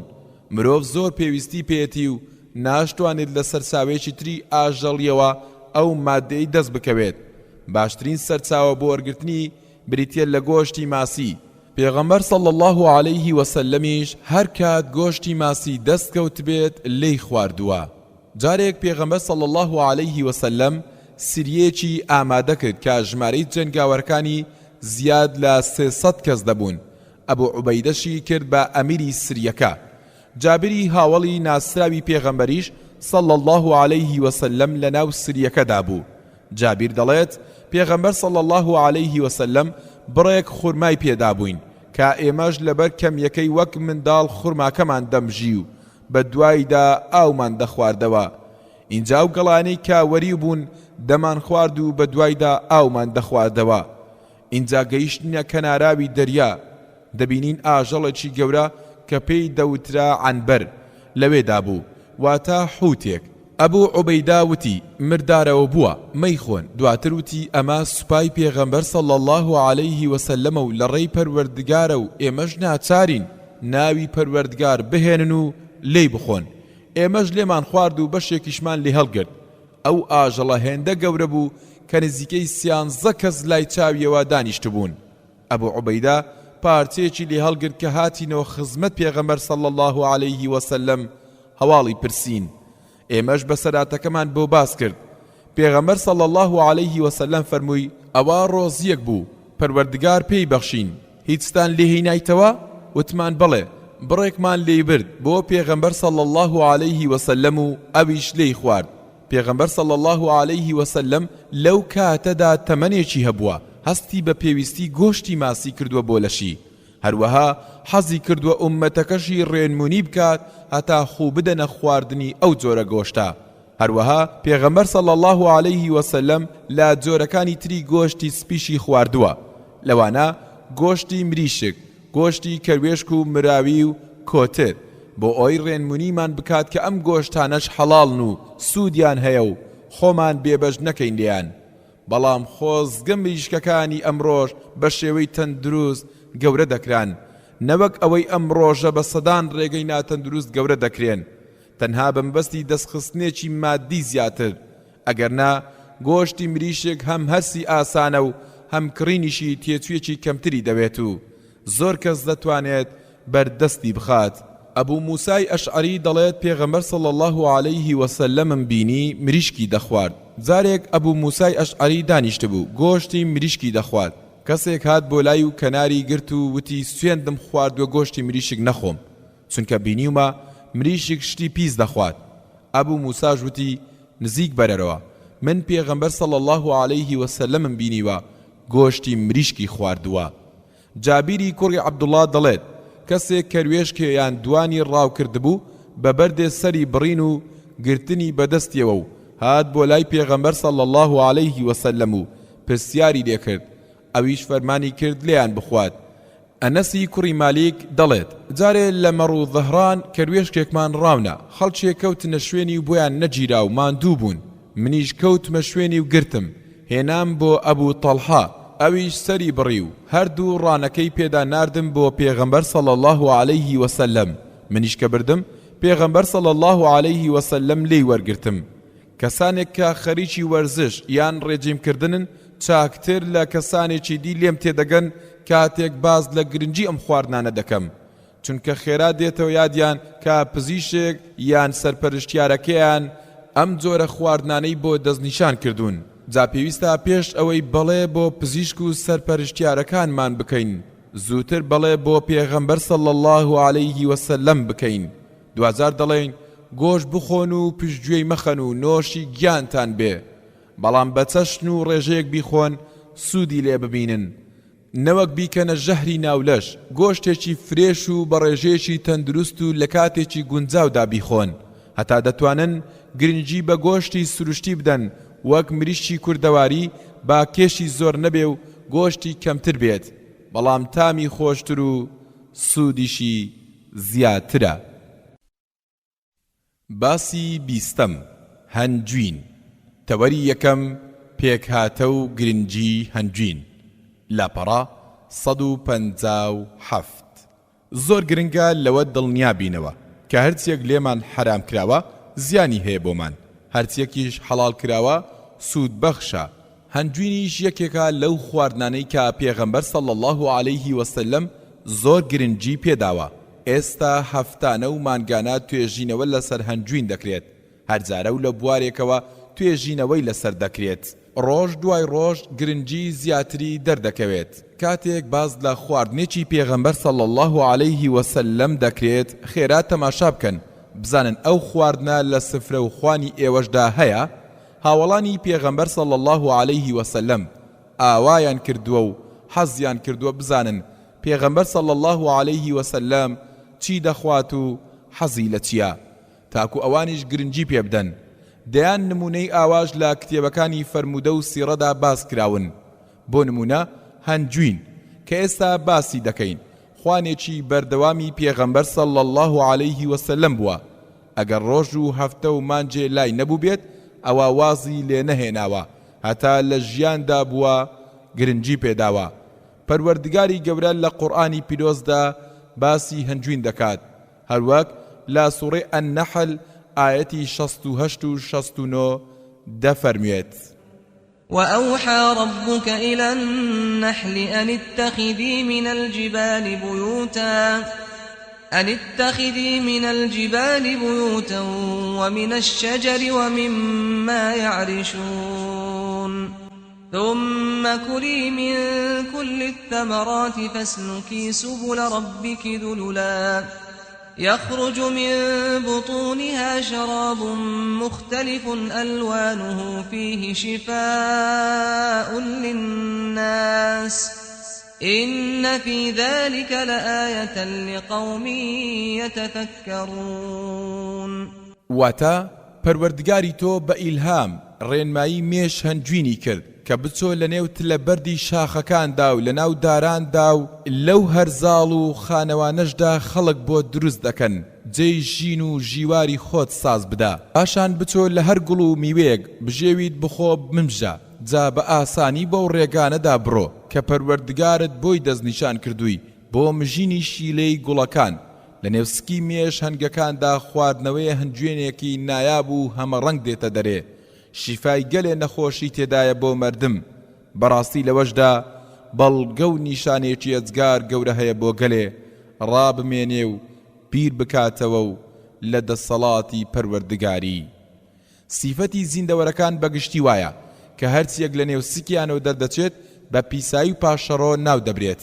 کەچی هەنگ جوداواز لە زیندەوەرانی دی هەنجوین بەرهەم دێنێ کە پەروەردگاری گەورە وەسفی دەکات بەوەی شیفای تێدا بۆ خەڵکی. جاوەک پەروەردگاری گەورە باسی کردووە هەنگ لە هەموو بەرهەمەکان دەخوات و چۆڕاوی سوودی هەموو بەرهەمەکان لەو هەنجوینەدا کۆ دەکاتەوە. دایکی باوەڕداران عایشە دەجێڕێتەوە دەڵێ پێغەمبەر صلی الله عليه وسلم حەزی لە حەڵوا و هەنجین بوو. حەڵواش وەک پێشتر باسمان کرد لە شیر و خورما دروست دەکرێت، واتە دوو خواردنی زۆر بەسوود و وزە بەخش. پێغەمبەر صلی الله عليه وسلم لە کاتە جوداوازەکاندا هەنجوینی خواردووە. زۆرجار پاش نوێژی عەسران کە دەگەڕایەوە ماڵەوە لای یەکێک لە خێزانەکانی لای دەدا. ئەگەر هەنجوین هەبوایە بڕێ هەنجوینی دەخوارد. بۆ نمونە لای حەفسەی خێزانی بڕێک هەنجوینی دەکردا ناو دەفرێکەوە کە ئاوی تێدا بوو، دواتر جوان تێکی دەدا وەک شەربەتی لێدەهات، اینجا نۆشی دەکرد. کاتێک کەوچکێک هەنجوین لە ناو کوپێک ئاودا تێک دەدەیت هەموو گەردەکانی ئاوەکە لەگەڵ گەردەکانی هەنجوینەکە خۆڕێک دەخەن و تایبەتمەندیەکانی هەنجوین وەردەگرن، واتە وەک ئەوە وایە کوپێک هەنجوینت خواردبێت بێ ئەوەی ئازاری گەدەت بدات. ئەگەر بەم چەشنەش هەنجوین بخۆین کێشەی گرانی هەنجوینیش چارەسەر دەبێت، چونکە لەوانەیە زۆر کەس ڕاستەوخۆ ئەو بیانویان هەبێت بڵێن دەزانین هەنجوین زۆر گرنگ و بەسوودە، بەڵام نرخەکەی گرانە و ناتوانین بیکڕین. بەڵام ئەگەر بەم چەش نەبێت کەوچکێک هەنجوین جێی پەرداخێک هەنجوین دەگرێتەوە بۆمان، واتە لە بری ئەوەی 5 کیلۆ هەنجوین بکڕین لەوانەیە بەکڕین 1 کیلۆ هەنجوین دەرباز ببین. بەیانی بەرداخێک شەربەتی هەنجوین و دوای عەسریش بەرداخێکی دی بخۆیتەوە، پێویستی جەستەت دابین دەکات و وزەی پێویستت پێ دەبەخشێت، واتە 2 بەرداخ شەربەتی هەنجوین بەسە بۆ وزەی شەو ڕۆژێکی کەسێکی ئاسایی، بەمەرجێ کات و جۆری خواردنەوەکەی دروست بێ. بەهۆیەوە ڤیتامین و خوێ و ئاوی پێویست بۆ لەش دەست دەکەوێت. هەروەها مادەی ATP کە بریتیە لە وزەی ماسوولکەکان لە هەنجویندا هەیە، هەروەها ئەدینۆسین ترایفۆسفیتی تێدایە. لەم ڕۆدا لای ئێمەش زۆربەی شەربەتەکان هەن شەربەتی هەنجوین نەبێ، خۆ دەدەینە جۆرەها خواردن و گیراوە تەنانەت خۆ دەدەینە ساردی و خواردنەوە گازیەکان کە زیانەکانی لە جیهانی پزیشکیدا هێندە حاشا هەڵنەگرن هیچ ناوەندێکی پزیشکی نییە بتوانێت نکۆڵی لێ بکات. بەڵام کەم کەسمان هەیە خۆی دابێتە ئەم جیراوە بەسوودا، جیراوەیەک کە لە خێراترین کاتدا زۆرترین وزەت پێدەبەخشێت. لە هەنجویندا مادەی شەکر هەیە کە بۆ لەشی مرۆڤ پێویستە. هەموو جۆرەکانی شەکری تێدایە: فرەکتۆز، گلۆکۆز، ماڵتۆز، سوکەڕۆز. بۆیە دەبینین هەنجوین شیرینە. هەروەها کالیسۆم و فۆسفۆر و ئاسن و نیاسین و ڤیتامین سی و ئەمینۆ ئەسیدی تێدایە. بی کۆمپلێسەکان و ڤیتامین سی و ڤیتامین دی و ڤیتامین ئی تێدایە. مادەی ئەنتی ئۆکسیداتی تێدایە کە دژە چەوریە و دژی ژێرپەنجەیە. تەنانەت هەنجوین بۆ چارەسەری هەوکردنی ناودەم بەکاردێت و دژە بەکتریایە. ئینزیم و ئۆرگان ئەسید و دژە بەکتریا و خوێ و هەندێ مادەی تری تێدایە کە هێشتا مرۆڤ زۆر ئاشنا نەبووە پێیان و سوود و گرنگیەکانیان نازانێت. هەنجوین بەهۆی ئەو پێکاتەیەوە کە هەیەی و هێشتا مرۆڤ هەمووی نەزانیوە. تایبەتمەندی مانەوە و نەفەوتانی هەیە. لە گۆڕستانی فیرعەونەکاندا هەنجوین دۆزراوەتەوە کە تا ئێستاش ماوە و لە ناو نەچووە. دەبێت چ مادەیەکی پارێزەری تێدا بێت کە نەیهێشتووە بفەوتێت. باسی بیستەم هەنجوین. تەوەری دووەم هەنجوین و نەخۆشی. لاپەڕا 163. لەمڕۆدا هەنجوین وەک چارەسەر بۆ زۆر هۆکار بەکاردێت. بۆ نمونە بۆ حەساسیەت و چارەسەری برین و سوتاوی و چارەسەری ئازار و ناڕەحەتیەکانی جۆگەی هەرس و پاراستن و چارەسەری چاو، چارەسەری ئەو منداڵانەی کە بە شەوان میز دەکەن، چارەسەری هەوکردنی سنگ و سیەکان، چارەسەری ڕۆماتیزم و پاراستن و چارەسەری جگەر و گورچیلە، چارەسەری پرۆستات و چارەسەری قوڕحەی گەدا، پاراستن و چالاکهێشتنەوە و چارەسەری ماسوولکەکانی دڵ، بۆ زیاترکردنی هیمۆگلۆبینی ناوخوێن و تەنانەت بۆ جوانکاری پێست و ڕوخساریش بەکاردەهێنرێت، بۆ چارەسەری قەڵەوی و ڕێکێشتنەوەی جەستا بەکاردەهێنرێت، چارەسەرێکی بەسوودە بۆ لاوازی جنسی، بۆ کەسانی برسی و ڕۆژوەوانان هەنجوین زۆر گرنگ و بەسوودە. هەنجوین وەک چارەسەر بۆ نەخۆشی ژێرپەنجەش بەکاردەهێنرێت. لە توێژینەوە زانستیەکاندا هەنجوین بەکار هاتووە بۆ ڕاوەستاندنی گەشەی خانە ژێرپەنجەیەکان و ئەم هەوڵە لەسەر مشکی تاقیگەکان تاقی کراوەتەوە. بۆیە ئەمڕۆ لە وڵاتی ئەڵمانیا هەنجوین وەک چارەسەر بۆ نەخۆشی ژێرپەنجە بەکاردەهێنرێت. هۆکاری توشبوون بە نەخۆشی ژێرپەنجە لاوازبوونی بەرگری لەشە، واتە هێزی بەرگری لەش بەرگەی خانە ژێرپەنجەیەکان ناگرێت. یەکێک لە ئیشەکانی هەنجوین بەهێزکردنی بەرگری جەستەیە، واتە کاتی تەندروستیت هەنجوین بخۆ بۆ ئەوەی ڕێ بگرێت لە توشبوونت بە نەخۆشی ژێرپەنجە و چەندەها نەخۆشی تر. ئەبوو سەعید سەعدی کوڕی مالیکی ئەنساری دەجێڕێتەوە. جارێک کەسێک هات بۆ لای پێغەمبەر صلی الله عەلەیه وسلم وتی براکەم تووشی زگچوون بووە. پێغەمبەریش صلی الله عەلەیه وسلم فەرمووی هەنجوینی بدەرێ با بیخواتەوە. کابرا ڕۆیشت و هەنجوینی دا بە براکەی. دواتر هاتەوە وتی ئەی پێغەمبەر صلی الله عەلەیه وسلم هەنجوینەکەم پێدا سوکچوونەکەی زیاتر بوو. پێغەمبەر صلی الله عەلەیه وسلم فەرمووی هەم دیسان هەنجوینی پێبدا. کابرا ڕۆیشت و هاتەوە و هەمان شتی وت. پێغەمبەر صلی الله عەلەیه وسلم فەرمووی دیسان ناردیەوە هەتا هەنجوینی پێبدات. کابرا هەم دیسان هاتەوە وتی چاک نەبووە. پێغەمبەر صلی الله عەلەیه وسلم فەرمووی پەروەردگار ڕاست دەفەرمێت و سکی براکەت درۆ دەکات. بڕۆ هەنجوینی بدەرێ بابی خواتەوە. کابرا هەم دیسان ڕۆیشتەوە و هەنجوینەکەی پێدا. براکەی چاک بووە. لەم فەرمودەدا یەکەم ئاماژە ئەوەیە بەوەی هاوڵان لە ورد و درشتی ژیانیدا پرسیان بە پێغەمبەر صلی الله عەلەیه وسلم کردووە تا توانیویانە هەوڵیان داوە فێری شتێکی زیاتر ببن و هەرچیەکیان هەبوو بێت جێڕاویانەتەوە بۆ لای پێغەمبەر صلی الله عەلەیه وسلم. دووەم هاوڵەکە دڵنیا بووە لە ڕاستی فەرمایشتی پێغەمبەر صلی الله عەلەیه وسلم بۆیە خێرا چووە جێبەجێی کردووە. سێهەم هاوڵەکە کە بینیویەتی ئیشکالی لە ئەنجامی چارەسەر و نەخۆشیەکەدا هەیە دەستەوەستان نەوەستاوە و بابەتەکەی بردوۆتەوە بۆ لای پێغەمبەر صلى الله عليه وسلم هەتا ڕوونکردنەوەی زیاتری پێبدات واتە نەخۆش دەبێت بە یەک جار چوونە لای پزیشک واز نەهێنێت و بەردەوام لە پەیوەندی دابێت. چوارەم هاوڵەکەت دڵنیا بووە کە کێشەکە لە ڕێنماییەکەی پێغەمبەر صلى الله عليه وسلم نییە، بۆیە کە پێغەمبەر صلى الله عليه وسلم چەند جار کردارەکەی پێ دووبارە دەکاتەوە هاوڵەکە بێ ئەملا و ئەولا جێبەجێ دەکات. پێنجەم پێغەمبەر صلى الله عليه وسلم هەم ئەو هاوڵە و هەم مسلمانان فێر دەکات کەم تەرخەم نەبن لە وەرگرتنی کۆرسی چارەسەردا و مەرزنیە بە یەکجاری بەکارهێنانی دەرمان و چارەسەر چاک ببنەوە، بەڵکو دەبێت تەواوی کۆرسەکان تەواو بکەن بۆ ئەوەی چارەسەری تەواوەتی وەربگرن. شەشەم مەبەست لە فەرمایشتی پێغەمبەر صلى الله عليه وسلم لەوەی فەرمووی پەروەردگار ڕاست دەکات ئاماژەی بە فەرمایشتی پەروەردگار لە قورئاندا کە هەنجوینی بە شیفا و چارەسەر باس کردووە.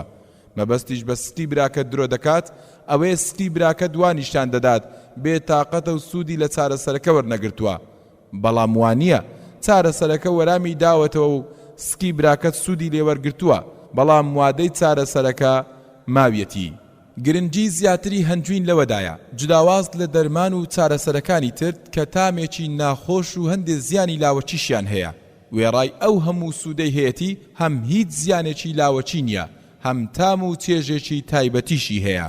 زۆر کۆمپانیای دەرمانسازی هەن پێکاتێکی سەرەکی دەرمانەکانیان بریتە لە هەنجوین و ئەوەشیان نەشاردۆتەوە و لە پێکاتەدا ئاماژەیان پێداوە جا پێش ئەوەی هەنجوین لە نێو دەرمانەکاندا بۆ چارەسەر بخۆین با لە تەندروستیماندا بۆ چێژ و خۆپاراستن بیخۆین.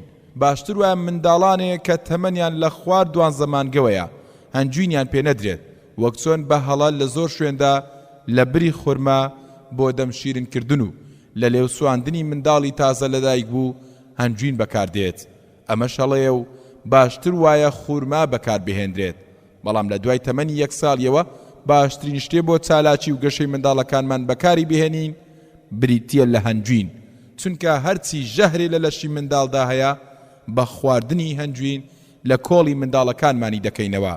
هەنجوین دژە بەکتریا و دژە کەڕووە، سوودێکی زۆری هەیە و وزە بەخشێکی چاکە یاریزانەکانیش پێش چوونە نێویاری هەنجوین دەخۆن. جا لەبری ئەوەی چای پڕ شەکری پێ بدەین باشترە شەربەتی هەنجوینی بدەینێ.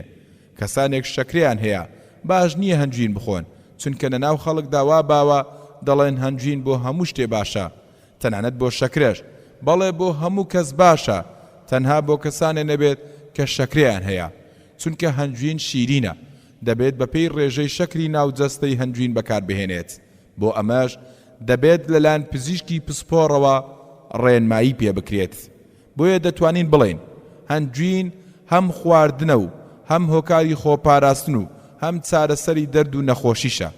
جا ئەگەر بۆ هەر خواردنێکی دی یەک جار پەنجەکانمان بڵێسینەوە ئەوە دوای هەنجوین خواردن گرنگە چەند جارێک دەست و پەنجە و کەوچک و تەنانەت دەفرەکانیشمان بڵێسینەوە بۆ ئەوی دڵنیابین کە هیچ هەنجوینمان بە فیڕۆ نەداوە.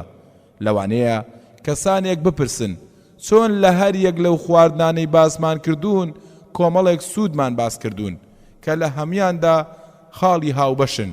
هۆکارەکەی ئەوەیە پێغەمبەر صلی الله عليه وسلم هەوڵی داوە لە نێو خواردنەکاندا هەڵبژاردەی خواردنە چاک و زۆر بەسوودەکان دەستنیشان بکات بۆ ئەوەی خەڵک بخاتە سەر ڕاستە شەقام و لە کورتترین ماوەدا بە سەلامەتترین ڕێگا بیان گێننا جێی مەبەست. هەروەها دەمکوتێ بێ بۆ کەسانێ نەوەک بڵێن خواردنەکانی پێغەمبەر صلی الله عليه وسلم هی سەردەمی خۆی و بۆ سەردەمی خۆی بوون و لەم ڕۆدا گرنجێکی ئەوتۆیان نییە و بەدیلی لەوان چاکتر هەیە، بەڵکو بڕێ خواردنن کە بۆ من و تۆ و باوک و باپیرانیشمان بەسوود بوون و سبەینێنەوەکانیشمان سوودی لێدەبینن. باسی 21 میوە لاپەڕا 171. پێغەمبەر صلی الله عليه وسلم وەک چۆن گرنگی داوە بە خواردنەکانی وەک خورما و نان و گۆشت و خواردنەکانی وەک ئاو و شیر و شەربەتی هەنجوین، بە هەمان شێوەش گرنگی داوە بە میوە بۆ ئەوەی نە ئومەتەکەی لێ بێبەش بن نە هیچ کەسێکیش بیکاتە بیان و بۆ گوێنەدان بە میوە خواردن. بەڵام وەک بەشەکانی تر بۆ میوە خواردنیش پێغەمبەر صلی الله عليه وسلم سیستەم و بەرنامەی هەبووە. پێغەمبەر صلی الله عليه وسلم هەندێ جار میوەکانی بە خواردنی تری وەک خورماوە خواردووە. بۆ نمونە شووتی و خورما، ترۆزی و خورما، کاڵک و خورما، هەندێ جاریش وەک شەربەت خواردوویەتی وەک شەربەتی مێوژ. پێغەمبەر صلی الله عليه وسلم زۆر جار شووتی لەگەڵ خورمادا خواردووە. مەبەستیشی ئەوە بووە وزەی گەرمی و موجەبی ناو خورما بە وزەی سارد و سالبی ناو شووتی یان کاڵک یان ترۆزی ڕێک بخاتەوە. ئەمەش لە فەرمودەدا ئاماژەی پێکراوە. عایشەی دایکی ئیمانداران دەڵێت پێغەمبەر صلی الله عليه وسلم شووتی بە خورمای ڕوتەبەوە دەخوارد و دەیفەرموو گەرمی ئەمە بە ساردی ئەمیان دەشکێنین، ساردی ئەمەش بە گەرمی ئەمیان دەشکێنین. بەڵام تا ئێستاش زانستی پزیشکی نەگەیشتۆتە و ئاستەی ئەم ڕاستیە بسەلمێنێ و سوودی لێوەربگرێت. بەڵام دڵنیام زۆر ناخایەنێت زانستی پزیشکیدان بەم ڕاستیە دەنێت و دەستی خۆی پێدەگێنێت. پێویستیشە پزیشکە مسلمانەکان پێش هەمووان هەنگاو لەم بوارەدا بنێن و کار بۆ ئەم فەرمودە و دەیان فەرمودەی دیکەش بکەن.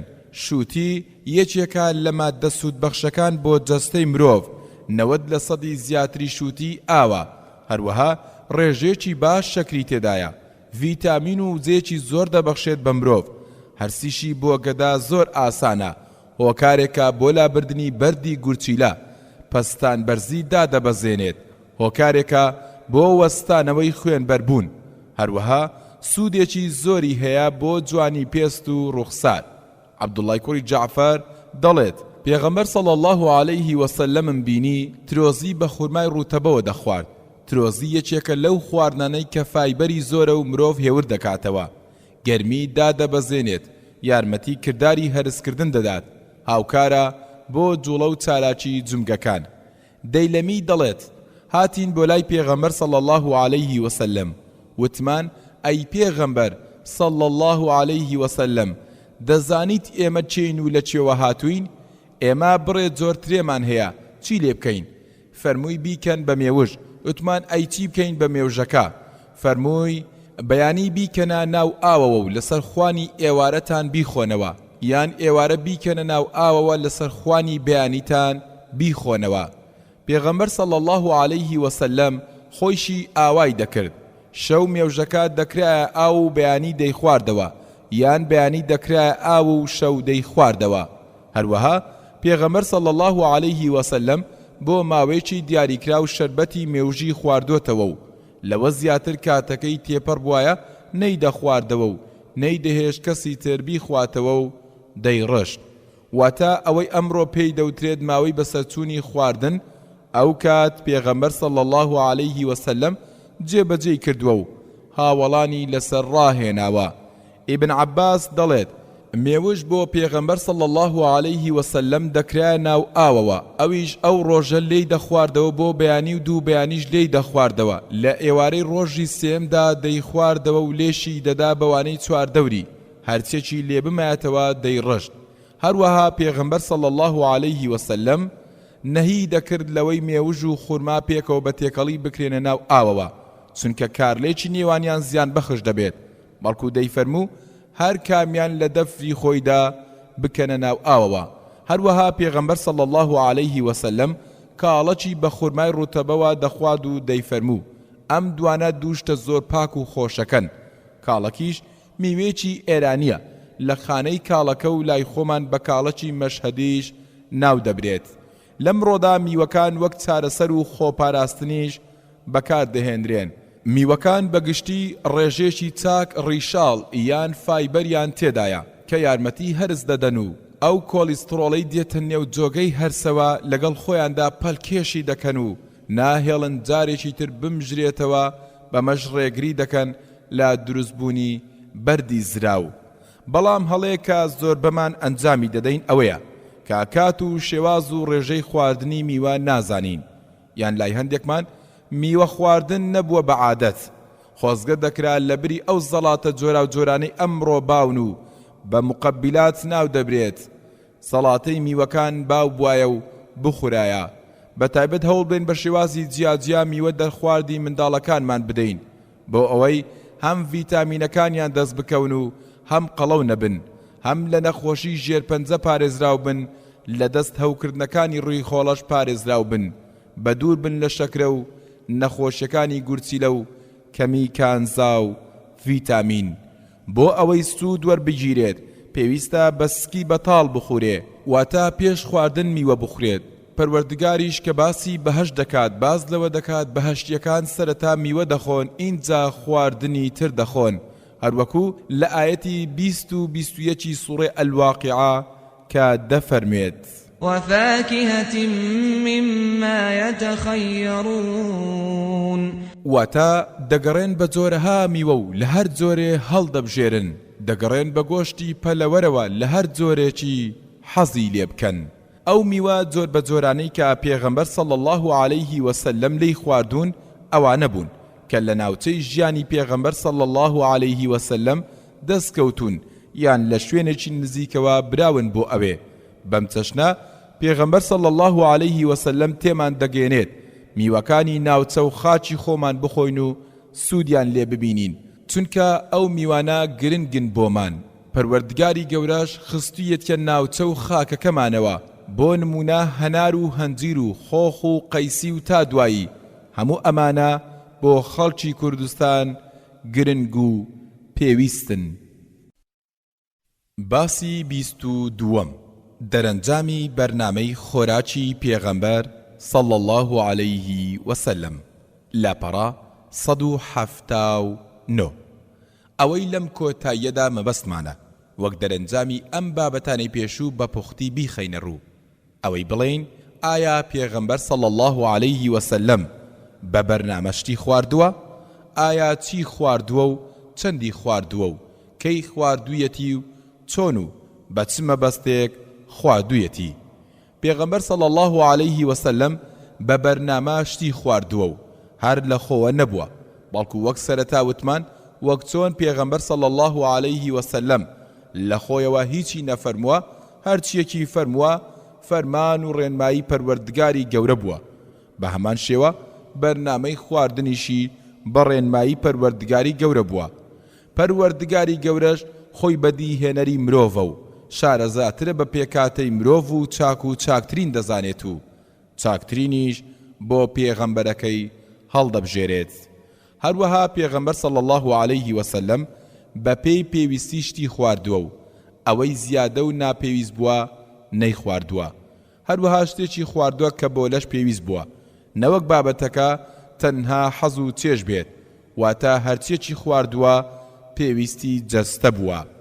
هەروەها پێغەمبەر صلى الله عليه وسلم شتێکی خواردووە کە لە هەنگاوی یەکەمەوە بۆ خۆپاراستن بووە، نەوەک بۆ چارەسەر. ئەوانەی بۆ چارەسەر بەکاری هێناون ئەوانەمان لێرەدا باز نەکردوون، چونکە ئەوە بۆ سیستەمی چارەسەر دانراون و پشتیوان بە پەروەردگار بەجیا باسییان دەکەین. بۆ نمونە قیستی هیندی پێغەمبەر صلى الله عليه وسلم گرنگی بە هەندێ خواردن داوە کە ئاسان بەردەست دەکەون و زۆرترین سوود و زیاترین وزە دەبەخشن بەلەش، وەک خورما، هەڵوا، هەنجوین، شیر، سرکە. ئەمانە زۆربەی پێکاتە پێویستیەکانی لەشیان تێدایە. هەروەها ڕۆژانە وزەیەکی زۆر بە مرۆڤ دەبەخشن بۆ جوڵە. پاشان هەندێ خواردنی تری خواردووە کە تەواوکەر بوون بۆ ئەمانە، وەک شووتی، ترۆزی، شەربەتی مێوەش. هەروەها پێغەمبەر صلى الله عليه وسلم زیاتر گرنگی داوە بە خواردنە تەڕەکان، کەمتر گرنگی داوە بە خواردنی وشک. زیاتر نانی بەکارهێناوە کە وشک بووە، ئەویشی بە سرکە یان گۆشتا و تەڕ کردووە. تەنانەت لە میوەشدا پێغەمبەر صلى الله عليه وسلم میوەی وشکی نەخواردووە، تەنها میوەیەکی وشک کە خواردوویەتی مێوش بووە، ئەویشی کردۆتە ناو ئاوەوە و شەربەتەکەی خواردۆتەوە. واتە دیسان خۆی پاراستووە لە خواردنی شتی وشک، چونکە خواردەمەنیە تەڕەکان هەرسیان ئاسانە و مرۆڤ قەڵەو ناکەن و کێشەی هەرسی بۆ دروست ناکەن. هەروەها خواردنەکانی پێغەمبەر صلى الله عليه وسلم مادەی ڕیشاڵ یان فایبەریان زۆر بووە، واتە ڕیشاڵی بوون، بەما مرۆڤ پارێزراو دەبێت لە کۆڵۆن، هەروەها بەدوور دەبێت لە بەرزی کۆلیسترۆڵ و بەردی زرا و چەندین نەخۆشی دی. خواردنەکان دەوڵەمەند بوون بە کالیسیۆم کە بۆ بەهێزی ددان و ئێسکەکان پێویستە. لە خواردنەکانی پێغەمبەر صلى الله عليه وسلمدا زۆر ڕەچاوی جۆگەی هەرس کراوە، بەسوود بوون بۆ کۆڵۆن و هەرسکردن. خواردنی نەرم و پاراو بوون، کەمی خواردووە بۆ ئەوەی قەبزی توش نەبێت. هەر خواردنێکیش قەبزی بەدواوە بێت خواردی بێتی خواردنێکی تری نەرمی لەگەڵ خواردووە کە چارەسەری ئەوی تریان بکات. ئەمە هۆکار بووە بۆ ئاسانی هەرس. خێرا وزەی پێویست وەردەگیرێت و پاشەڕۆژ لە دەستەدا نەمێنێتەوە، بۆیە هاوڵان ورجیان نەبووە ورگزلی باوی ناو کۆمەڵگەی ئیسلامی نەبووە.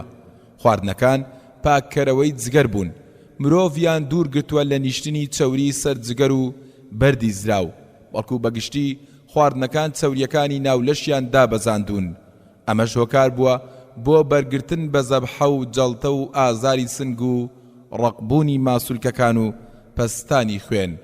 خواردنەکانی پێغەمبەر صلی الله عليه وسلم وەک خۆپاراستن لە نەخۆشیە درێژخانەکان خوراون. بۆ نمونە پێشوەختە خۆپاراستن بۆ لە شەکرە و پەستانی خوێن و ژێرپەنجە و دەرکەوتنی پیری و سستی جەستەی مرۆڤ. بۆیە پێغەمبەر صلی الله عليه وسلم هەتا وەفاتی کرد ڕەنجی پیری پێوە دیار نەبوو. هەروەها خواردنەکانی پێغەمبەر صلی الله عليه وسلم چارەسەری دەرونیان لەخۆ گرتووە، چارەسەری خەمۆشی و ڕاڕایی و دڵتەنجی بوون، هۆکاری بەهێزکردنی یادەوەری بوون. ئەو خواردنانەی کە باسمان کردن لە ماوەی شەو و ڕۆژێکدا لەلایەن پێغەمبەر صلی الله عليه وسلم نەخوراون، بەڵکو لەوانەیە خواردن هەبوو بێت هەفتەی جارێک دووبارە نەبوو بێتەوە، خواردن هەبوو بێت بە مانجێک جارێ نەیخوارد بێت، واتە ئەو خواردنانە بە جیاجیا و لە کات و ساتی جوداوازدا خوراون. ئەگەرنا جار هەبووە چەند شەو بەسەر یەکەوە تێپەڕ بووە و پێغەمبەر صلی الله عليه وسلم و خێزانەکانی شتێکی وایان شک نەبردووە بیخۆن، چونکە وەک چۆن خواردن وزە دەبەخشێت بە مرۆڤ و گرنگە، نەخواردنیش وزە بەخشە بە واتای ڕێگری دەکات لە زیان گەیاندن بەجەستا. خواردنی پێغەمبەر صلی الله عليه وسلم هاوسەنگ بووە، خۆی نەداوەتە یەک جۆر خواردن و خۆی لە هەندێک خواردنی تر بێبەش بکات. خەڵکانی هەن بە بیانووی جۆرا و جۆر خۆیان لە هەندێ بەخشش بێبەش دەکەن. کەسانی هەن دەڵێن ئێمە ڕوەک خۆرین و گۆشت ناخۆین و کەسانی هەن زیاتر خویان داوەتە گۆشت، بەڵام ئێمە خو دەدەینە بەرنامەکەی پێغەمبەر صلی الله عليه وسلم کە بێبەش نەبوونە لە هەمە چەشنەی بەرهەمە حەڵاڵەکان. وەرامی ئەو پرسیارەشمان لا گرنگە چی بخۆین.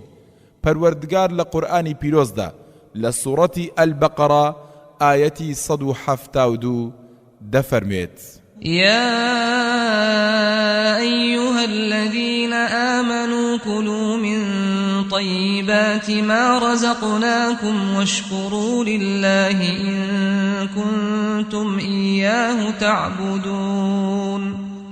واتا أي گەلی خاوەن باوەڕان لەو نیعمەتەی پێماندان و کردمانە ڕۆزیتان کامی پاکە ئەوە بخۆن و سوپاسی پەروەردگاریش بکەن ئەگەر ڕاستە تەنها ئەو دەپەرستن.